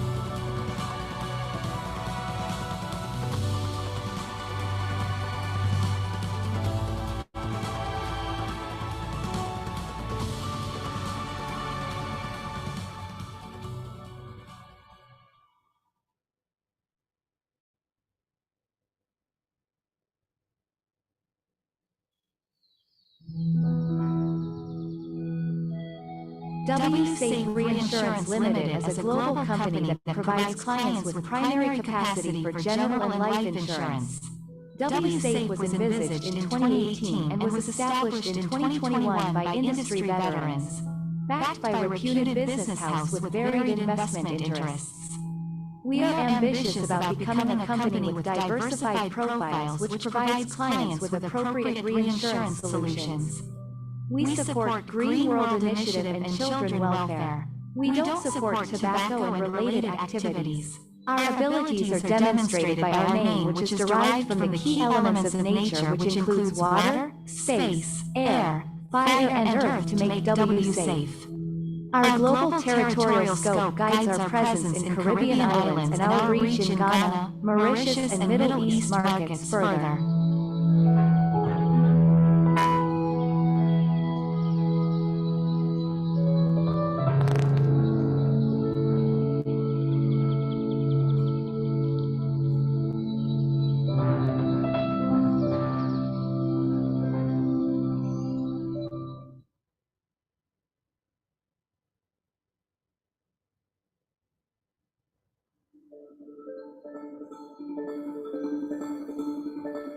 We are a reinsurance company.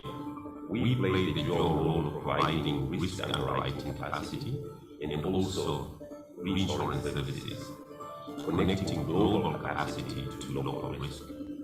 We offer reinsurance services across the full range of life and non-life business classes. Today, we write business in more than 50 countries and have a customer base of over 200 insurance and reinsurance brokers. Our vision is to be the premier Pan-African reinsurer. It is a vision that is informed by over 30 years of growth and profitability. One of the most enduring notions of strategy is narrowing your focus. It's encapsulated in the English idiom, one must not spread oneself too thinly. In Africa, it is captured in a Nigerian saying, a man does not wander far from where he is born is roasting. We are Africa-focused. Yes, we are a Nigerian icon champion, but we are now acknowledged as a Southern African, East African, Francophone African, West African, and North African reinsurance brand. We are now an African icon. Our core values are commitment, responsiveness, sustainability, and trust.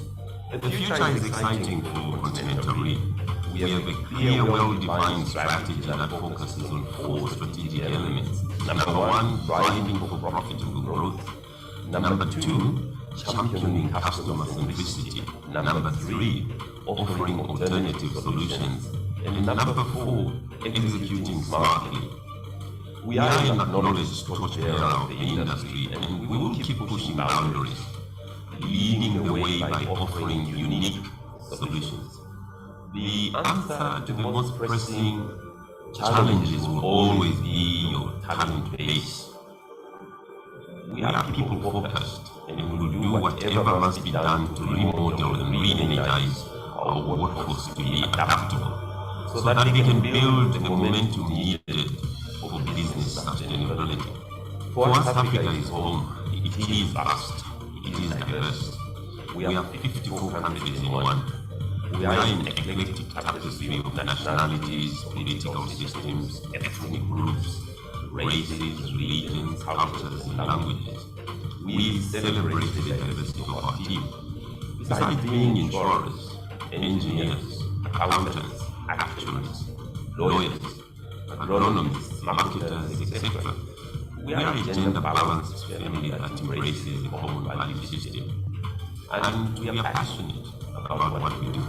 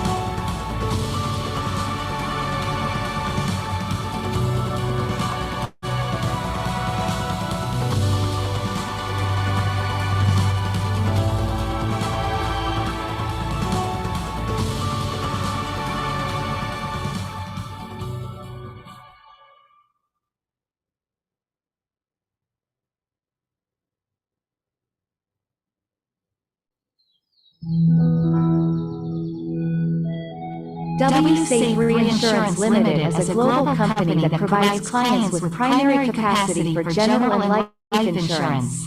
WSafe was envisaged in 2018 and was established in 2021 by industry veterans, backed by a reputed business house with varied investment interests.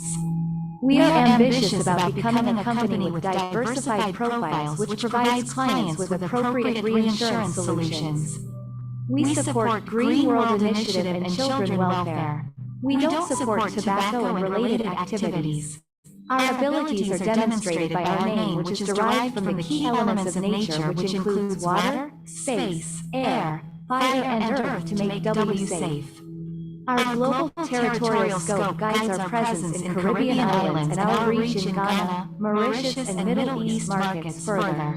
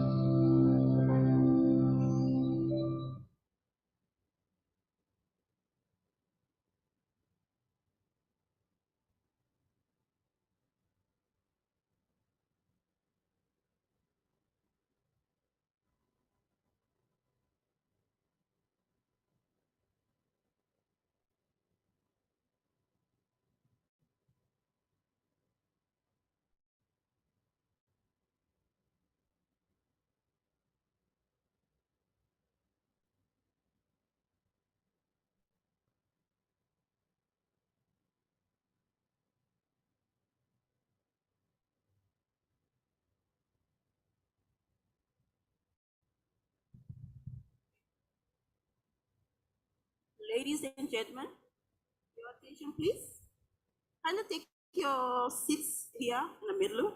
It will be easier. Please.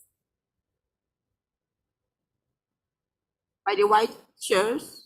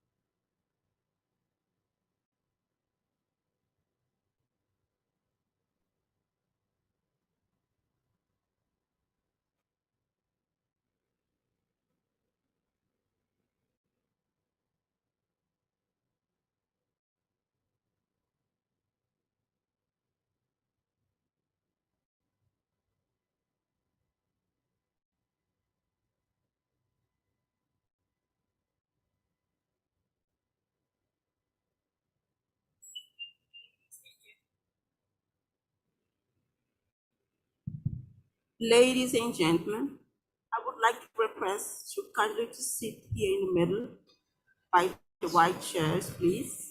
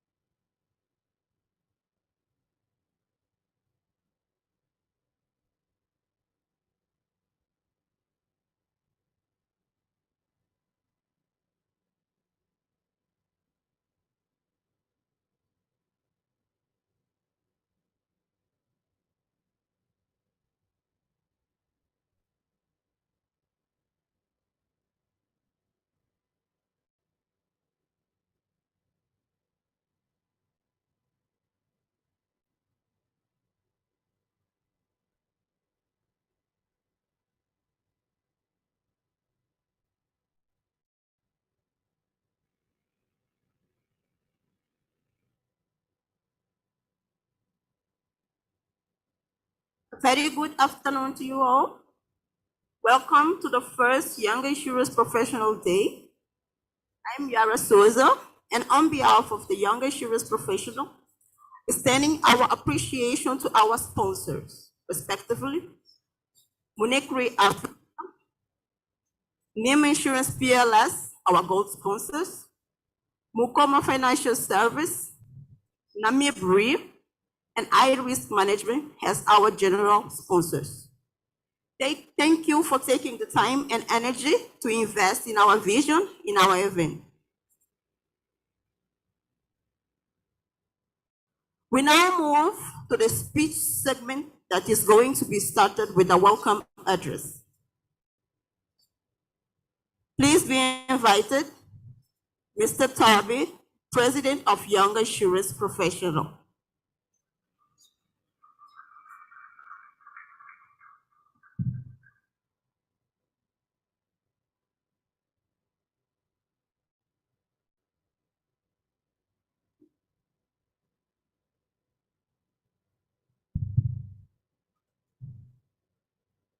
Hello, good afternoon to everyone. Please, just to reiterate what here said, if you wouldn't mind, we want to have more of an in-person call so that cameramen can actually get full grasp of the picture. So please, if you wouldn't mind, you can just help move to the center of this. Thank you. Please, I'll keep this.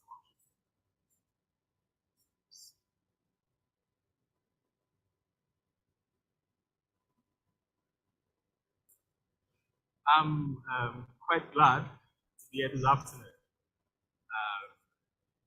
Looking at the fact that the young insurance professionals can bring people of this caliber down to this session is not something we're taking for granted, and we do appreciate.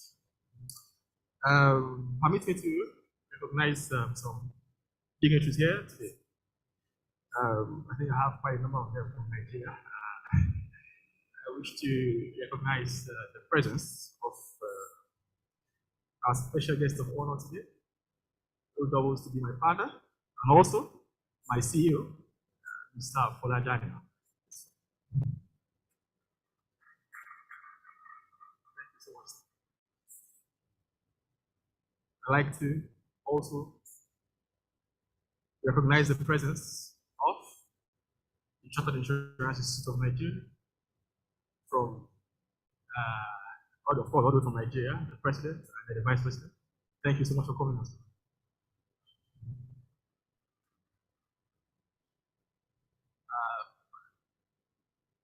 I have some other people that I'm expecting, but of course I've not seen them here, so I think I can just recognize them in absentia. The mother of the day today, which is Dr. Zuna Smart.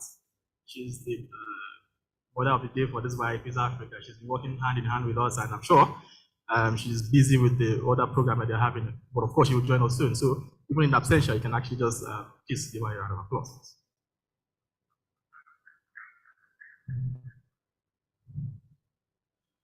The executive committee members of YP's Africa, thank you for coming. the members, of course, of YP's Africa, all over the 41 countries. Some of them are streaming live, and I think I need to also recognize them. Distinguished guests, ladies and gentlemen. I'm highly delighted to be here this afternoon to give the welcome address of the first African Association of Young Insurance Professionals Day, which is otherwise known as YIP's Africa. The event we are witnessing today is an affirmation of the commitment, perseverance, and doggedness of the upcoming generation of insurance practitioners all across the African continent. YIP's Africa is an initiative founded and led by young insurance professionals across the continent, which is driven by the desire to acquire knowledge and develop the African insurance market.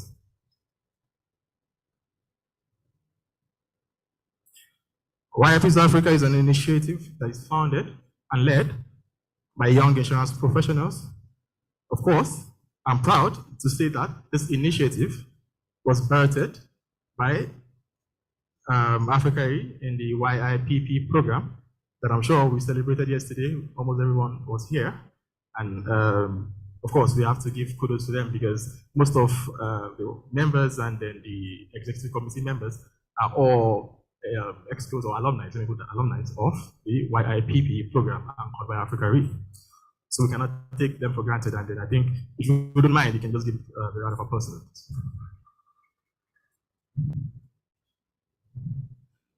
The YIP's Africa, as I rightly said, is an association that is fully incorporated by the Corporate Affairs Commission in the Federal Republic of Nigeria.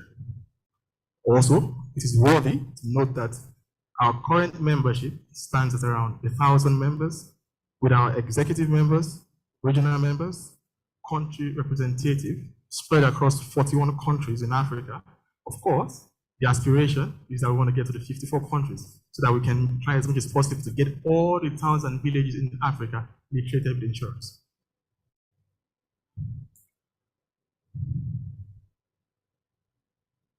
I'm glad to mention here that as part of our mandate to take insurance to the towns and villages across Africa, our facilitation has paved way for the partnership between the Chartered Insurance Institute of Nigeria and Cottington University, Liberia, in establishing an insurance examination center in the city of Liberia, which is the first of the many centers we intend to plant while collaborating with other insurance institutions across the African continent. Please, I think I will have to pause a little bit here, because one thing there is, it is one thing to have a notion, it's another thing to have people to key into your notion. The reason why I'm happy today is when I see the older generation of insurance practitioners backing we, the younger generation, it's not something that comes so easy. So immediately the team from the YIP's Africa went knocking on the CIN door. So please open the door for us, because of course, as I rightly said, our intention is to plant examination centers all across Africa. The president, of course, and also his team were very, very much available when we knocked on their door. And that's the reason why we just anchored the ceremony, the MOU signing last week. The president of ZDG was there, and of course, the CIN team. Anytime I knock on their door, they always listen to me. I think I need to recognize that. Thank you so much, sir.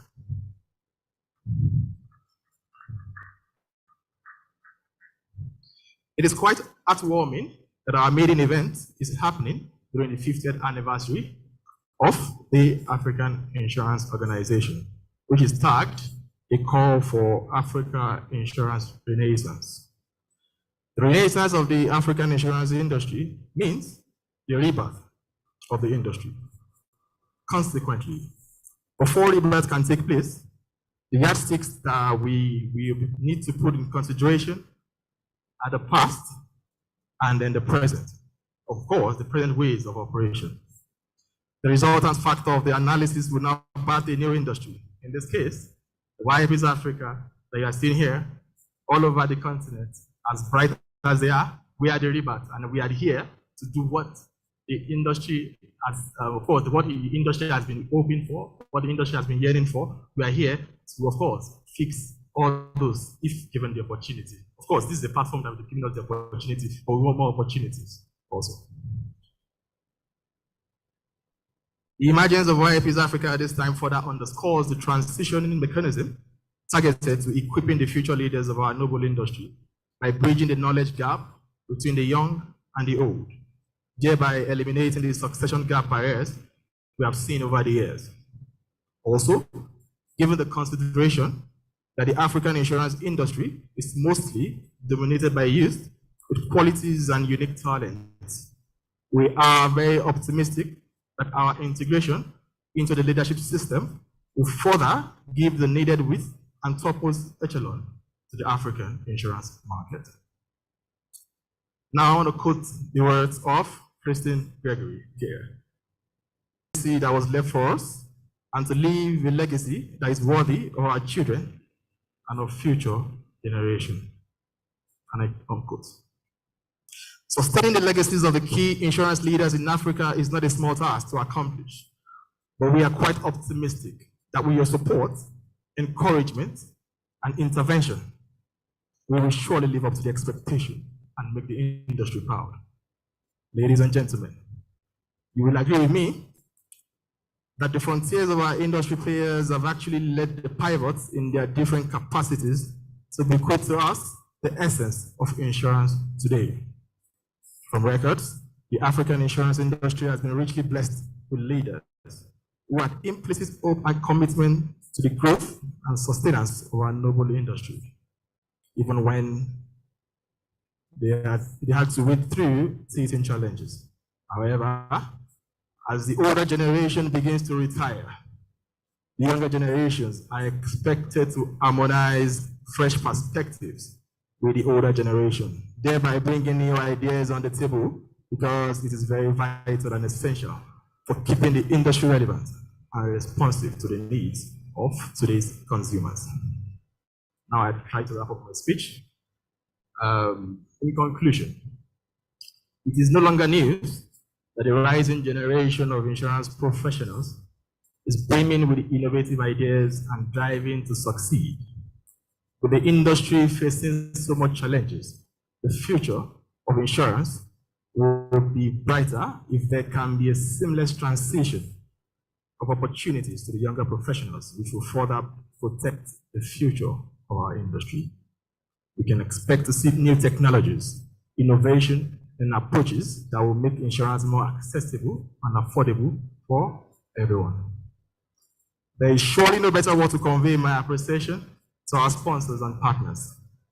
Of course, in no particular order, Unique of Africa, Name Insurance, Mokfin, Namibri, Iris Management. Thank you so much. We do appreciate you. You came knocking, of course, and then you opened the door for us. Thank you so much. I would like to, before I go, make a statement. And I would love you to have a statement at the back of your mind every now and then, because it's very key and important to the future of our industry. Legacy. It's an integral part of our blueprint in the YIP's Africa. A legacy develops from a life dedicated to self-reflection and purpose. The idea of leaving a legacy is the need or the desire to be remembered for what you have contributed to your country, continent, and the world at large. So the big question is, what are you contributing to the African insurance industry? Thank you.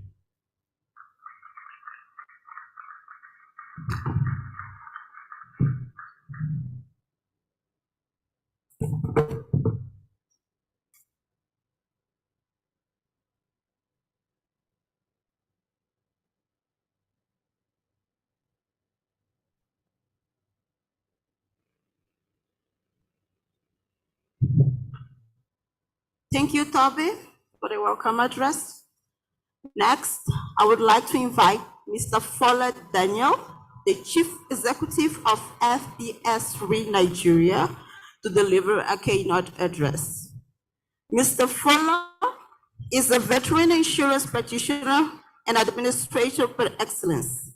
He has a fellow member in the following institutes: the Chartered Insurers of London, Chartered Insurers of Nigeria, the British Institute of Management. He has over 40 years experience at managerial, senior, and executive manager level. Please welcome Mr. Fuller Daniel. Thank you very much, distinguished ladies and gentlemen.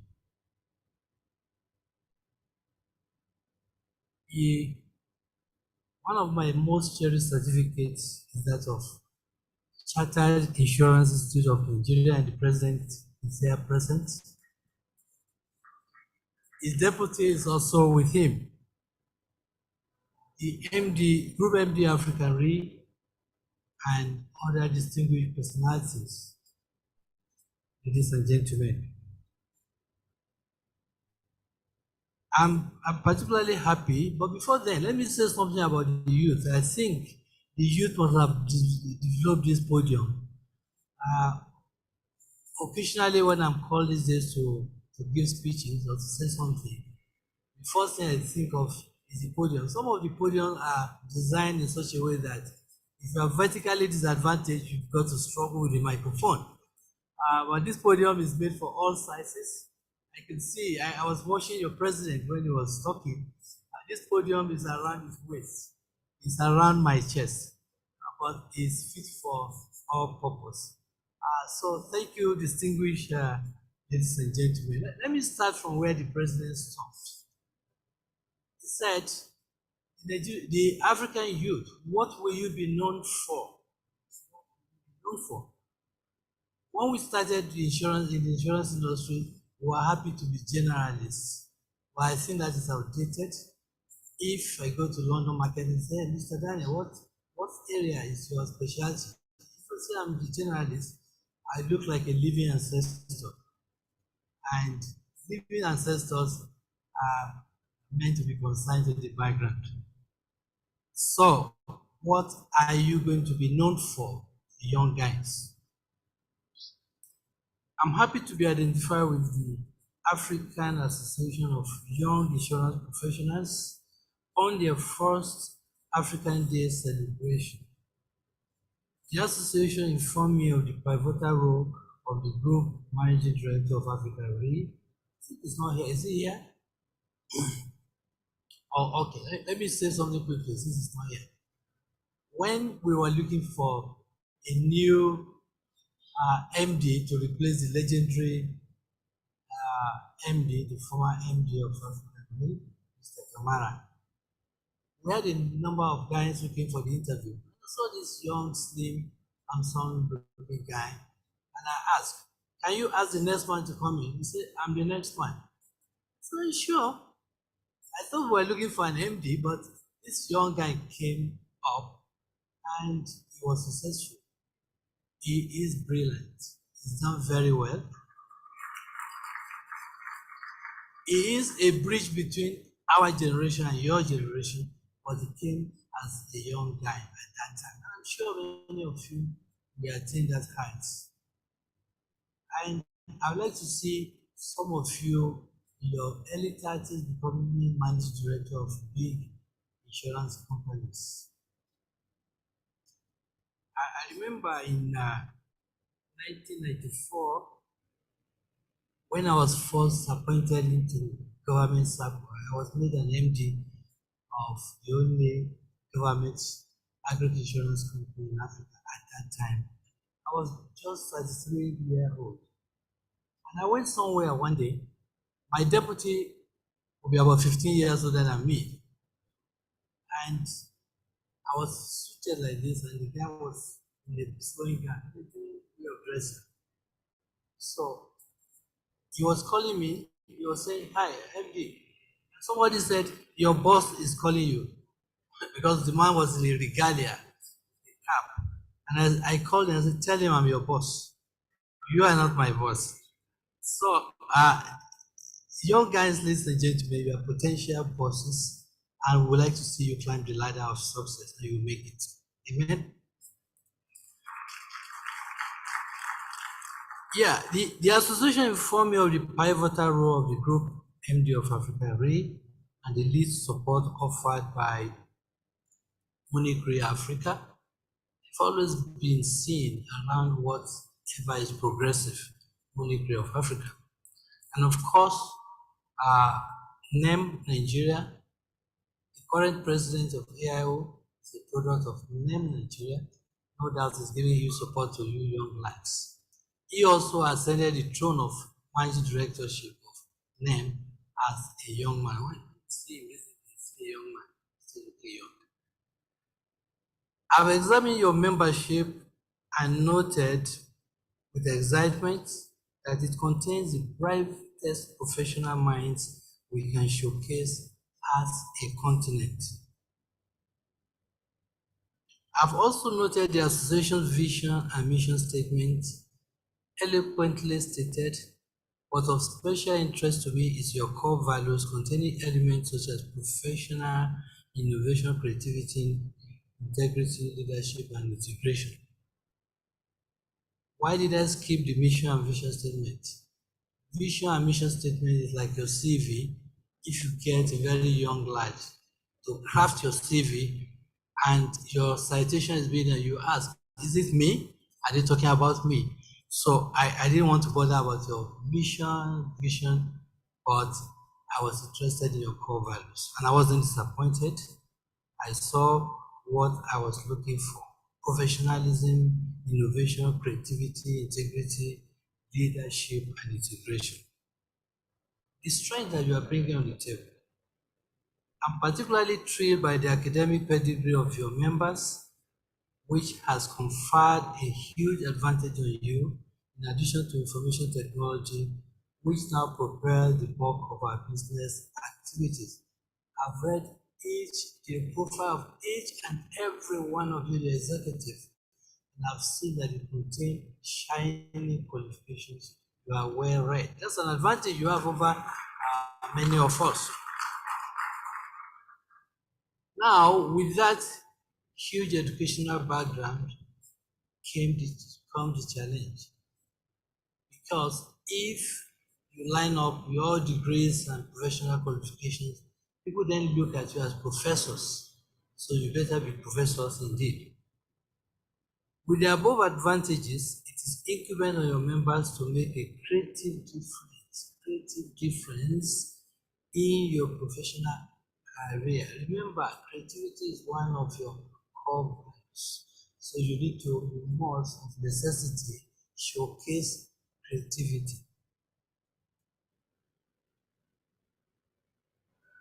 The future outlook. I'm going to strongly recommend that you choose and select areas of specialization in the ever-widening insurance underwriting sphere.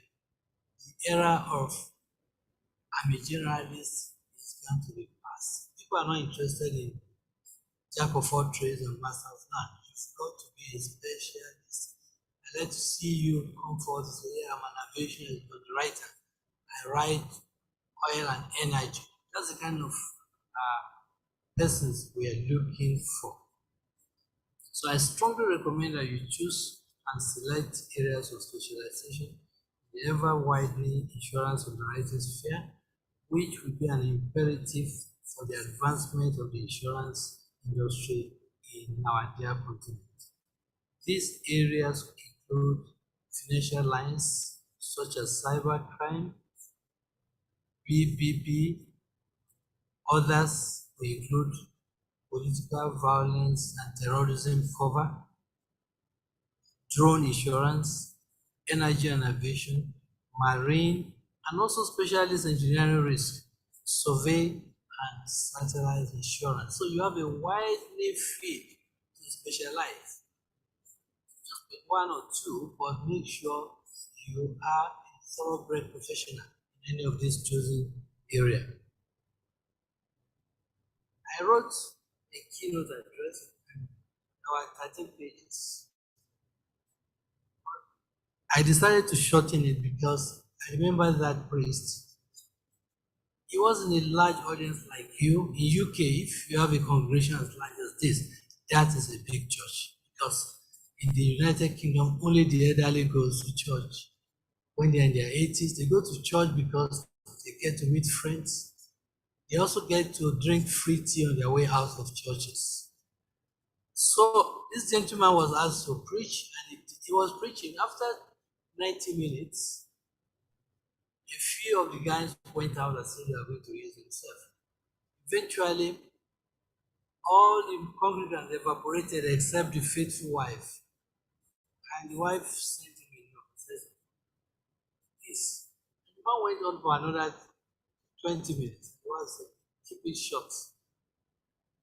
So I don't want you to give me keep it short, so I'm going to stop here.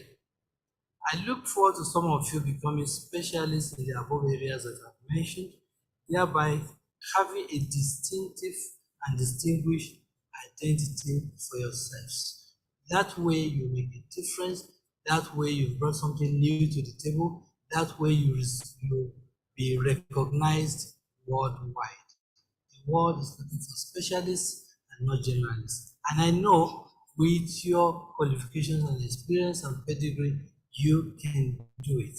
Youthfulness is the advantage you have, it will be taken away from you. But make use of it while you are young and continue to be vibrant and do what is best. We're expecting you.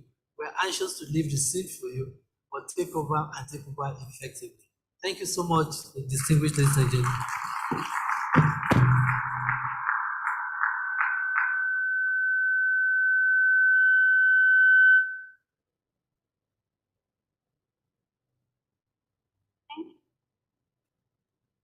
Thank you, Mr. Fuller, for the advice and support.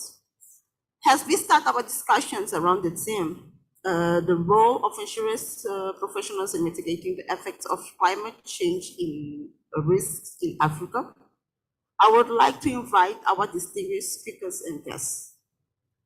Starting with our guest speaker, Mr. Ruben. Mr. Ruben, he is the Africa Regional Lead of UNEP Finance Initiative. He leads the regional work in sub-Saharan Africa, working closer with banks and insurers on sustainable issues. Recently, he launched the Net Zero Africa database for climate funding opportunities in Africa. Please welcome Mr. Ruben. I would like to also invite Mr. Leslie, the CEO of the African Risk Capacity, a specialist insurance company that provides parametric insurance coverage to African countries against extreme weather events and natural disasters. Mr. Leslie is a graduate of the Christ Church, University of Oxford in English and INSEAD in France. Please welcome Mr. Leslie. I would like also to invite Ms. Davina. Ms. Davina coordinates several special initiatives on climate change within the Climate Change and Green Growth Department of the African Development Bank, including the African National Determined Contribution, the NDC, a platform hosted at African Development Bank to support African countries implement their Paris Agreement climate commitment. Please welcome Ms. Davide. I would like to invite Ms. Zila. Ms. Zila is the Manager Risk and Resilience with the FSD Africa, with over 10 years experience in the development sector, especially in financial sector development, sustainable finance, and health. Mr. Zila is passionate by creating a sustainable positive impact in Africa's most underserved and unserved communities. Please welcome Ms. Zila.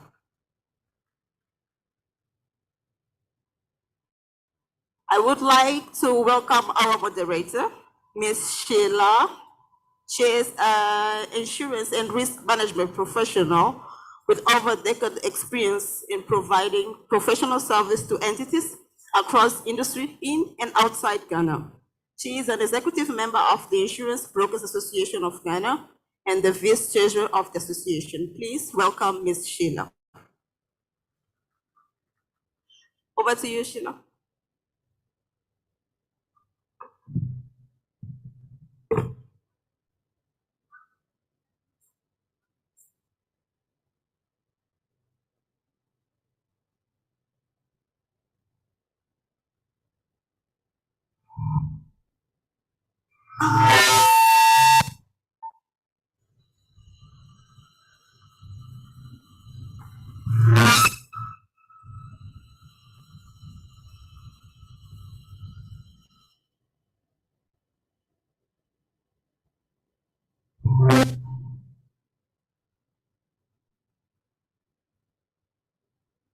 Good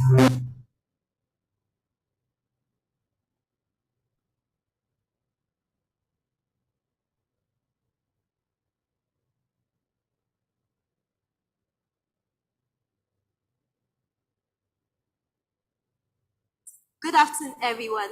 Welcome to the first ever YIPS Africa Day. My name is Sheila Restbeck. I'm the Managing Director for Iris Management Limited in Ghana, and I'll be your moderator for today. So the theme for today's discussion is the role of young insurance professionals in mitigating climate change risks in Africa. We are hoping that by the end of today's session, we'll have actionable points to be discussing, to ponder over, and to execute when it comes to the climate space, the climate change space. Okay, so I'll start with we'll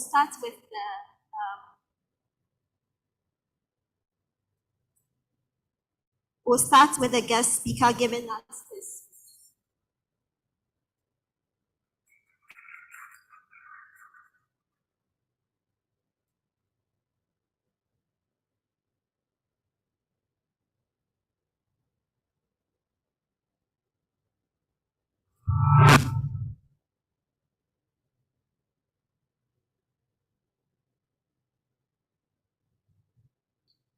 Hello, everyone.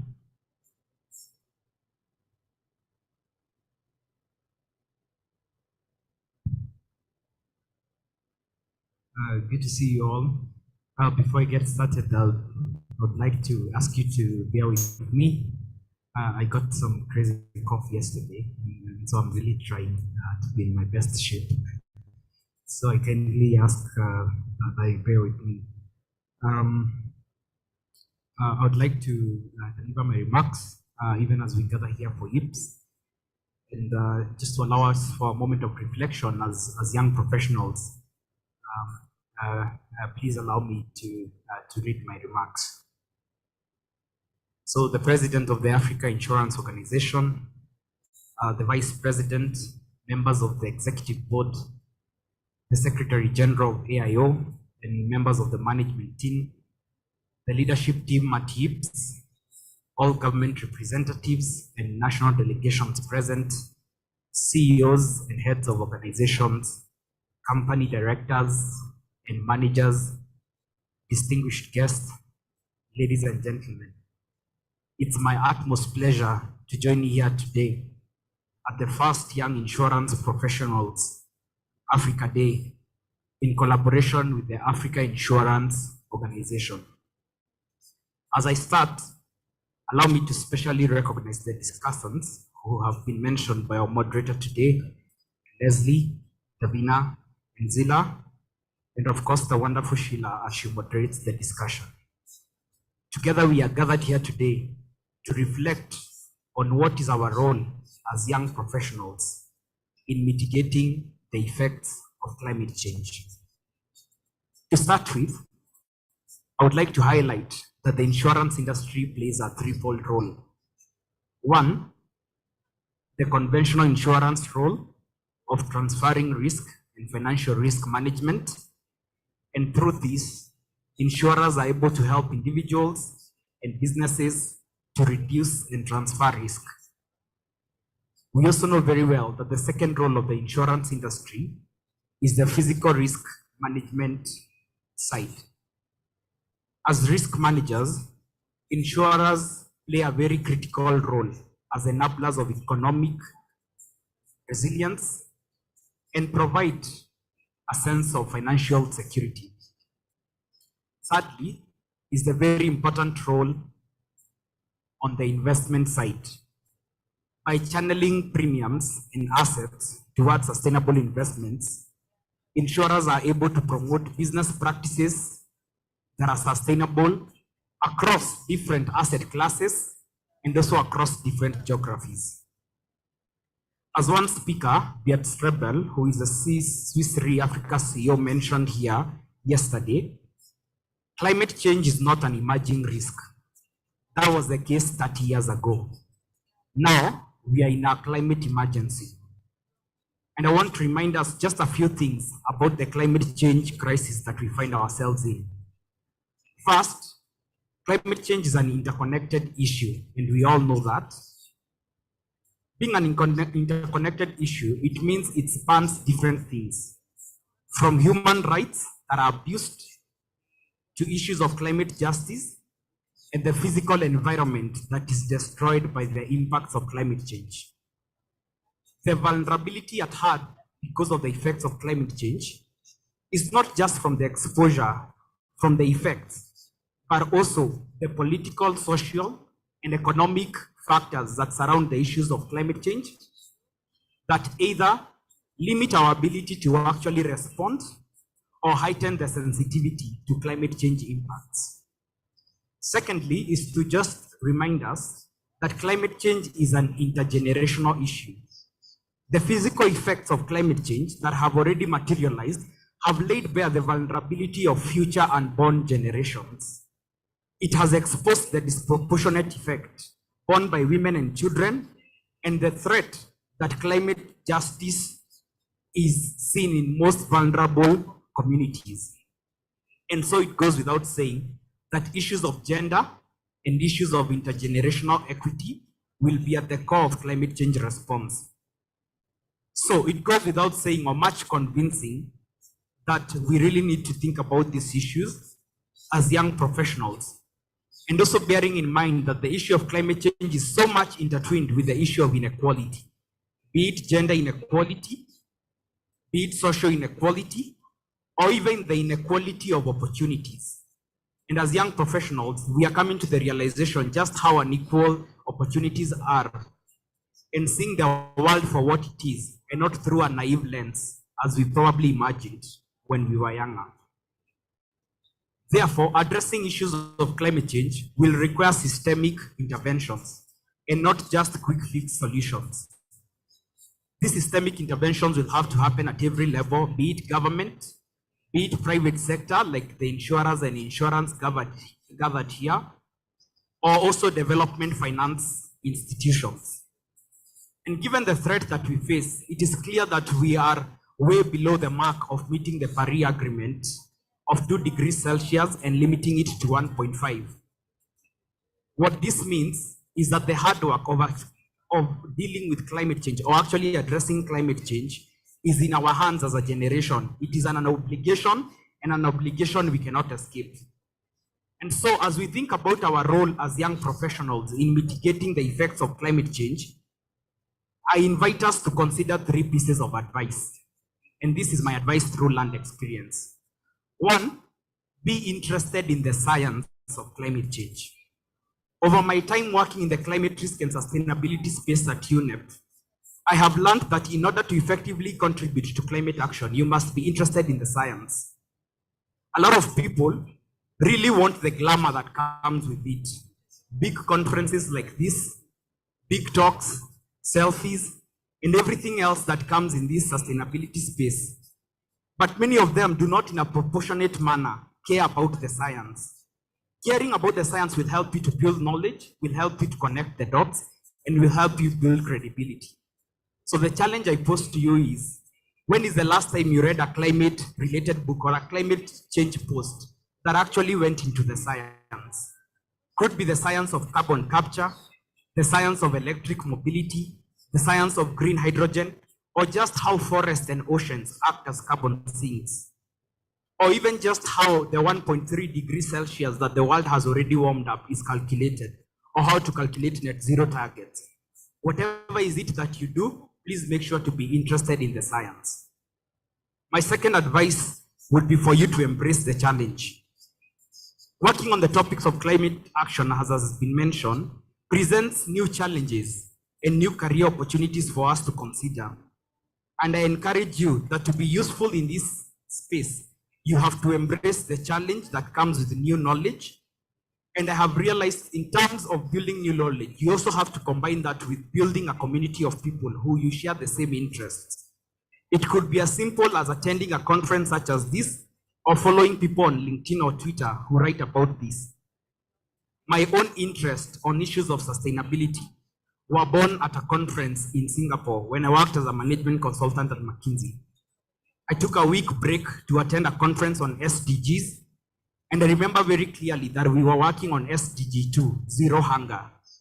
And as I sat listening, I asked myself, I am hearing very good ideas about SDGs, but no one is talking about the commercial viability or actually how to finance them.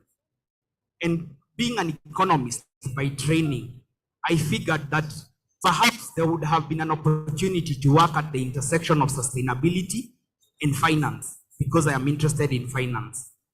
And many years later, as I work at UNEP-FI, I am working with banks and insurers on issues of climate change. So I ask you to actually leverage such networks, to also leverage social media and also your professional networks. With all the writing that I do on sustainability, I can clearly say that a lot of my audience is on social media, on LinkedIn and Twitter. It's not in the conferences, in the webinars, or in the training. So please leverage social media. And as I conclude, I want to talk about my third piece of advice. My third piece of advice is to tell you, connect the dots and seek where the future is.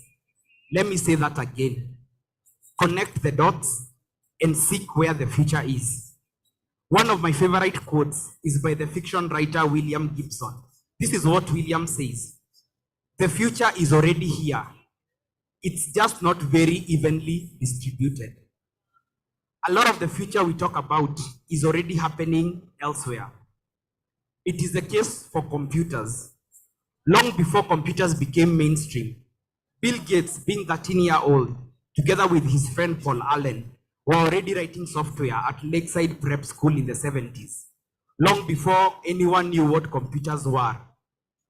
And that is the same case in the insurance industry, and also on issues of climate change. Long before we quantified the effects of climate change, small island developing states like Mauritius or Barbados, or cities like Venice, were already feeling the heat of climate change, but now feeling the heat in a literal sense. And long before net zero insurance targets become a thing in Africa, companies like ICA Lion have already embraced the challenge and signed on to the Net Zero Insurance Alliance. And so my challenge to you today is, the future of climate action in Africa is already happening. So seek to find what is happening and seek to find out where the future is actually happening. And in order for us to leverage the future, we need to be, one, curious. We have to begin to observe trends, and we need to put our thoughts in writing. I encourage you as young professionals, and myself also as a young professional, to seek industry and professional experience that allows you to be curious, that allows you to observe trends, and that allows you to write. My learned experience is that writing clarifies your ideas and is a high form thinking. And sometimes the most consequential work comes from working on an idea long enough after the excitement is gone until you find an outcome. And my best example of this is the inventor of the mRNA research by name Katalin Kariko, who spent decades in the lab working on mRNA technology, oblivious of the fact that many years later, it would lead to the invention of the Pfizer vaccine, which has saved hundreds of lives. So please have the discipline and have the patience to work on ideas long enough. Africa needs young professionals who will curate research problems long enough until we find solutions to some of our most pressing challenges of climate change. It could be in insurtech, it could be in carbon capture, or any other climate innovation that we'll work on. And a lot of this work will require deep thinking and innovation. So I invite you, as my last call, to move where the future is. Because as we said before, the future is not evenly distributed. You do not need to move geographically, but you need to move through your exposure, through the content that you consume, through what you read, and through the networks that you choose to associate with, even as you do your best to scout for opportunities. So thank you for listening, and I welcome you to reflect upon these remarks. Thank you.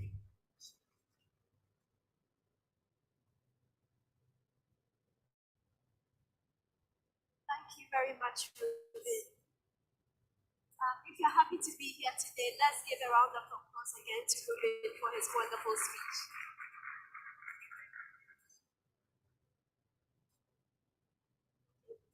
So Leslie, Davina, and Zila, thank you for being here with us today. I'll start with you, Leslie. Can you tell us a little about the work that you do in the climate change space? And also, if you could tell us about what inspires you about your job and the impact that you make. So really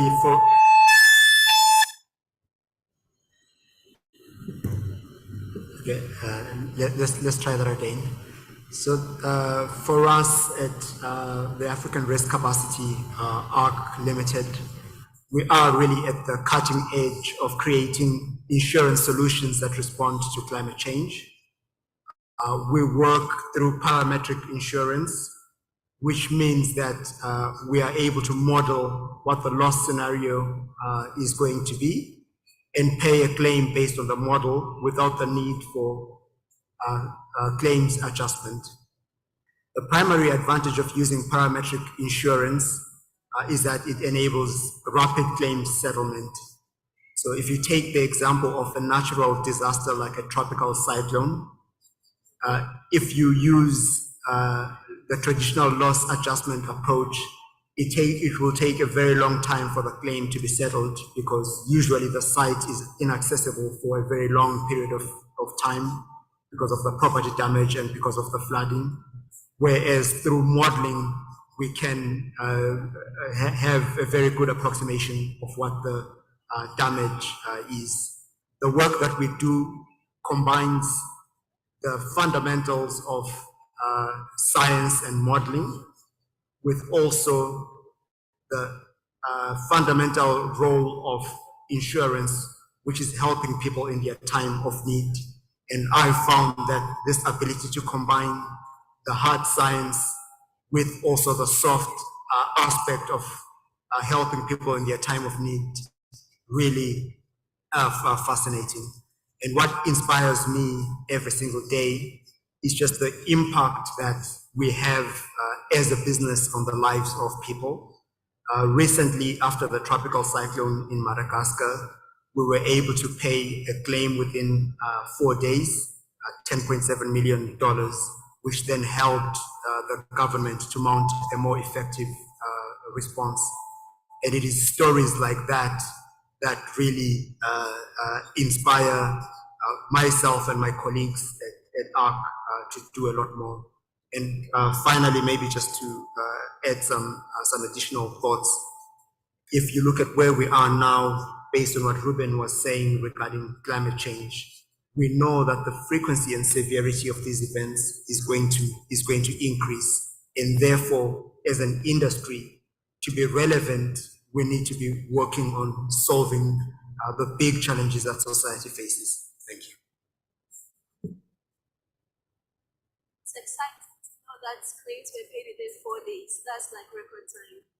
Davina, could you also answer the same question? What you do, what inspires you, and the impact you're making? But a big question, Sheila.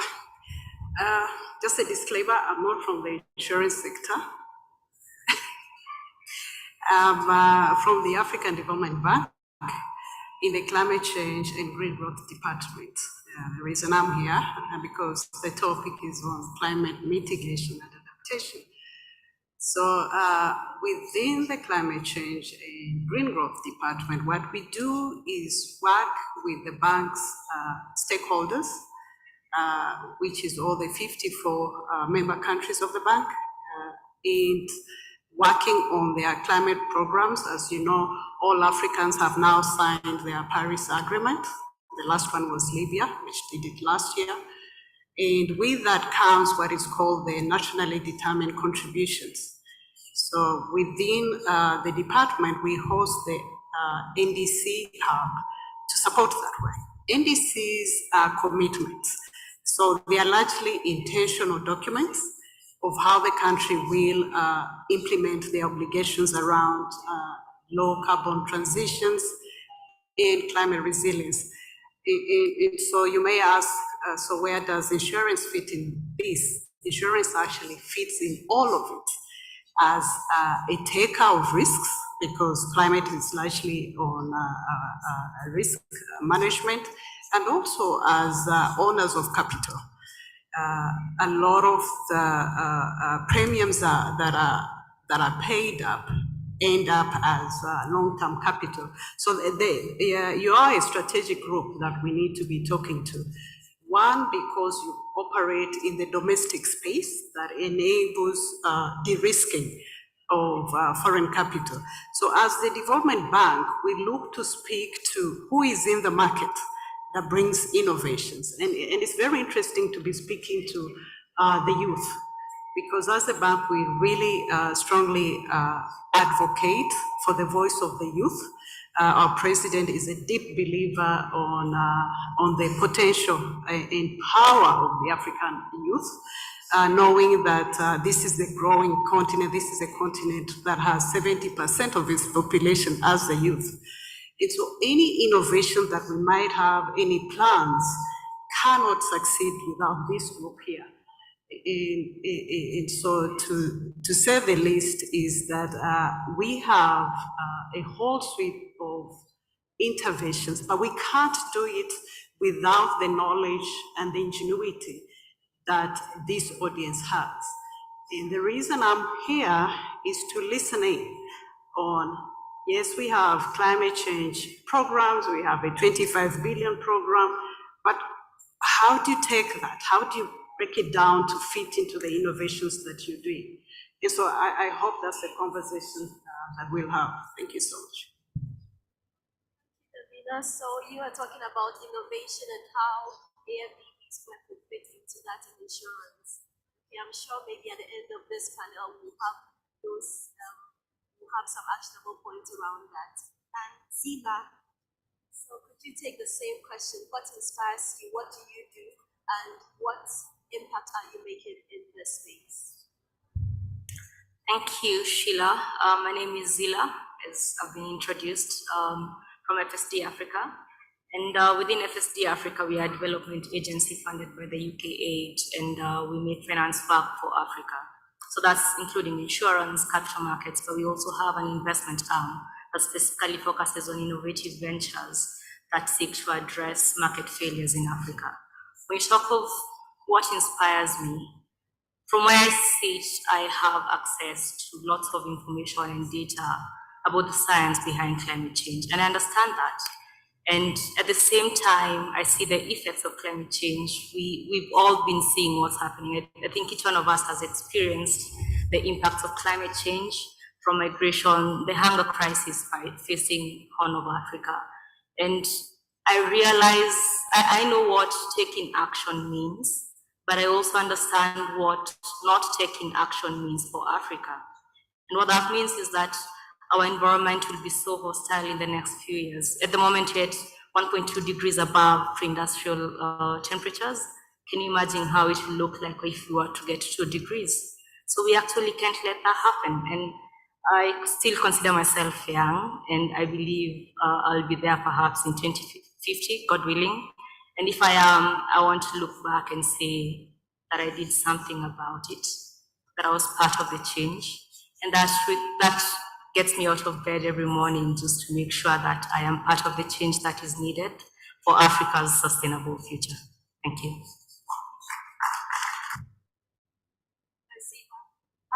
In his speech, Rubin also mentioned the science behind climate change. So meaning, as insurers, even though we are not really the scientific group, we still have to know the science behind it, so we know the risk and we know how to be able to help mitigate it. And Leslie, I'll come back to you. In what way does insurance intersect with climate change?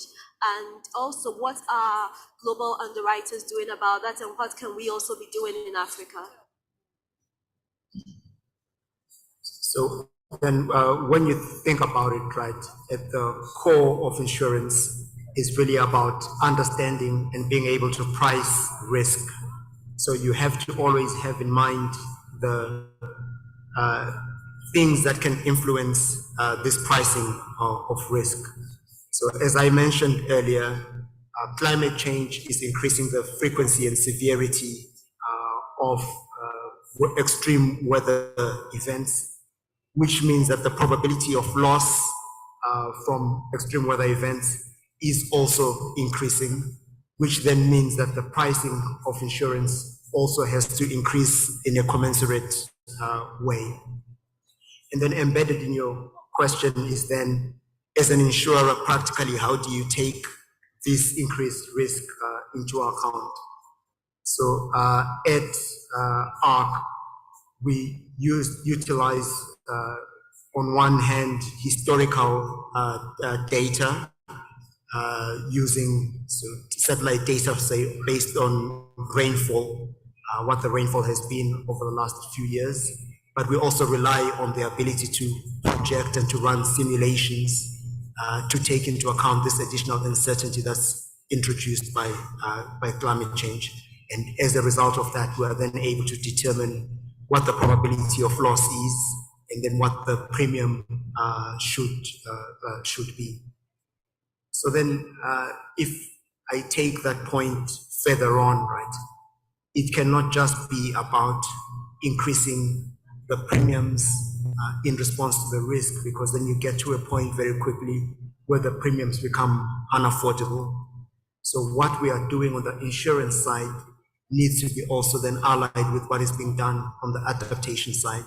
And you've already mentioned some of the ideas around carbon capture to reduce the level of carbon dioxide in the atmosphere, but also the adaptation that can be done, as financed by the African Development Bank through infrastructure, through better agricultural practices, so that in the end, we have a holistic solution where insurance is only one of the things that are taken into account. And it's really important that we have this holistic view of the entire value chain. Thank you.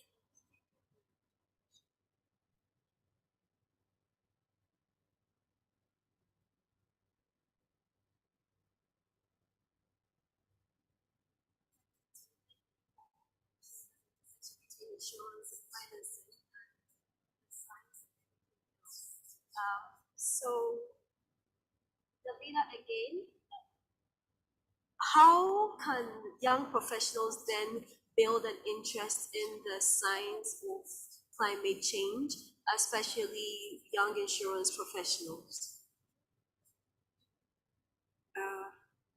Well, I think I'll just refer to what I picked from Toby's address. He talked about covering every hill, every village. That's a very powerful statement. And it's very important in a way that when you have reach, you're able to influence. And a while back, in the back from there, I think I was talking to you and saying that, until I started interacting with the insurance practitioners, I actually didn't know. All I did was every time I had to pay my car premium, and I said, why are you overcharging me? And that is always the relationship with your client, all because the communication is wrong. And that is something that you can do about it. You're going to cover the hills and the valleys if you can't communicate well. And I like to pick the model of banks like Equity. Equity decided to move banking from the banking halls to the market. And if insurance could do that, and as youth, you understand that once you shift the messaging, then you're able to get the clients. I will not complain about my car insurance if I really understood what it means to insure my car.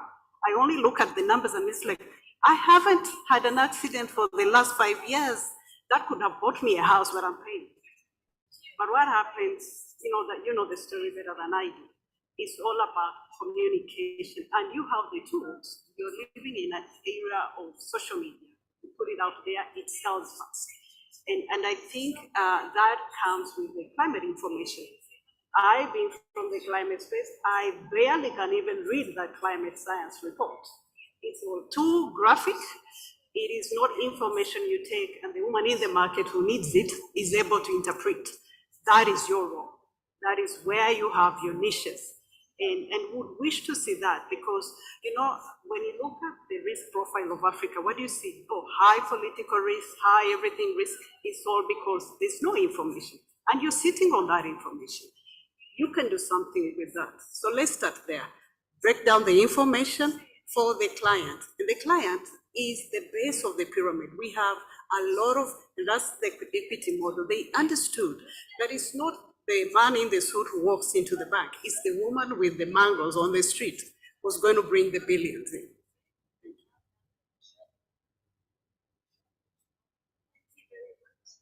So breaking down the information and going out there to make the common person also understand what we are all fighting up against.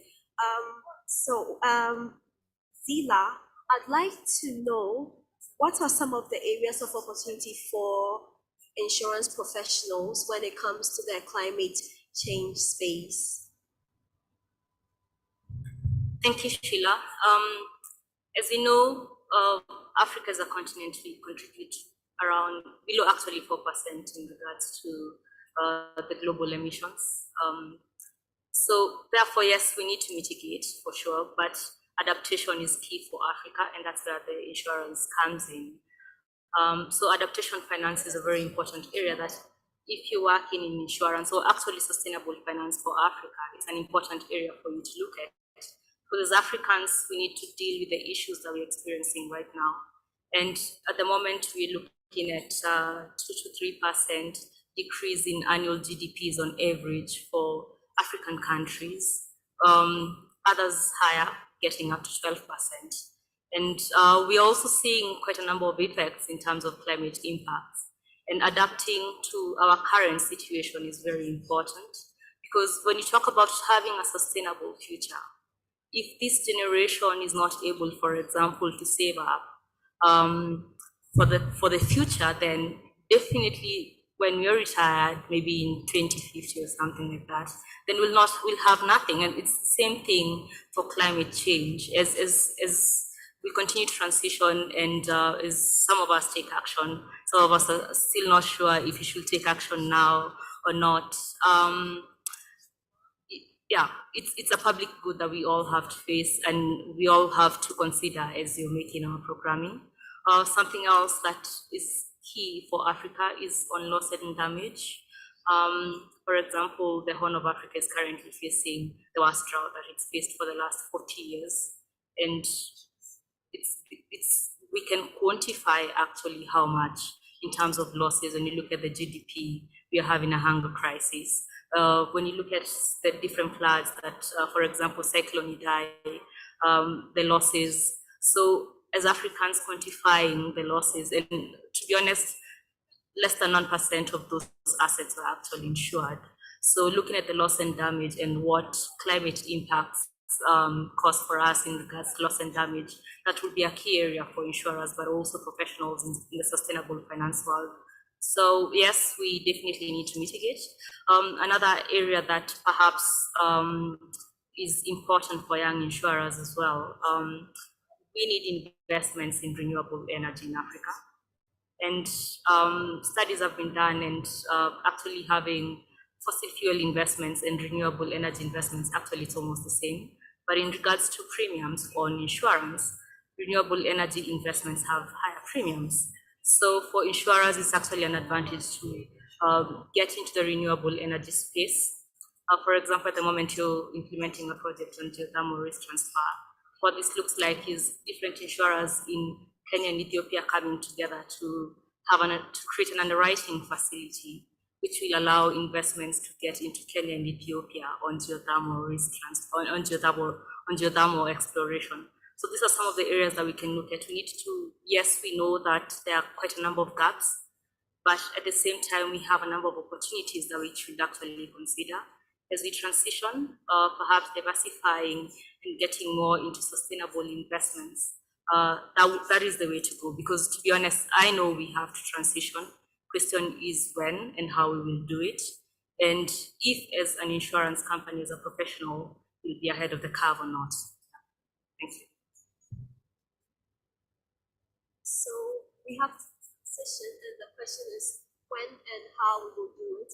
You also spoke about adaptation and even the collaboration between Kenya and Ethiopia, which is also an opportunity for us as young professionals, because being in YIPS, we get to meet people from other countries so we can innovate together, think about ideas and how to collaborate in this space. So thank you very much. We'll be taking questions from the audience. So if you have any questions, you can we'll give you the microphone and then you can give us your questions. In the meantime, I'll also like to ask, so you're all in different spaces, but then you're all working within the climate change space, you're working within the sustainability space. If you were supposed to start your career afresh, what would you do differently? So, Davina, you're smiling so much, so we'll take you first. Maybe I'm the oldest here, so I'll be like the guest speaker. I will be one of those who say, no, let's not be generalists, let's pick niches.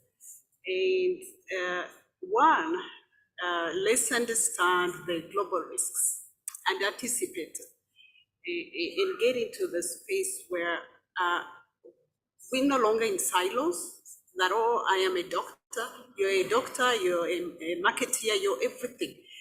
And so understanding how you present yourself, that is something that I think I would take really deeply in new career shift. But since I still have a microphone and we're talking about sustainability, for the youth that are in the audience, we at the African Development Bank have partnered with the Oxford University UK to get Africa around sustainability issues, starting with the introduction. What is sustainable finance? And so that course is running. Some of you that are part of the big insurances have maybe seen that communication that we've given 300 slots to AIO and to ASI. But we want to engage very directly with you, Toby, and the WIPS team, and we're going to offer an equal number to your 1,000 people. So I can end my speech with that. We are excited about it already. We also take the same question. Yeah, I think most people wait for employment, which is not bad, but there are not very many employment opportunities in Africa, to be honest. And we've been supporting a number of insurtechs in different programs in different countries in East Africa, in Kenya, now in in Egypt as well. And I've actually noticed that we are getting very good innovative ideas in climate resilience from very, very young people. I'll give you an example. We have insurtechs that are actually using, for example, recycling plastic as insurance premiums. And that's very innovative because it looks at the circular economy, which is key. As you know, our infrastructure is not very good. At the same time, we need to figure out how we're actually going to recycle. So if you have an idea as a young individual, perhaps you feel you're not getting very good opportunities within your space, perhaps actually implementing that idea on your own and getting funding for it will be a good way to go. Because as we transition, there's also quite a lot of funding on climate resilience and the tech behind climate resilience. And lots of organizations are actually ready to back and invest in individuals with very good ideas. So perhaps for us who might have struggled a bit when getting into employment, we need to consider that there are other options and we can actually consider them. Something else that I would do is with social media, there's a lot of knowledge and information out there that you can actually use without paying a cent. Talking about webinars, all these organizations that are doing sustainable finance work are hosting webinars on specific aspects in sustainable finance. You can tap into that, and look for partnerships. I believe no one can take action and get the impact that we want to see alone. So we need to partner, we need to work together. So instead of seeing, for example, innovators in your space, as competitors, perhaps you need to see them as partners. We need to work together to actually achieve the impact you want to see. Thank you. What you mentioned about InsurTech is very interesting because it's also a way to actually get to the people like Afuna was saying. So I think that's something that we can also all consider as young professionals. That how can we use tech to get to people and innovate and bring out very smart solutions? Leslie, we'll take you. Thank you very much. So I think one thing that is becoming increasingly evident is that we all live in a globally connected world. We have all witnessed how the events on the other side of the world in Ukraine can have a real impact in terms of people's dining room tables here in Africa. And this is only going to intensify in the future. So it's really important that for us, even as Africans, we continue to think about how what we are doing fits in with the wider global agenda. For the youth in the room, I would say that you need to be curious and really want to and seek opportunities to always to learn, to grow, and to contribute. I really liked what Ruben said about interesting yourself in the science in the case of climate change.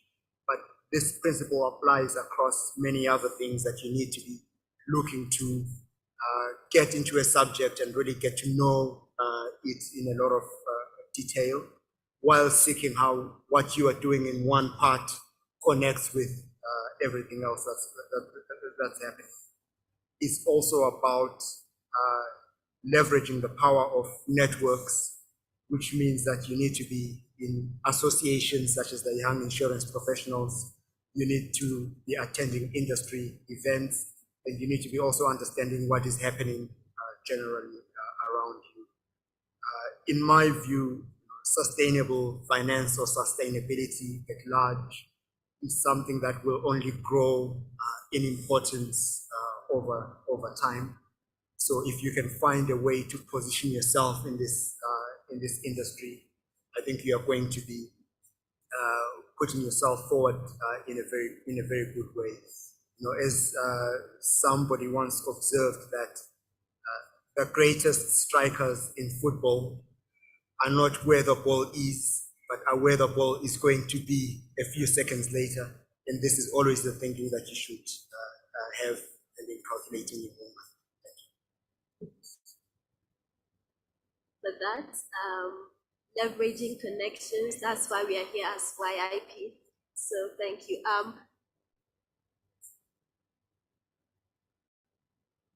Okay, we have a question from the audience.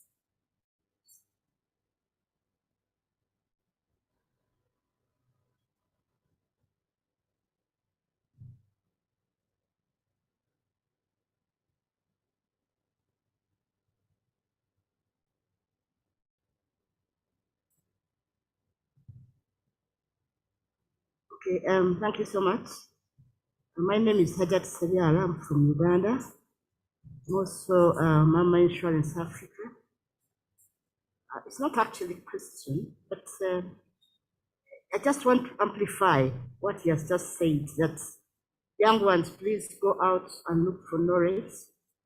Because, first of all, I would like to compliment the Young Professional Insurers Association. Please clap for yourselves. Because at least you got in touch with us, your mamas. But sir, the youth of today think that what we know is of the past. It's not relevant to them. I don't know if you have that experience. They think that, after all, yours is the past. What is it that you can guide us? But I would like to compliment you, YIP, for really reaching out to us. We still have some guidance that we can give you. So basically, that's what I wanted to say, that I really appreciate that you have brought all of us here together. If you look behind, there are many of us, there are many of, not only the youth. So all of us are here. Please come to us. Let's continue this dialogue to ensure that we are in it together, you know. We know the future is yours. We need to do more than, because our future is in the past. The future is yours now. So we really need to do more to protect the environment. And please continue. That's what I wanted to say. And I really thank you so much. When I ask Madame Tonia Smacks, would you please just one word of encouragement to this youth, the youth, because we have been in this together. Would you like, can I bring the mic to you, or would you like? Okay.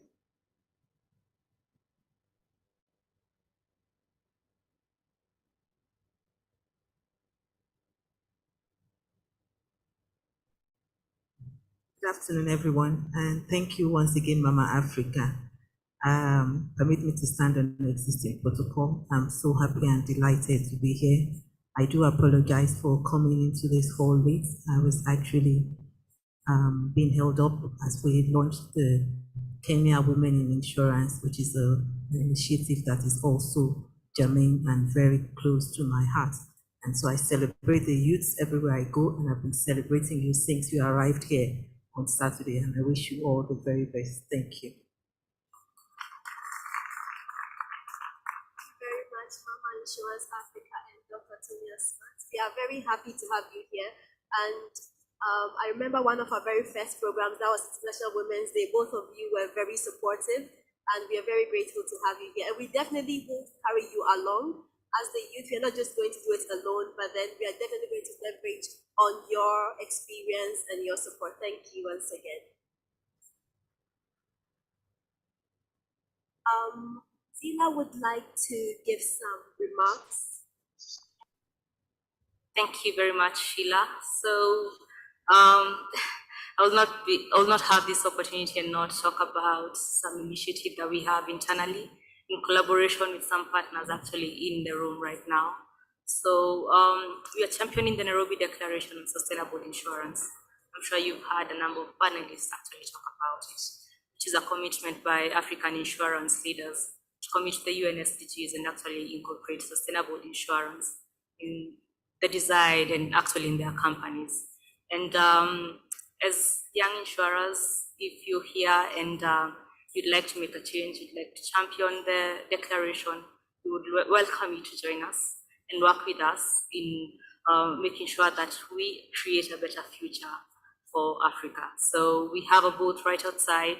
So if you have a moment, you can pass by and we can have a discussion on how we can actually champion climate action in Africa in the different markets that you're in. Thank you very much. Now, just to clarify, is it just for young insurance professionals in Kenya or anyone at all? So the Nairobi Declaration on Sustainable Insurance was launched in Nairobi at the UNEP PSI Market, Africa Market event. So it's an Africa-wide declaration, but it was launched in Nairobi. That's why it's called Nairobi Declaration. But at the moment, we have signatories from all over Africa. So it's not a Kenyan declaration. It's for Africa, and we would like to have an African voice in decision-making for Africa. So I would welcome you to work with us on that. Thank you. Thank you very much for the invitation. Davina, would you like to put any closing remarks? Well, just to reiterate the importance of that declaration, that until we get the African voice out there, we'll be losing out. You definitely have heard of net zero alliances, coalitions of big capital. Until they hear what the African coalition is saying and doing, we will be still at 3% of global climate finance. So that is the importance of these. And as agents of change in your institutions, just make sure your managers, your boards are signing on to this, because this is going to determine not only the future of your organizations, but the future of your homes. Thank you so much.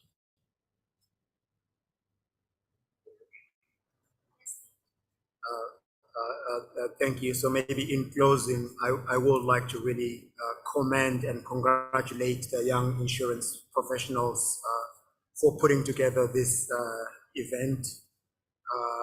And when I look at the quality of the interactions that I've had with the young insurance professionals, I am really confident that the future for the African insurance industry is bright and is going to be in very capable hands. I can only challenge you to think even bigger, work even harder, and achieve a lot more than has already been achieved by your predecessors. Thank you. Thank you, Leslie.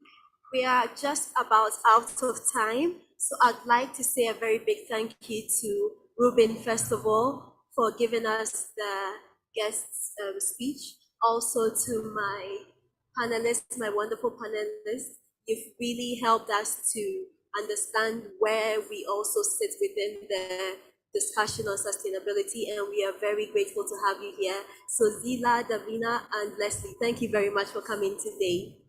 I'd also like to say, I'd also like to say a very big thank you to the executives of YIPS, especially Toby and Mubarak, for putting together such a wonderful program.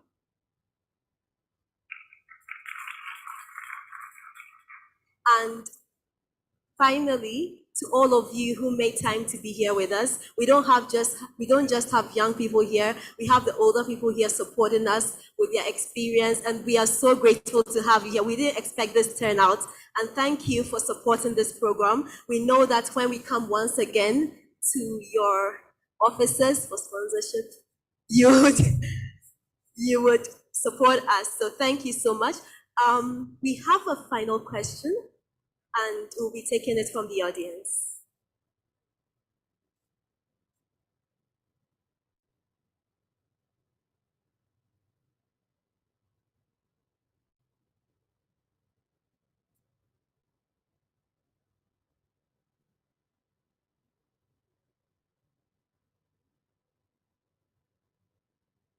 Any of our panelists can take it. Hello. Thank you. My name is Francis from Ghana. Can you hear me? Hello. Okay, thank you. So we have not spoken much as young professionals. I want to speak on behalf of my colleagues. I want to talk about the climate change, the basic, the generic value of it. We in Ghana especially, there was a disaster in 2015, and after that, the reinsurers and the insurance company, we were all panicked. There were revision of treaty cover notes, there were revision of policy wordings, flood enclave exclusions and all that. We are taking a preventive approach towards it. We aren't taking a control approach. We are trying to avoid it. We are trying to shield ourselves from it, protect the shareholders' interest, protect our underwriting profit, our management expenses.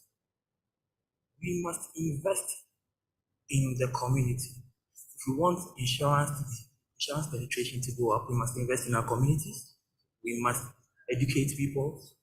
That is the only way we will relate to climate change. My sister in Portugal said that she sees the graphics in the books and she's not able to relate, and she rarely reads about climate. Personally, I don't remember the last time I read about it. But I feel if you're able to teach the grassroots, the communities about climate and insurance penetration will go up, and then we'll be able to relate more to the increasing risk of climate change. And then insurance and reinsurance should not only care about claims, underwriting profits, shareholders' profits, they should invest in the communities. Thank you very much. Thank you very much, Francis, for your contribution.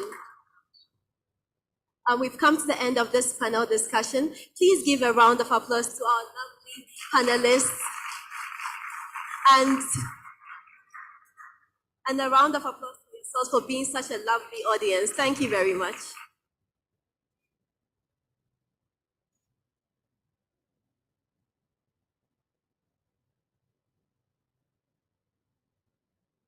Thank you. It was a very insightful session.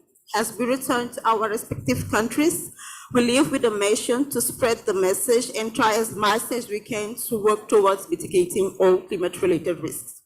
I would like to first invite all the Young Insurance Professional Executive Committee here for our group pictures, please.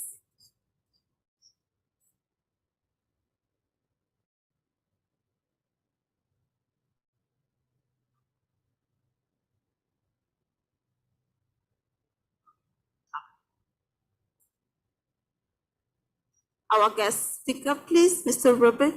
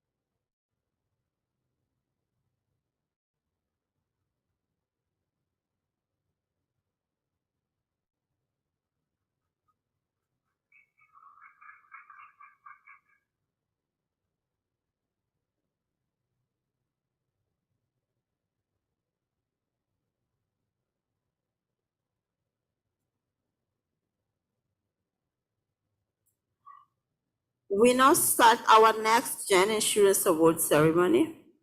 Therefore, I would like to invite our anchor, Dr. Tanya Smart, to lead the ceremony.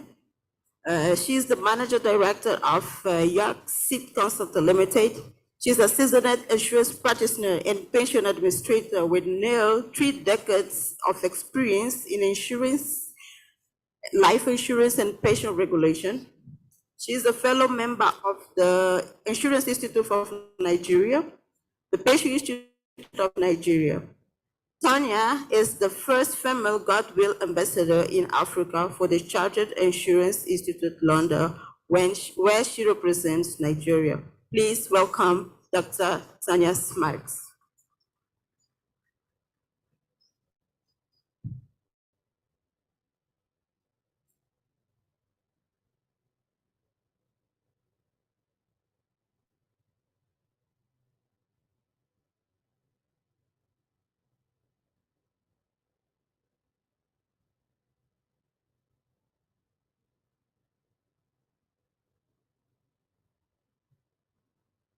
Good afternoon, distinguished ladies and gentlemen, the President of the Young Insurance Professionals in Africa, Toby, and your executive team for putting together such a very awesome program.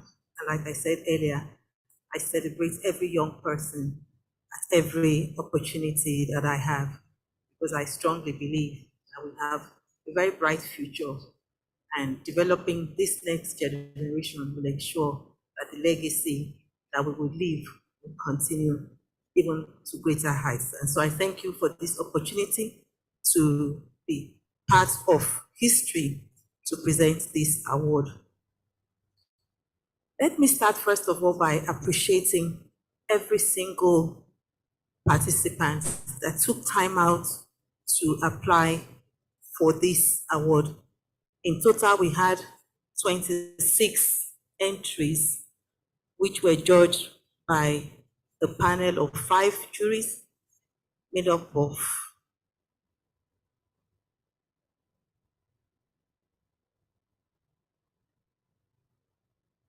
Ms. Patty K. Martin from Namibri, Mr. Sovik Banjer, who is the MD of Continental Re Kenya, Mr. Atef Hansi from Cameroon, Mr. Roger Siwe from Ghana Re, and my humble self, who served as the chief jury from Nigeria. And I'd like to read the comments that we passed to the YIP after the end of the whole event. All the judges agreed that the profiles of the candidates were very impressive, and this showcased great talent that abound indeed in Africa. This Next Generation Award 2022 has clearly shown that young people are doing amazing work within the insurance industry, which hitherto may have passed unnoticed but for their entries for this award. These entries clearly show that the next generation of insurance professionals are fully ready to set a pace, to set a new pace for the growth and penetration of insurance in Africa. Therefore, through them, we will see a very progressive, proactive, and successful insurance industry in the years ahead. As regards the candidates' scores, all the top finalists did very well, and the marks were very close. It has shown that they have put their best foot forward in the entire entries to showcase the great work that they have been doing. And so this award is definitely one that is well deserved. Please give yourselves a round of applause. We appreciate all those who made time to sing the amazing work to enter for the awards, and the winner has to emerge. We want to encourage both the winners and the entrants and every single young person to keep doing great things, making impact in the communities, in the countries, and indeed in the continent of Africa as well. We believe that the Next Gen Award will encourage other young professionals to continue to contribute to the development of the insurance industry while building public trust and thereby grow the insurance penetration and contribution to GDP in Africa. Finally, on behalf of the members of the jury team, we say thank you for giving us the opportunity to serve you, and we look forward to greater cooperation within the insurance industry, both at the country level, at the regional level, and the global level. Thank you very much. That is the message from the jury team, and we will now proceed to make the announcements of the winners. Like I said, every one of them did so very well. It was a tough one for us as the jury, but the winners were shortlisted into the top 5, and we celebrate them this afternoon. So drum rolls, and here we go. You already have the names on page 14 if you're on the English version, or page 09 if you're on the flip side of the French version. A brief profile has been given, and we'll start with the 5th position. The 5th position goes to Herman Nzi, who is an Ivorian. Is he here? Okay, is somebody going to receive the award on his behalf? And to help us to present that award, I would like to call up on stage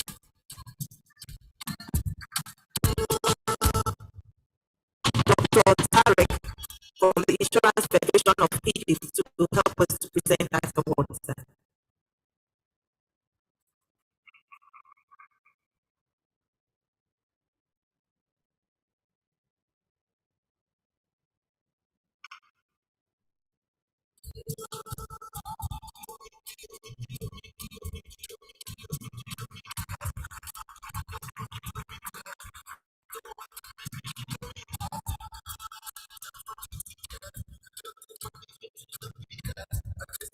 Thank you very much.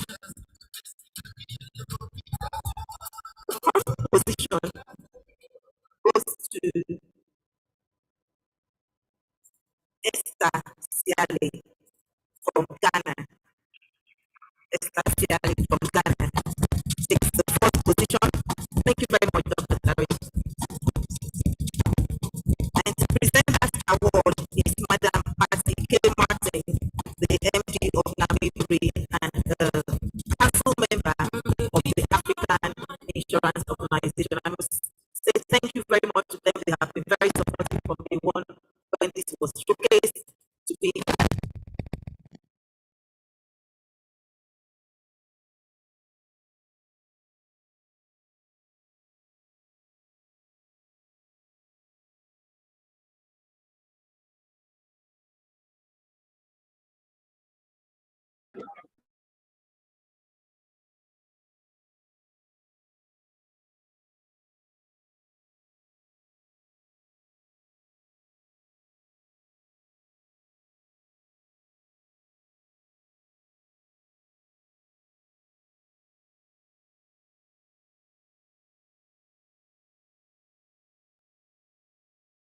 We're going to the top three now.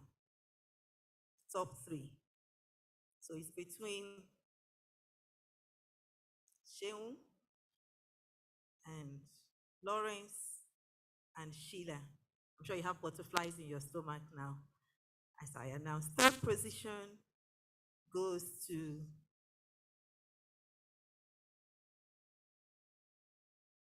Lawrence of Kenya. Lawrence of Kenya. And to present the award, can I please call up on stage Mr. Nketa Nzimande of Munich Re to present this award to the third place winner.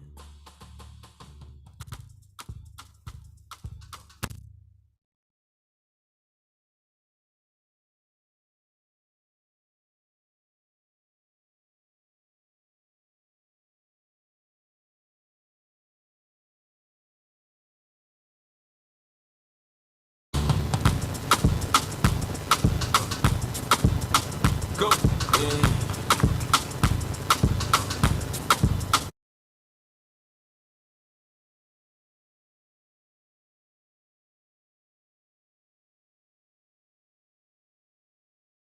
One, but we have to pick winners, put them in order, and then pick the final one. Second position.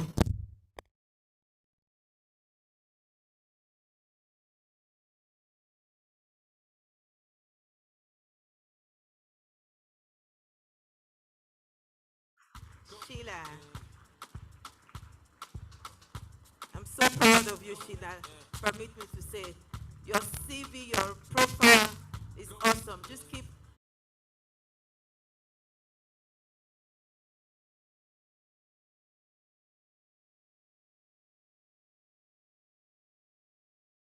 of Name Insurance PLC. Mr. Yemi Mayandenu to please present this award to the second position.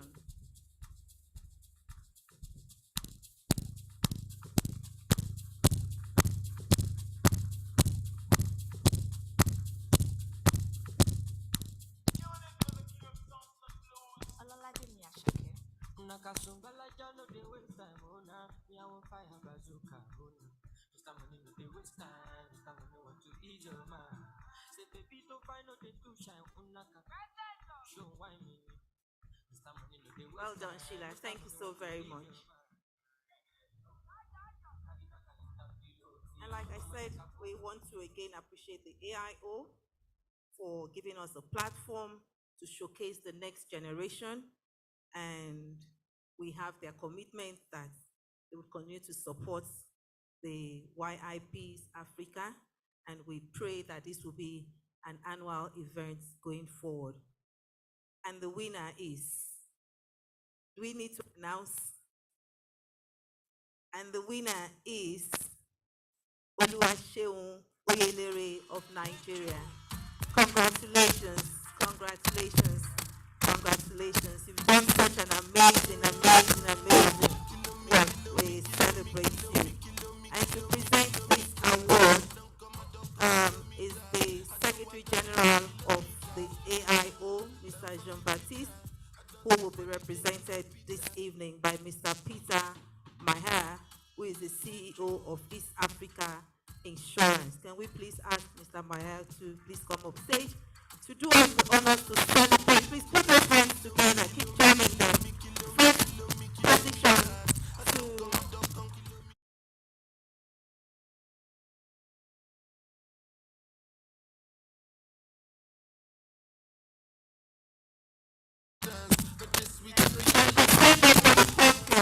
this is the second best for the champion. It's done us so proud.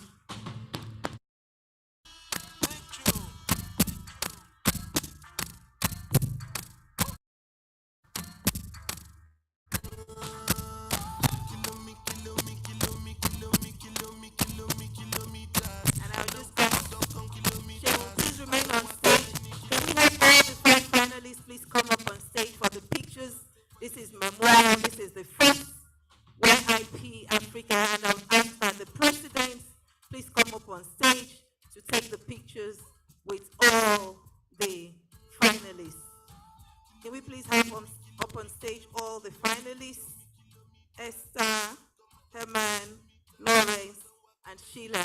Take a group photograph with Toby, the president of the YIPs Africa. This is the Next Gen 2022 Awards, celebrating the next cream de la cream of the insurance industry in Africa. And like I said to them on Saturday, I look forward to seeing them have a panel at the next AIO conference with all the members here doing their own thing and telling us how the future should be.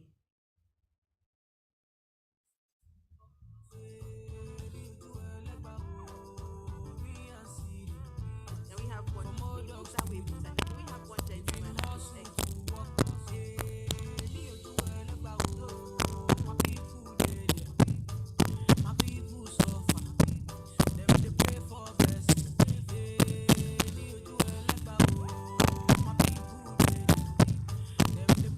Congratulations, congratulations. We celebrate you all. This is your time to shine and just keep shining. Thank you very much. And on behalf of the jury, we want to say thank you very much for this opportunity. And we look forward to more celebrations of a young professional insurance in Africa. God bless you all. Thank you.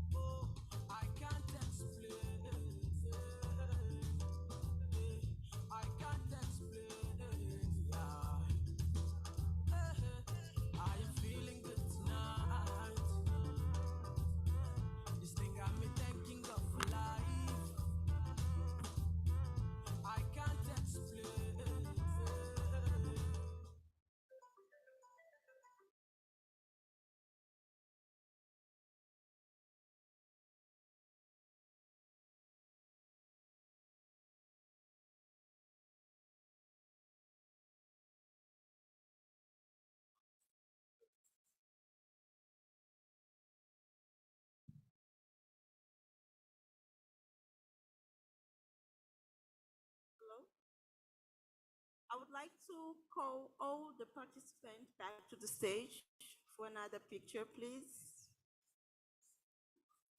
Yes. And all jury members, yeah. Toby, another picture, Madam Patsy.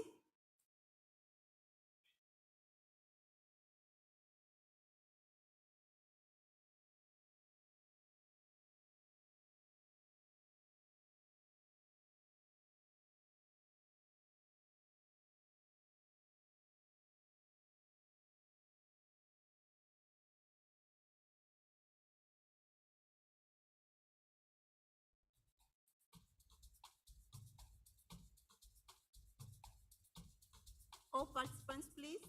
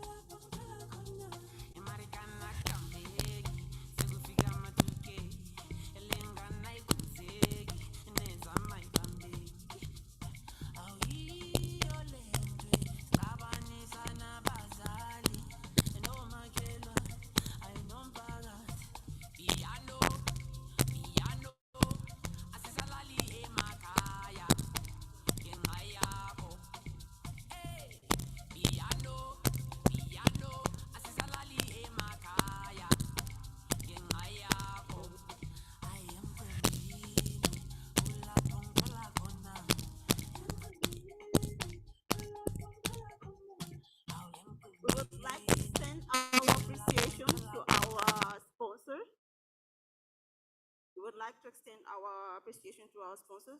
I will invite Toby to the stage.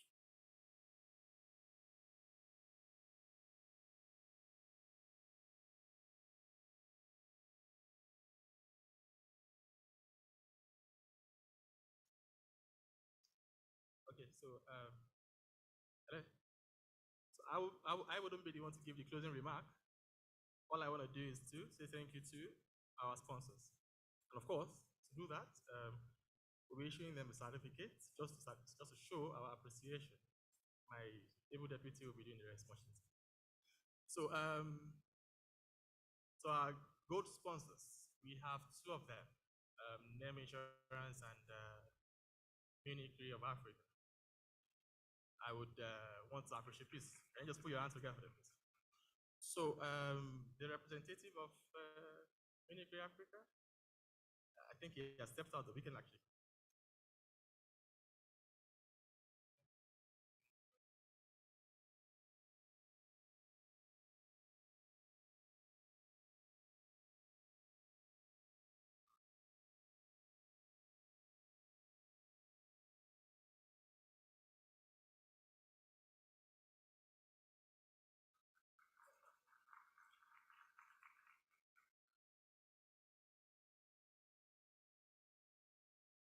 So yes, to our other gold sponsor, Name Insurance, we wish to call Mr. Yemi to come and pick up the award, please. Or rather, certificate, not award.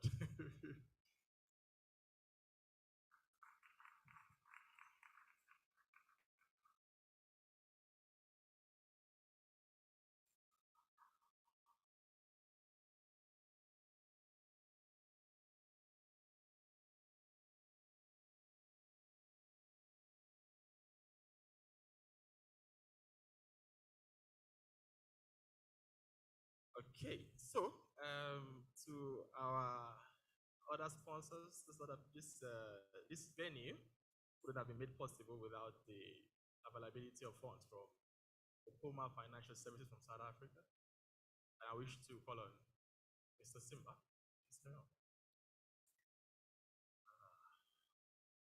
He was around. Please, can we have a representative from South Africa since Mr. Simba is not here? Do we have anybody? Sharon? Sharon? Can you just speak for Mr. Simba? Come and take it off, Mr. Simba. Please, can we just give a round of applause to them, please?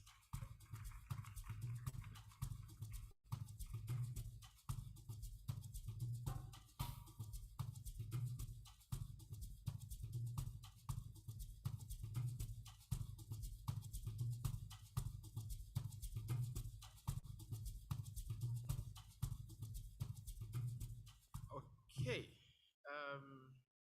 So our amiable Madam Party that doesn't want to grow old, even she keeps shining every now and then. She keeps encouraging me every now and then. I cannot thank you enough. Please put your hands together for her. I should come for a certificate of appreciation.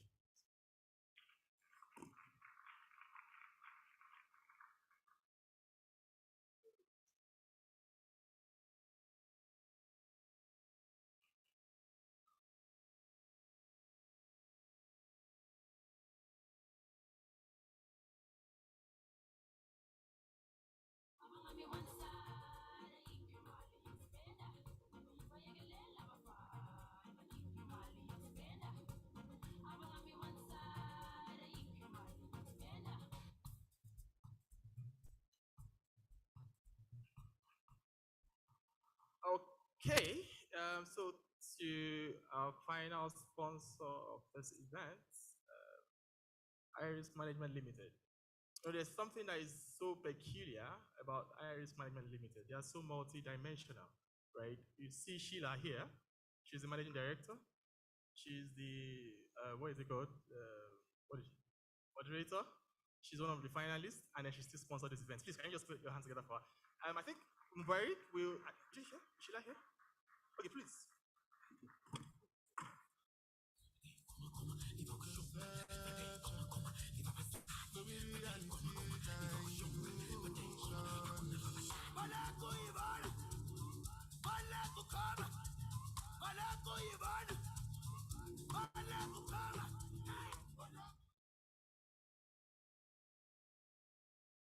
Next, I would like to invite Mr. Mubarak Ibrahim, the General Secretary of the Young Insurance Professional Africa, to deliver a closing remark. Please welcome Mr. Mubarak.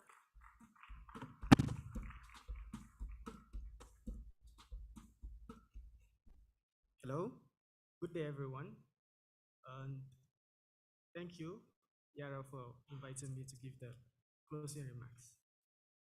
I am immersed in pleasure for having the honor of giving the last word at this wonderful event.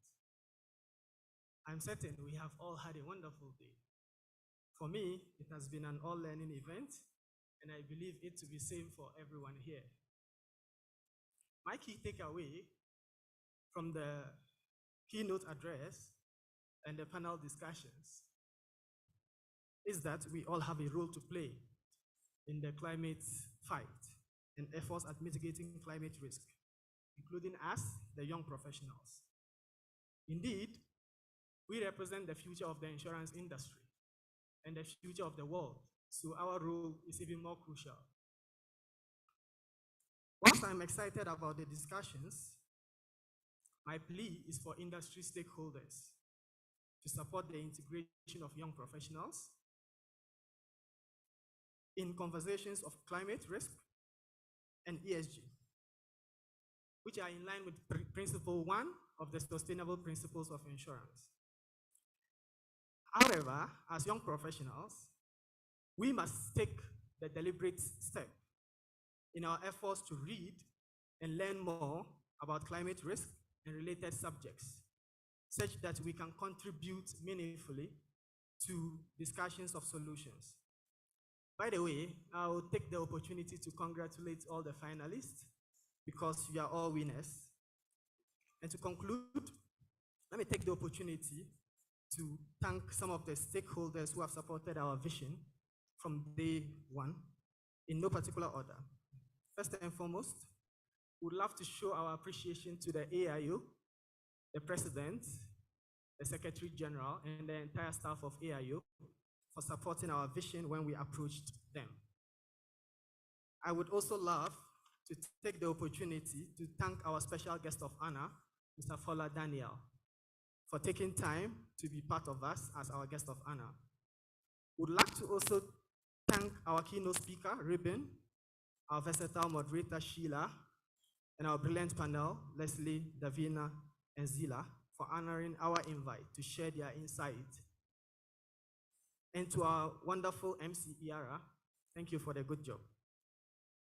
Our sincere gratitude also goes to our Ma, Dr. Tonya Smart, who has been very wonderful matron for YIPS Africa Day, for her guidance and support through it all. She didn't do the work alone. She had support from the jury. I thank all of them. We wish to take the opportunity to thank them for the support they've given her. Also, I take the opportunity to also thank our YIPS patrons, Mr. Odunai Obamike, Madam Lydia Laribabawa, Madam Rose Wanda, and Mr. Roger Siwe for believing in our vision and for their continuous guidance. To our general sponsors, NEM Insurance PLC, Munich Re of Africa, Mukoma Financial Services, Macfin, IREX Management, and Namibri. We couldn't have done this without your support. In fact, it was tough at the beginning, I must admit, but you came through for us. You gave us the support we needed to pull this through. To the Executive Committee of YIPS Africa, our regional and country representatives, the Events Committee, YIPS members, and everyone who worked in diverse ways to make this a success, we say thank you for the work put into this. Lastly, we thank all who took time to join us for this maiden AIO YIPS Day event. There are many yet to come. We believe this is just the beginning. On behalf of African Association of Young Professionals, we appreciate you all and do have a great day. And we look forward to your continued support. Thank you. A little bit of announcement. If you want to join our association, all you need to do is to visit our website. You can read more about us from there, which is yips-africa.org, yips-africa.org. read more, and then there is the membership form on that website. Once you complete it, a response would be sent to you once you are admitted. Thank you so much, everyone.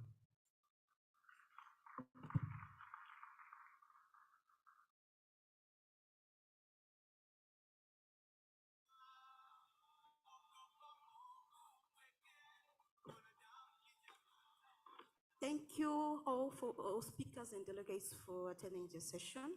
It was a very insightful session, and as we return to our respective countries, we go with a mission to really spread the message and try as much as we can to work towards mitigating all climate-related risks. So we still have a cocktail in our left side. It will be a mix and mingle, and we are all invited. And we do have gifts available for all the delegates attending the session. So thank you.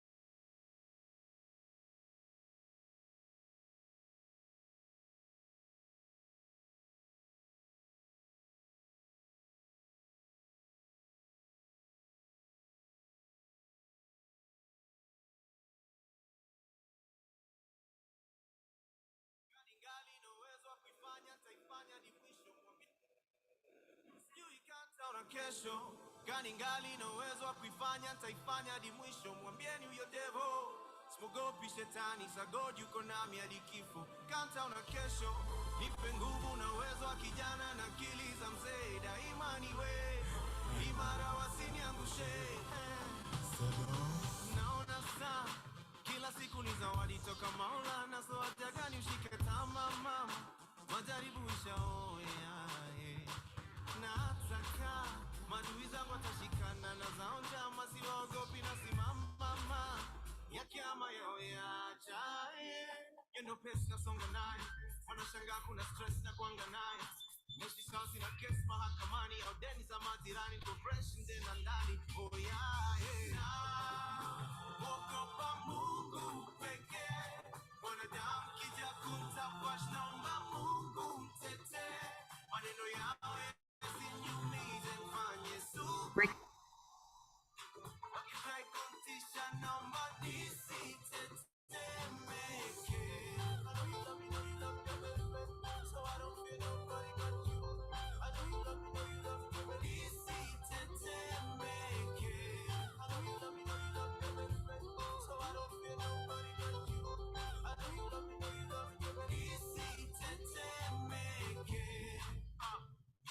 joto vile naishi life ni ngumu kuamini hisi ndoto. Sijui kesho vile itakaa, kwa hivyo leo nitaifanya kaa kidogo, wairidhishi roho. Yani sana, tena sana, hata wale wananchukia wananiheshimu bramisi kidogo. Si baba hiki nikisikia mkiongea nazidi kuwapa mingi kisogo. Na kama saa sisimami, sitaki life niache matani mtani. Mwenyezi mchungie familia yangu na pia za wale wote sauti yangu anaisikia. Tupe afya nzuri na maisha matamu, barabara zetu zinyooke, waone mfalme ni wewe, wakupewa shangwe ni wewe, wakupewa shangwe ni wewe. Hey! Na ogopa Mungu pekee, wanadamu kija kumtapash, naomba Mungu mtetee. Maneno yao yasiniumize, mfanye sugu wewe, wakifurahi kumtisha naomba nisite.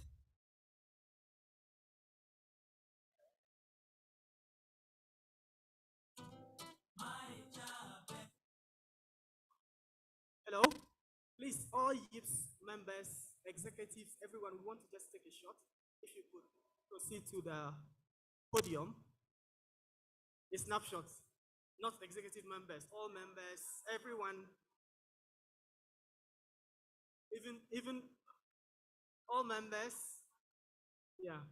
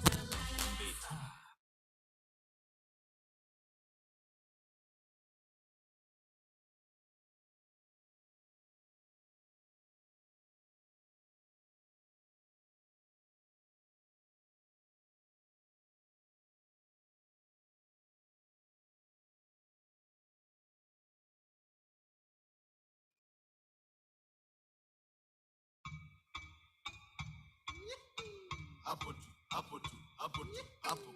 Yeah. Hapo tu, hapo tu, hapo tu. Uhuru Gardens tuko jaba, wengine wako miti. Zetu ni majama, zenu pikipiki. Leo tunaenda kanan, beba zigi mingi. Kakuna mamada, beba hapo back left. Paparazzi, wanaifanya ngumu kufanya usherati. Nakumbuka kabla nifuge manati, nilikuwa na wakunywa na ile koloni ya Versace. Squeeze backseat, ilikuwa love seat.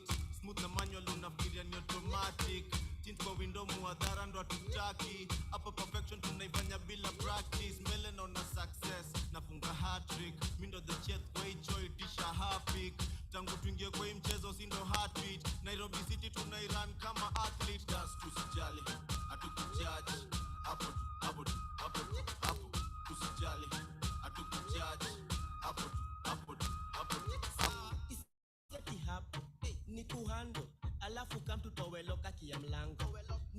niingize ndani ya box kama balo.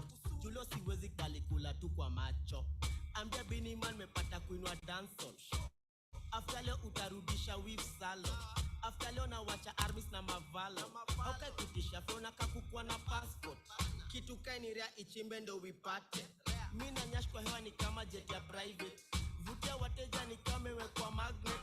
Itatachwa teja hadi waitane. Dance tusijali, hatukujaji.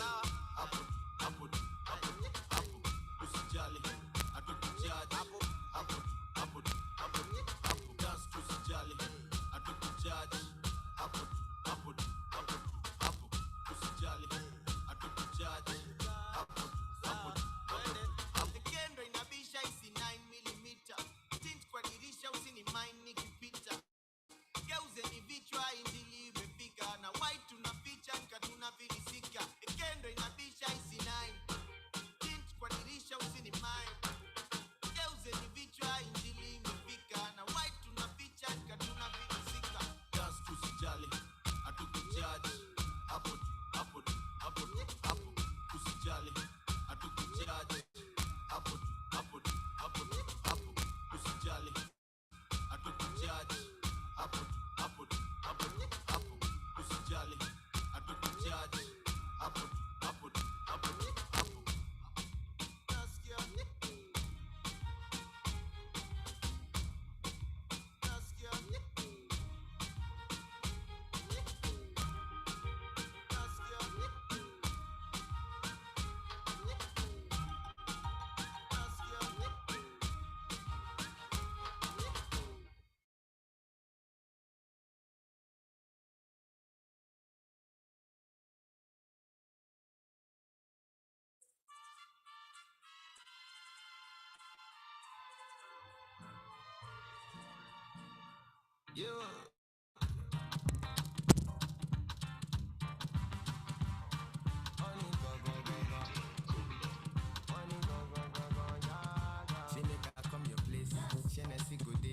What about the babes? Babes from UK. Show my Timba Fago babe. Can I touch any kele? Kele to me kele. Island boys, we the carry boys. She didn't get money. My kind money.